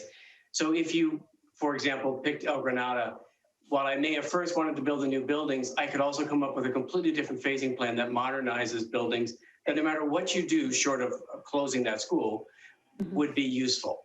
Yeah. So I think we can come back to you. But not wasting any money, because that's Totally understand. No, you're like even when you said, oh, we can do a little at each, but it costs more because you have to, set up and take down a like, I don't like that at all. I don't want to waste any money. Well, I mean, there's something that would be done there, whether we consolidated or not. Yes, I absolutely unequivocally feel we could do that. And I will give consideration when we come back to you with that of what the sort of restaging may or may not even mean. There's inefficiencies about any kind of multiple phase project we do, to be candid. We never get the school that students are gone for a year and we get to modernize and replace buildings. So there's always going to be that element anyways. But the more I listen, the more I recognize, no, there is a way to do this that gives you the time you need on this very difficult decision of consolidation, particularly at El Granada. Yeah. So I already feel like I could come back with some ideas about that, as well as the other question that was asked, that if you did go down the path of working on both schools, how might that look? How much would we be able to get done, if I understood that question correctly, with the money we have? And you didn't say it, but I know we all mean it, and leave us in a place where the school functions well while we're still waiting for those other funds. I have seen what that looks like, and Superintendent McFetridge referenced that too, where you just run out of money and you're left with a disaster. And I've come into projects where that's been done. So I feel like we could also study that option for you at both schools in preparation for this next conversation. With that, we want to know what about the high school. We'd also have to know about, which. How far? Yeah. How far down which pathway we're going. Of those. You know what I mean? Like which is a financial pathway. So hopefully, for example, what I think Lion is asking is the reduced scenario we gave you just a high overview. If hopefully that resonates with you, because that makes other things more affordable. Just as we know we can't do everything at the elementary schools, we know we can't do everything at the high schools too. Sorry, you're going to say something. Yeah, for sure. My question, it's one thing to see it on plan view, because right now El Granada is all single story. The one section of the building that would be 2 stories, it might be nice to see what the sight lines look like from Santiago. Just being aware of the neighborhood. I think that part of the property is lower, so it may not be an issue, but I want to be sensitive to that. As in a master plan, of course, we don't have designs for any of these buildings yet, but that's reasonable for us to do what's called a site section, where you sort of imagine yourself standing in one spot and we just sort of draw a line through the site and pick a hypothetical height for the building of what it would be. So I think we could do that as well. Yeah. This was for El Granada, correct? Yes. You said that for, yeah, good. Yep. Please do a survey if there's a project that provides. We'll find it. Idea, yeah. We certainly heard that concern at Fairlawn View. There certainly was a neighbor at Fairlawn View who was concerned about a 2-story building because of their views. Right. And El Granada, knowing that campus and, that's right on that street and there are houses right across from it. And I actually heard this at an El Granada PTO meeting, actually, I think, was, they want to be consulted. I mean, it impacts the community. So I think those are concerns too. So yeah, for both campuses. Yeah. So it seems to me that there's some more information that we could have in terms of, like you were saying, the phasing for the elementary schools and what we could do and finish something less, but still have it be habitable. And that is what I meant, Mark. And then this idea of just starting at one, and then are you foreclosing the option of consolidating at the other if you do that? I would be a little hesitant when we get to that point where we're making a decision, if that foreclosed and made the choice as to which one we consolidated at that soon without any kind of community input. But I think having a further conversation with that further information so we know what we're looking at would be helpful sooner rather than later, so that at some point we can make a decision. Are we going down this consolidation route, or are we going down trying to do these 3 school sites as they, in these phased ways? So I agree, Kim, that would be probably good to have a little longer discussion about it at some point when our brains are well rested. Well, we started an hour early, so at least it's 10:30 and not 11. True that. Are we all feeling pretty good about the 25 million at the high school? I mean, that might at least be something we could start on. I am, but I think we should try and narrow down what we're really doing this spring before we start saying, and this is what we're doing right now with this. I just feel like we should have a plan for everything. That's me.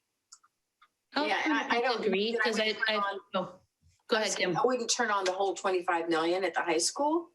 I think we need to finish the conversation on the elementary before we flip the switch there. I agree.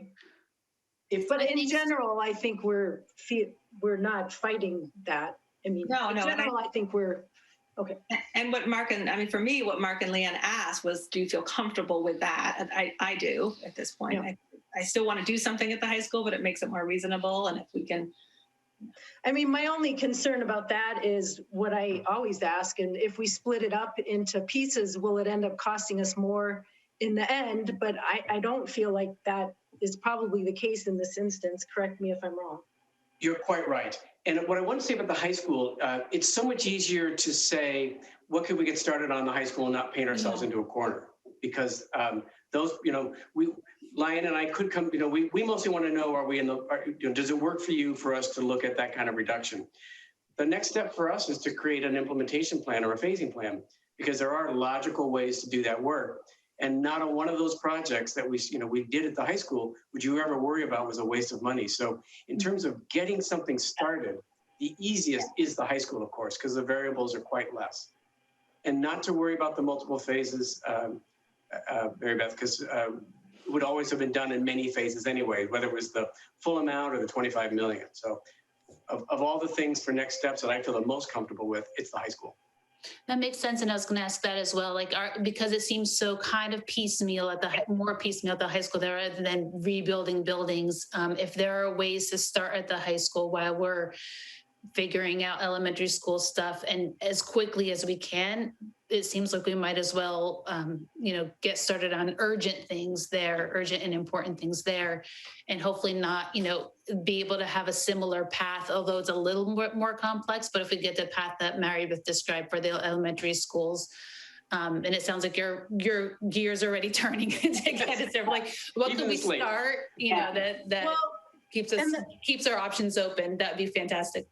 And the other thing that Sean mentioned earlier is the bandwidth of the district staff. I mean, I don't know that they would have the bandwidth to do the high school and start on an elementary. So maybe it does behoove us just to spread it out a little bit and also get going, because we all know the costs of construction go up every year.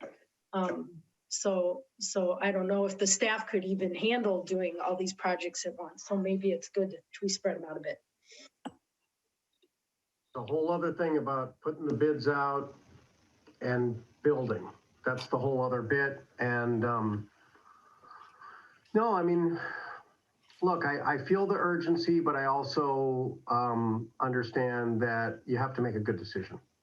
We're trying to help you make a good decision. And we also know that there are a bunch of people who are like, why isn't this done already? So I came into the district knowing that and said, you got to have a master plan. And this is why, because now you have information when the information before was not current, not complete. No. And so I'm just really appreciative of Mark and Liane and what we've been doing in this regard. And, people are going to be compromises made, and we're going to have to deliberate, and it's going to be difficult discussions. And I'm not going to take it personally, because it's your community, and we're here to help align interests as best we can for what the community needs, knowing that you're a community with declining enrollment and you have $150 million of asks and less than $100 million. The good news again is that other districts don't even have this. They have more schools, their bonding is small, and they're doing a piecemeal. My last district was piecemeal here, piecemeal here, piecemeal here. And everybody was like, how come we didn't get one shiny school? And then you had a bunch of people in the community saying, you should have consolidated and made one big shiny school. I mean, so trust me, we're used to nobody totally be, not everybody's going to be totally happy, but it does take talk. We need to have that talk. Kim, you're right. We need to have more talk about this. And maybe we could do this in a separate meeting so that we don't bring on Lyanne and Mark so late in the evening. We're always happy to see you at any hour of the day. But out of respect for the hour, I feel very comfortable if you do that. You've given us a lot of good information. I feel we can come back to you whenever you're ready, whether it's a study session or another session. Particularly the high school will be the easiest, and I know that I've got some good options to help understand what we can do at the elementary schools without always painting you into a corner. Yeah, I do. Same. Thank you very much, and thank you for hanging in there. And I agree, we do need to have another discussion at a more earlier time. And yeah, thank you. Thank you all. Thank you very much. Thank Good luck you, tonight. CJA partners, for hanging in there this late again, the second time running. I think we've done this late meeting to you a bunch of times. Bless you. I do have these on. These are. Now, Lyanne. Now, don't toss that in.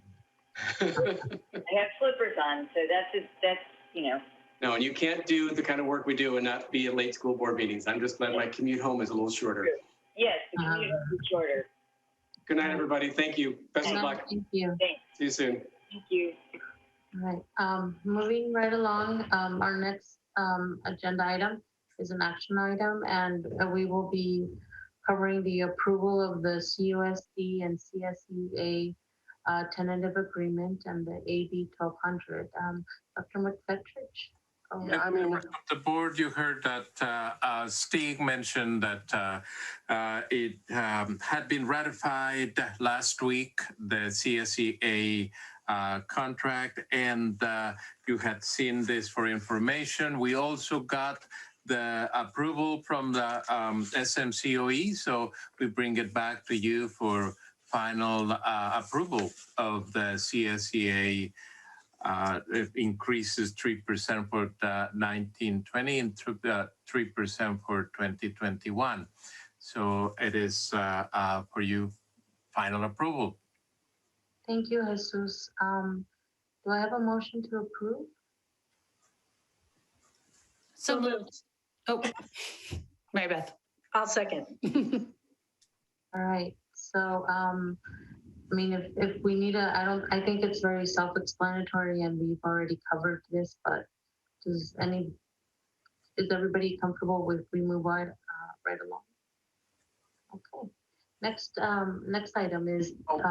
You'll need a roll. You'll need a roll. Oh, just kidding, Rosie. Can you?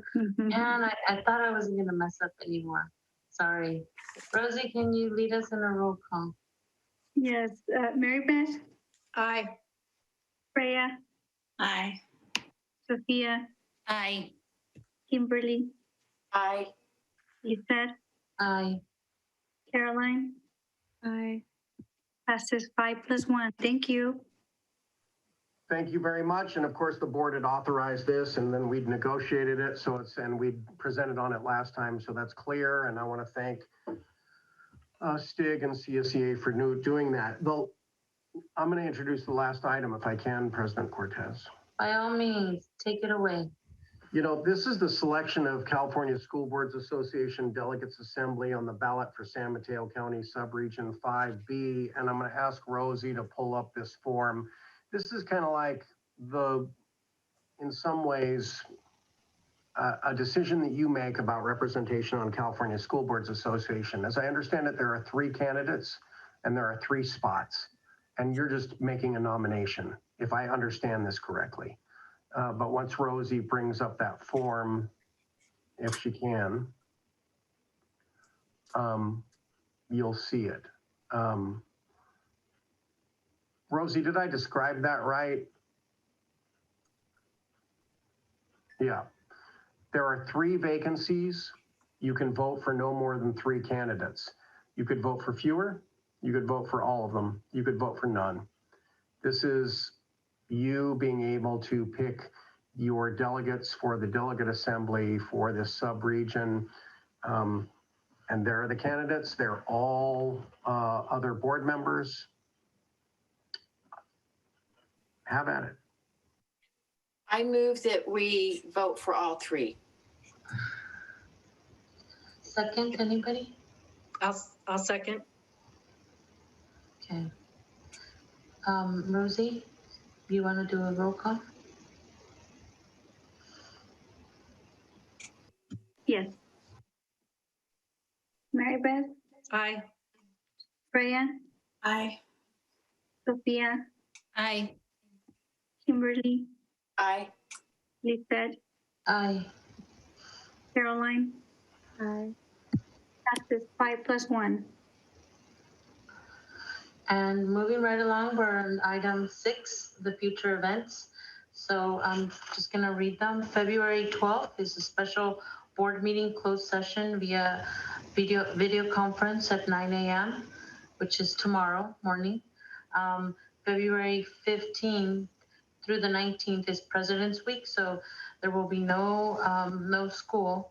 February 25th is the opening of School Steering Committee, and that's going to be via Zoom from 3 p.m. on. February 24th is the Visual and Performing Arts Committee, also via Zoom, and that will also start at 3 o'clock.